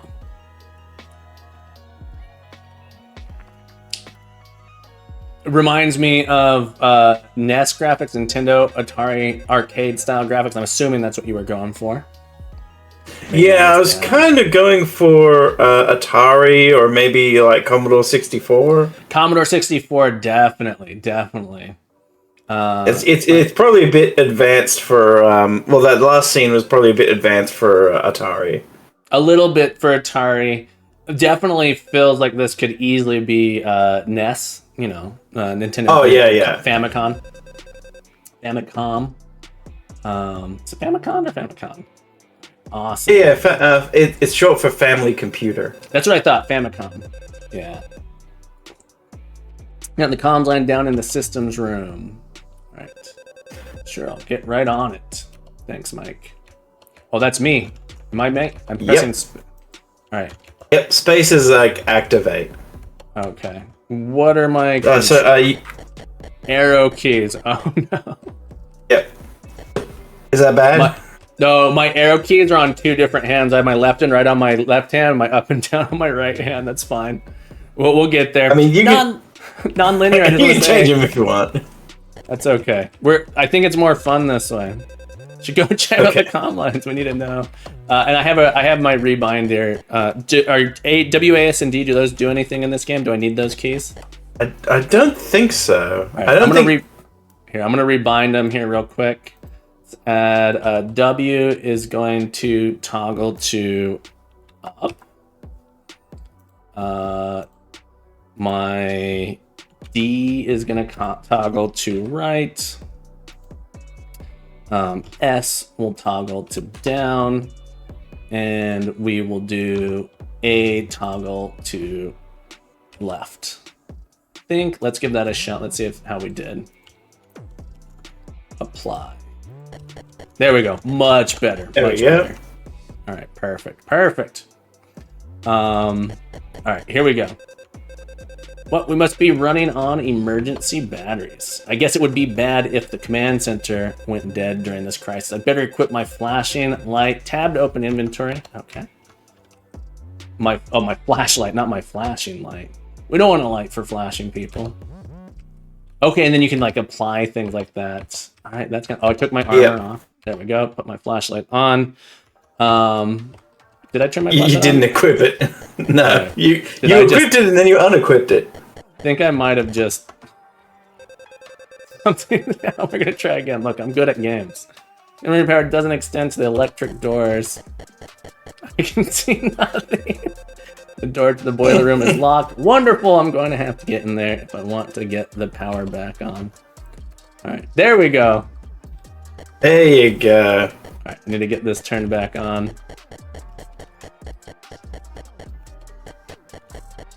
Boiler room. Alright, so there's a thing here. The main power is down. I'll have to get the furnace working again to open the green door. Got it. Okay. Goes to the comms utility room. I know a lot of people get frustrated with this type of game. I like games where I just sort of walk. Like, exploration is a big deal for me. I love exploration. I'm actually quite proud of this lighting effect that I was gonna say this lighting effect feels very Nintendo-y to me. The like flickering light. When you say the lighting effect, is it just like the flashlight, or do you mean the like lanterns or whatever, the emergency power lights? All of it really. So the flashlight as well as the lanterns, and just the whole darkness effect. When I figured that out, I was like, I was kind of proud of myself.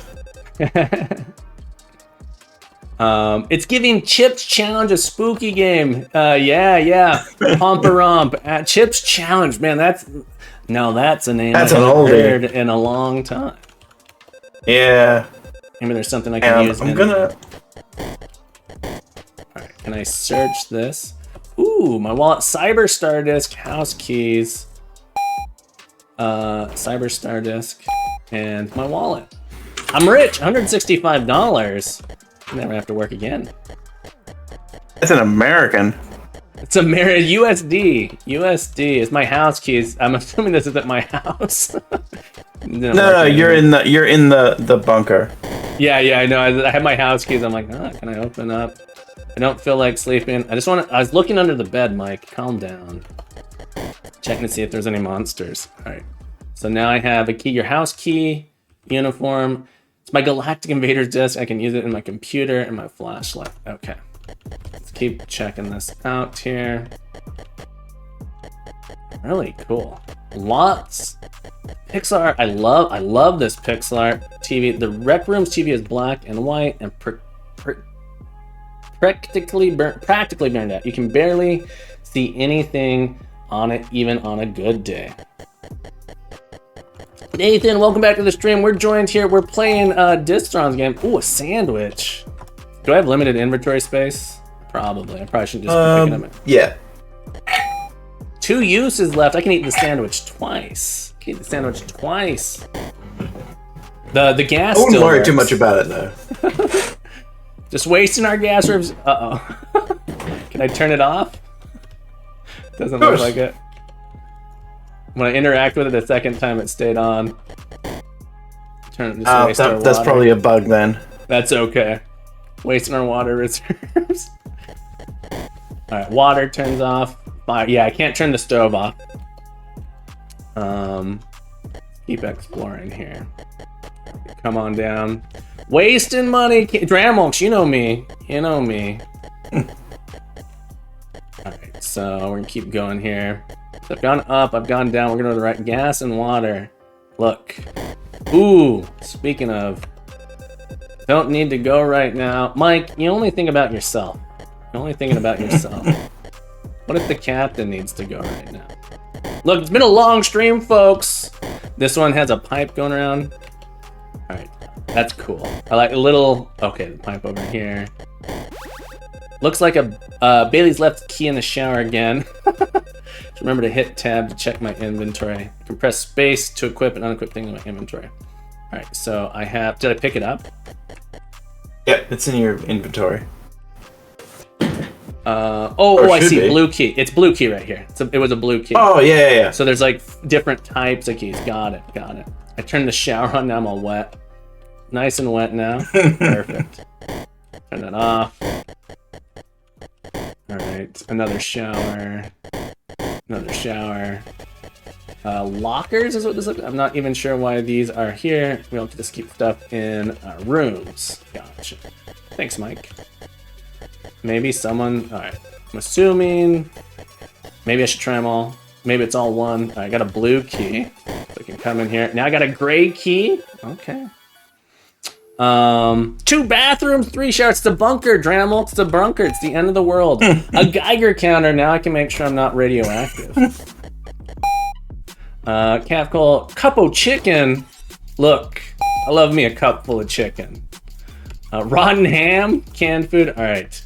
I feel like I have limited inventory space, so I think I'm gonna cool it on picking up all the food. All right, I did get a key for this room. Got another gray key. What did I just pick up here? Is another disc. Strange red diskette. Okay. Gotta find me a computer. More Bailey, give me that money. Oh, geez, it's a family stream. All right, that's hilarious. Bailey's closed. Now I can be Bailey. Bailey will never know. Oh, it even changes the little graph there. I like that. Boiler room is to the south. Okay. I don't have a green key. I got a gray key though. Luxury bunker. It's a luxury bunker. Look, we were preparing for the end of the world. All right, so I got my gray key. Goes to the boiler room. Oh yeah. Okay, cool. Unlocks that. That dude is in trouble. That guy. Look. This guy does not. Either that or this guy is like he's dancing. He's just doing a dance. Or it's on fire. He's on fire. His moves are so hot. All right, we gotta. The boiler always sounds strange. Like someone's saying "whoa" in there. The fireman. Woo, yeah. There it goes again. Oops. Sorry for that loud noise. I just smashed my coffee cup into my I can start these turbines. This one doesn't want to start. Can I only have 2 on? Okay, it looks like I can only have 2 on at a time. Is that true? Or no, you have to get them all on. There we go. It's an order. There you go. I better turn my flashlight off so I don't run out of juice. Volt, welcome to the stream, my friend. Happy to have you here on this beautiful day. Now I have to find out what the damage is in the comms room. Okay. All right. Can I save this guy? I feel really bad for this dude. It seems like no one knows. There's just a guy in there screaming. All right, so got this open now. Oh, green key. Control panel. Little puzzle games. All right, so the premise of this game, for anyone who's just joining us, what happens at the end of Missile Command? Distron's been working on this for about 18 months. Amazing stuff going on here. Puzzle game. Tell me what your inspirations are for this game aside from Missile Command. It's mostly just like I was playing Fallout 3. And I was there was some other post-apocalyptic game I was playing after that, and I was like, this is probably not what the post-apocalypse would be like. I feel like it would be a lot different from this. And so I wanted to make something that kind of explored that idea. Like, the idea would be, like, as you're traveling the road, you'll sort of run into, like, issues that you might run into if you're on, like, if you were actually on the road after the bombs dropped. Yeah. So basically, after the bombs drop, this guy is going to try and get home to, like, his family and whatnot. And yeah, so like, one of the things is how, you know, there's no water, there's no everything's irradiated. You have to watch out for, you know, all kinds of stuff. Hey, you got it. I think I got it. A cool little puzzle here. So anyone who didn't check what was going on here, this puzzle, something you've done really well here, I think, this round, is this puzzle required no explanation for me to figure out. All right, I came in here, I started pressing buttons. The only thing I might change is make this thing the first thing I interact, so I see the change. I don't know if that's true though, because I'm pressing these things, people can't see it. Now when I was pressing these things, I noticed things were flipping around over here. I think it might be nice if this is the first thing I touch. That said, my eye, you would have to change where it comes from, because if I'm pressing over here, I might not see it on the right side. So I think this is in the correct spot for my eye to see this come out, because this is where my character is, that's where I'm looking. If I'm over here and I press it, I might not see it. So maybe something a little bit, just a little note. I was able to figure out exactly how this worked as far as puzzles go without really much effort at all. Right. Some people have figured that puzzle out in, like, varying interesting ways. Like, one guy thought that you had to move the switches while the thing was in motion, which is that's not a part of the intended solution, but he managed to solve it in that way. I was like, fascinating. Oh, nice. Yeah. I wouldn't even have thought of that. It's like, oh, I bet I can adjust these, flip them around this way, that way. Okay, so I think we got everything on. I think I'm supposed to report back here. Nice little game. So we're coming along with the comms line. I rerouted the lines. You should be able to get through now. I think I did that. Could be lying to this guy. Bailey doesn't care that I'm wearing the clothes. Look, we're brothers.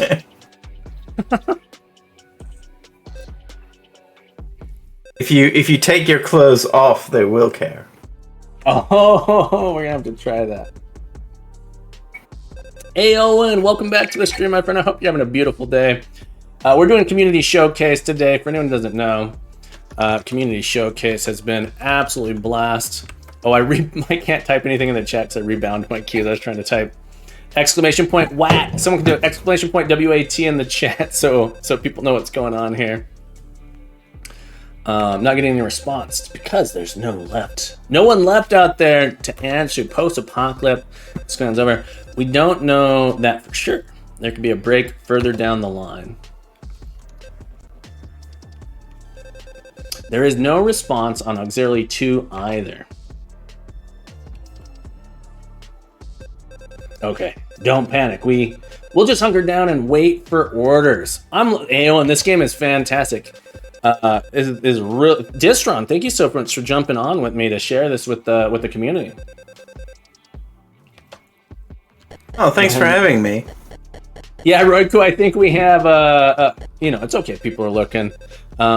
It's my computer workstation here. Sometimes I play games on it. Oh, this is all right. We have a computer diskette. Oh, is that not how that worked? Well, that's the mystery disc. Oh, okay. Whoa. C# Fritz. Whoa. Speaking of incredible people, we're cyber. We got a raid. C# Fritz, folks. If you guys don't know the incredible. You need him back. Turn Pay off attention. My key changes here. Thank you so much for the raid, C# Fritz. You're an incredible person. Absolutely outstanding, folks. If you guys don't know C# Fritz. And if you got a raid and run, I know how it be. Shout out to C# Fritz here, folks. I know a lot of people are out there lurking. Attention, all lurkers. See this little heart right there? See this little heart right there? Click that heart. You want to see a real streamer? You want to see a real how it's really done? Click that heart. Give C# Fritz some love. You want to learn about C#? You want to do some real .NET development? Go check out C# Fritz. Thank you again so much for the read. Have a beautiful day, and we'll catch you soon. For anyone who's new here, I am Captain Coder. Captain Coder is me. I am a computer science educator. My full-time job is to teach computer science and programming at middle school in the United States, ages 10 to 12. It's actually a global school. It's online. It's remote. We do a lot of C# here. I'm so glad you guys could be here today. Today is our community showcase. And right now, so every third Saturday, we do a community. This is our second one. It's been amazing. Second community showcase ever. Have some amazing people here right now. Distron is showing off the incredible work he's been doing on this game. Find it there pinned up above. After Command 52. So what happened? If you ever played the game Missile Command, this is what happened. This is what happens after Missile Command. Not Cyberstar. I'm playing Galactic Invaders here. Very cool. Oh, and I turned off my key rebinds. Got to turn this back on. Hang on. Very cool. So, what is the aftermath of Missile Command? This is a little art. Would you consider this an RPG role-playing game? Wasn't even thinking about what kind of genre it might fall into. That's the sound I guess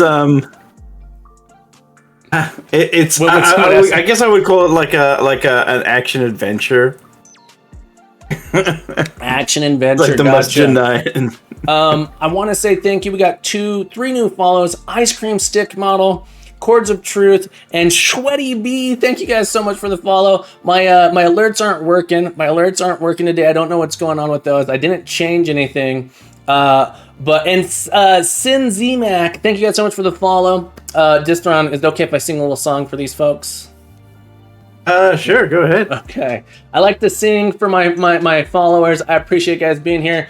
Ice Cream Stick Model. Ice Cream Stick Model.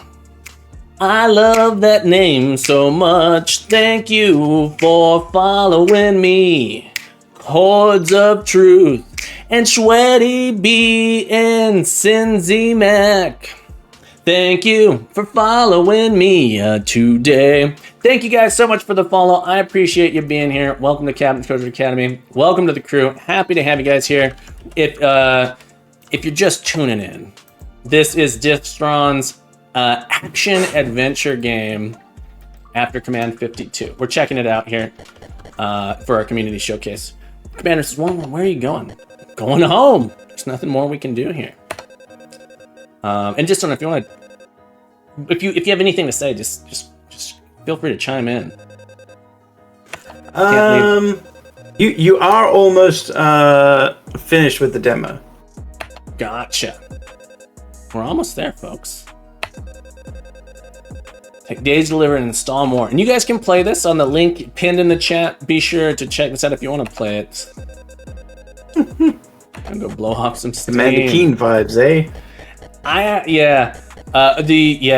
I'm loving it. Jerk. I'll have to find a way to take him out if I want to get out. Jeez. Guns in the armory, but where's the key? All right. Maybe I can seduce him. All right. Hang on. What's more attractive? Oh, I was gonna equip a sandwich. No, I think you just use it. All right, we're gonna do it. Is there a queue we can see? Volt, I'm so sorry. This is gonna be the last one for today. I do have to hop off in about 7 minutes, but we do this every third Saturday. If you hop on the Discord, someone type !Discord in the chat? My keyboard's all rebound here. !Discord. If you hop on the Discord, we will be doing another one next month in October. So feel free to sign up. Any projects are absolutely, thank you everyone for all the Discords. Anyone is welcome to sign up for these. If it's something that I have to download, be sure to get in there at least a week before. I'll be doing another one next month. Oh, I have to. Sorry, I got excited. Oh, jeez. Can I join in? Yikes! I'm getting pelted here. All right.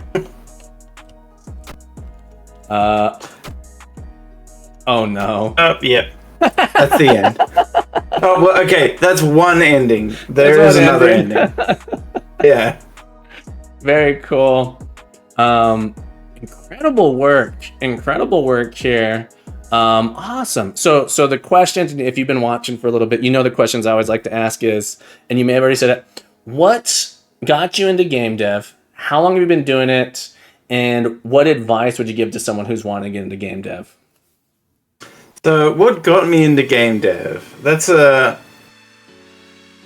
guess I've just always wanted to do it. I remember when I was a little kid, my next door neighbor, his mum bought like a double-decker tour bus, and she gutted it to create like a mobile like display studio for her business. And that gave me the idea of being a mobile video game developer, where we would be making video games on the first level and then like living on the second level. So we're not making like games on mobile, but like the actual studio is driving around the countryside.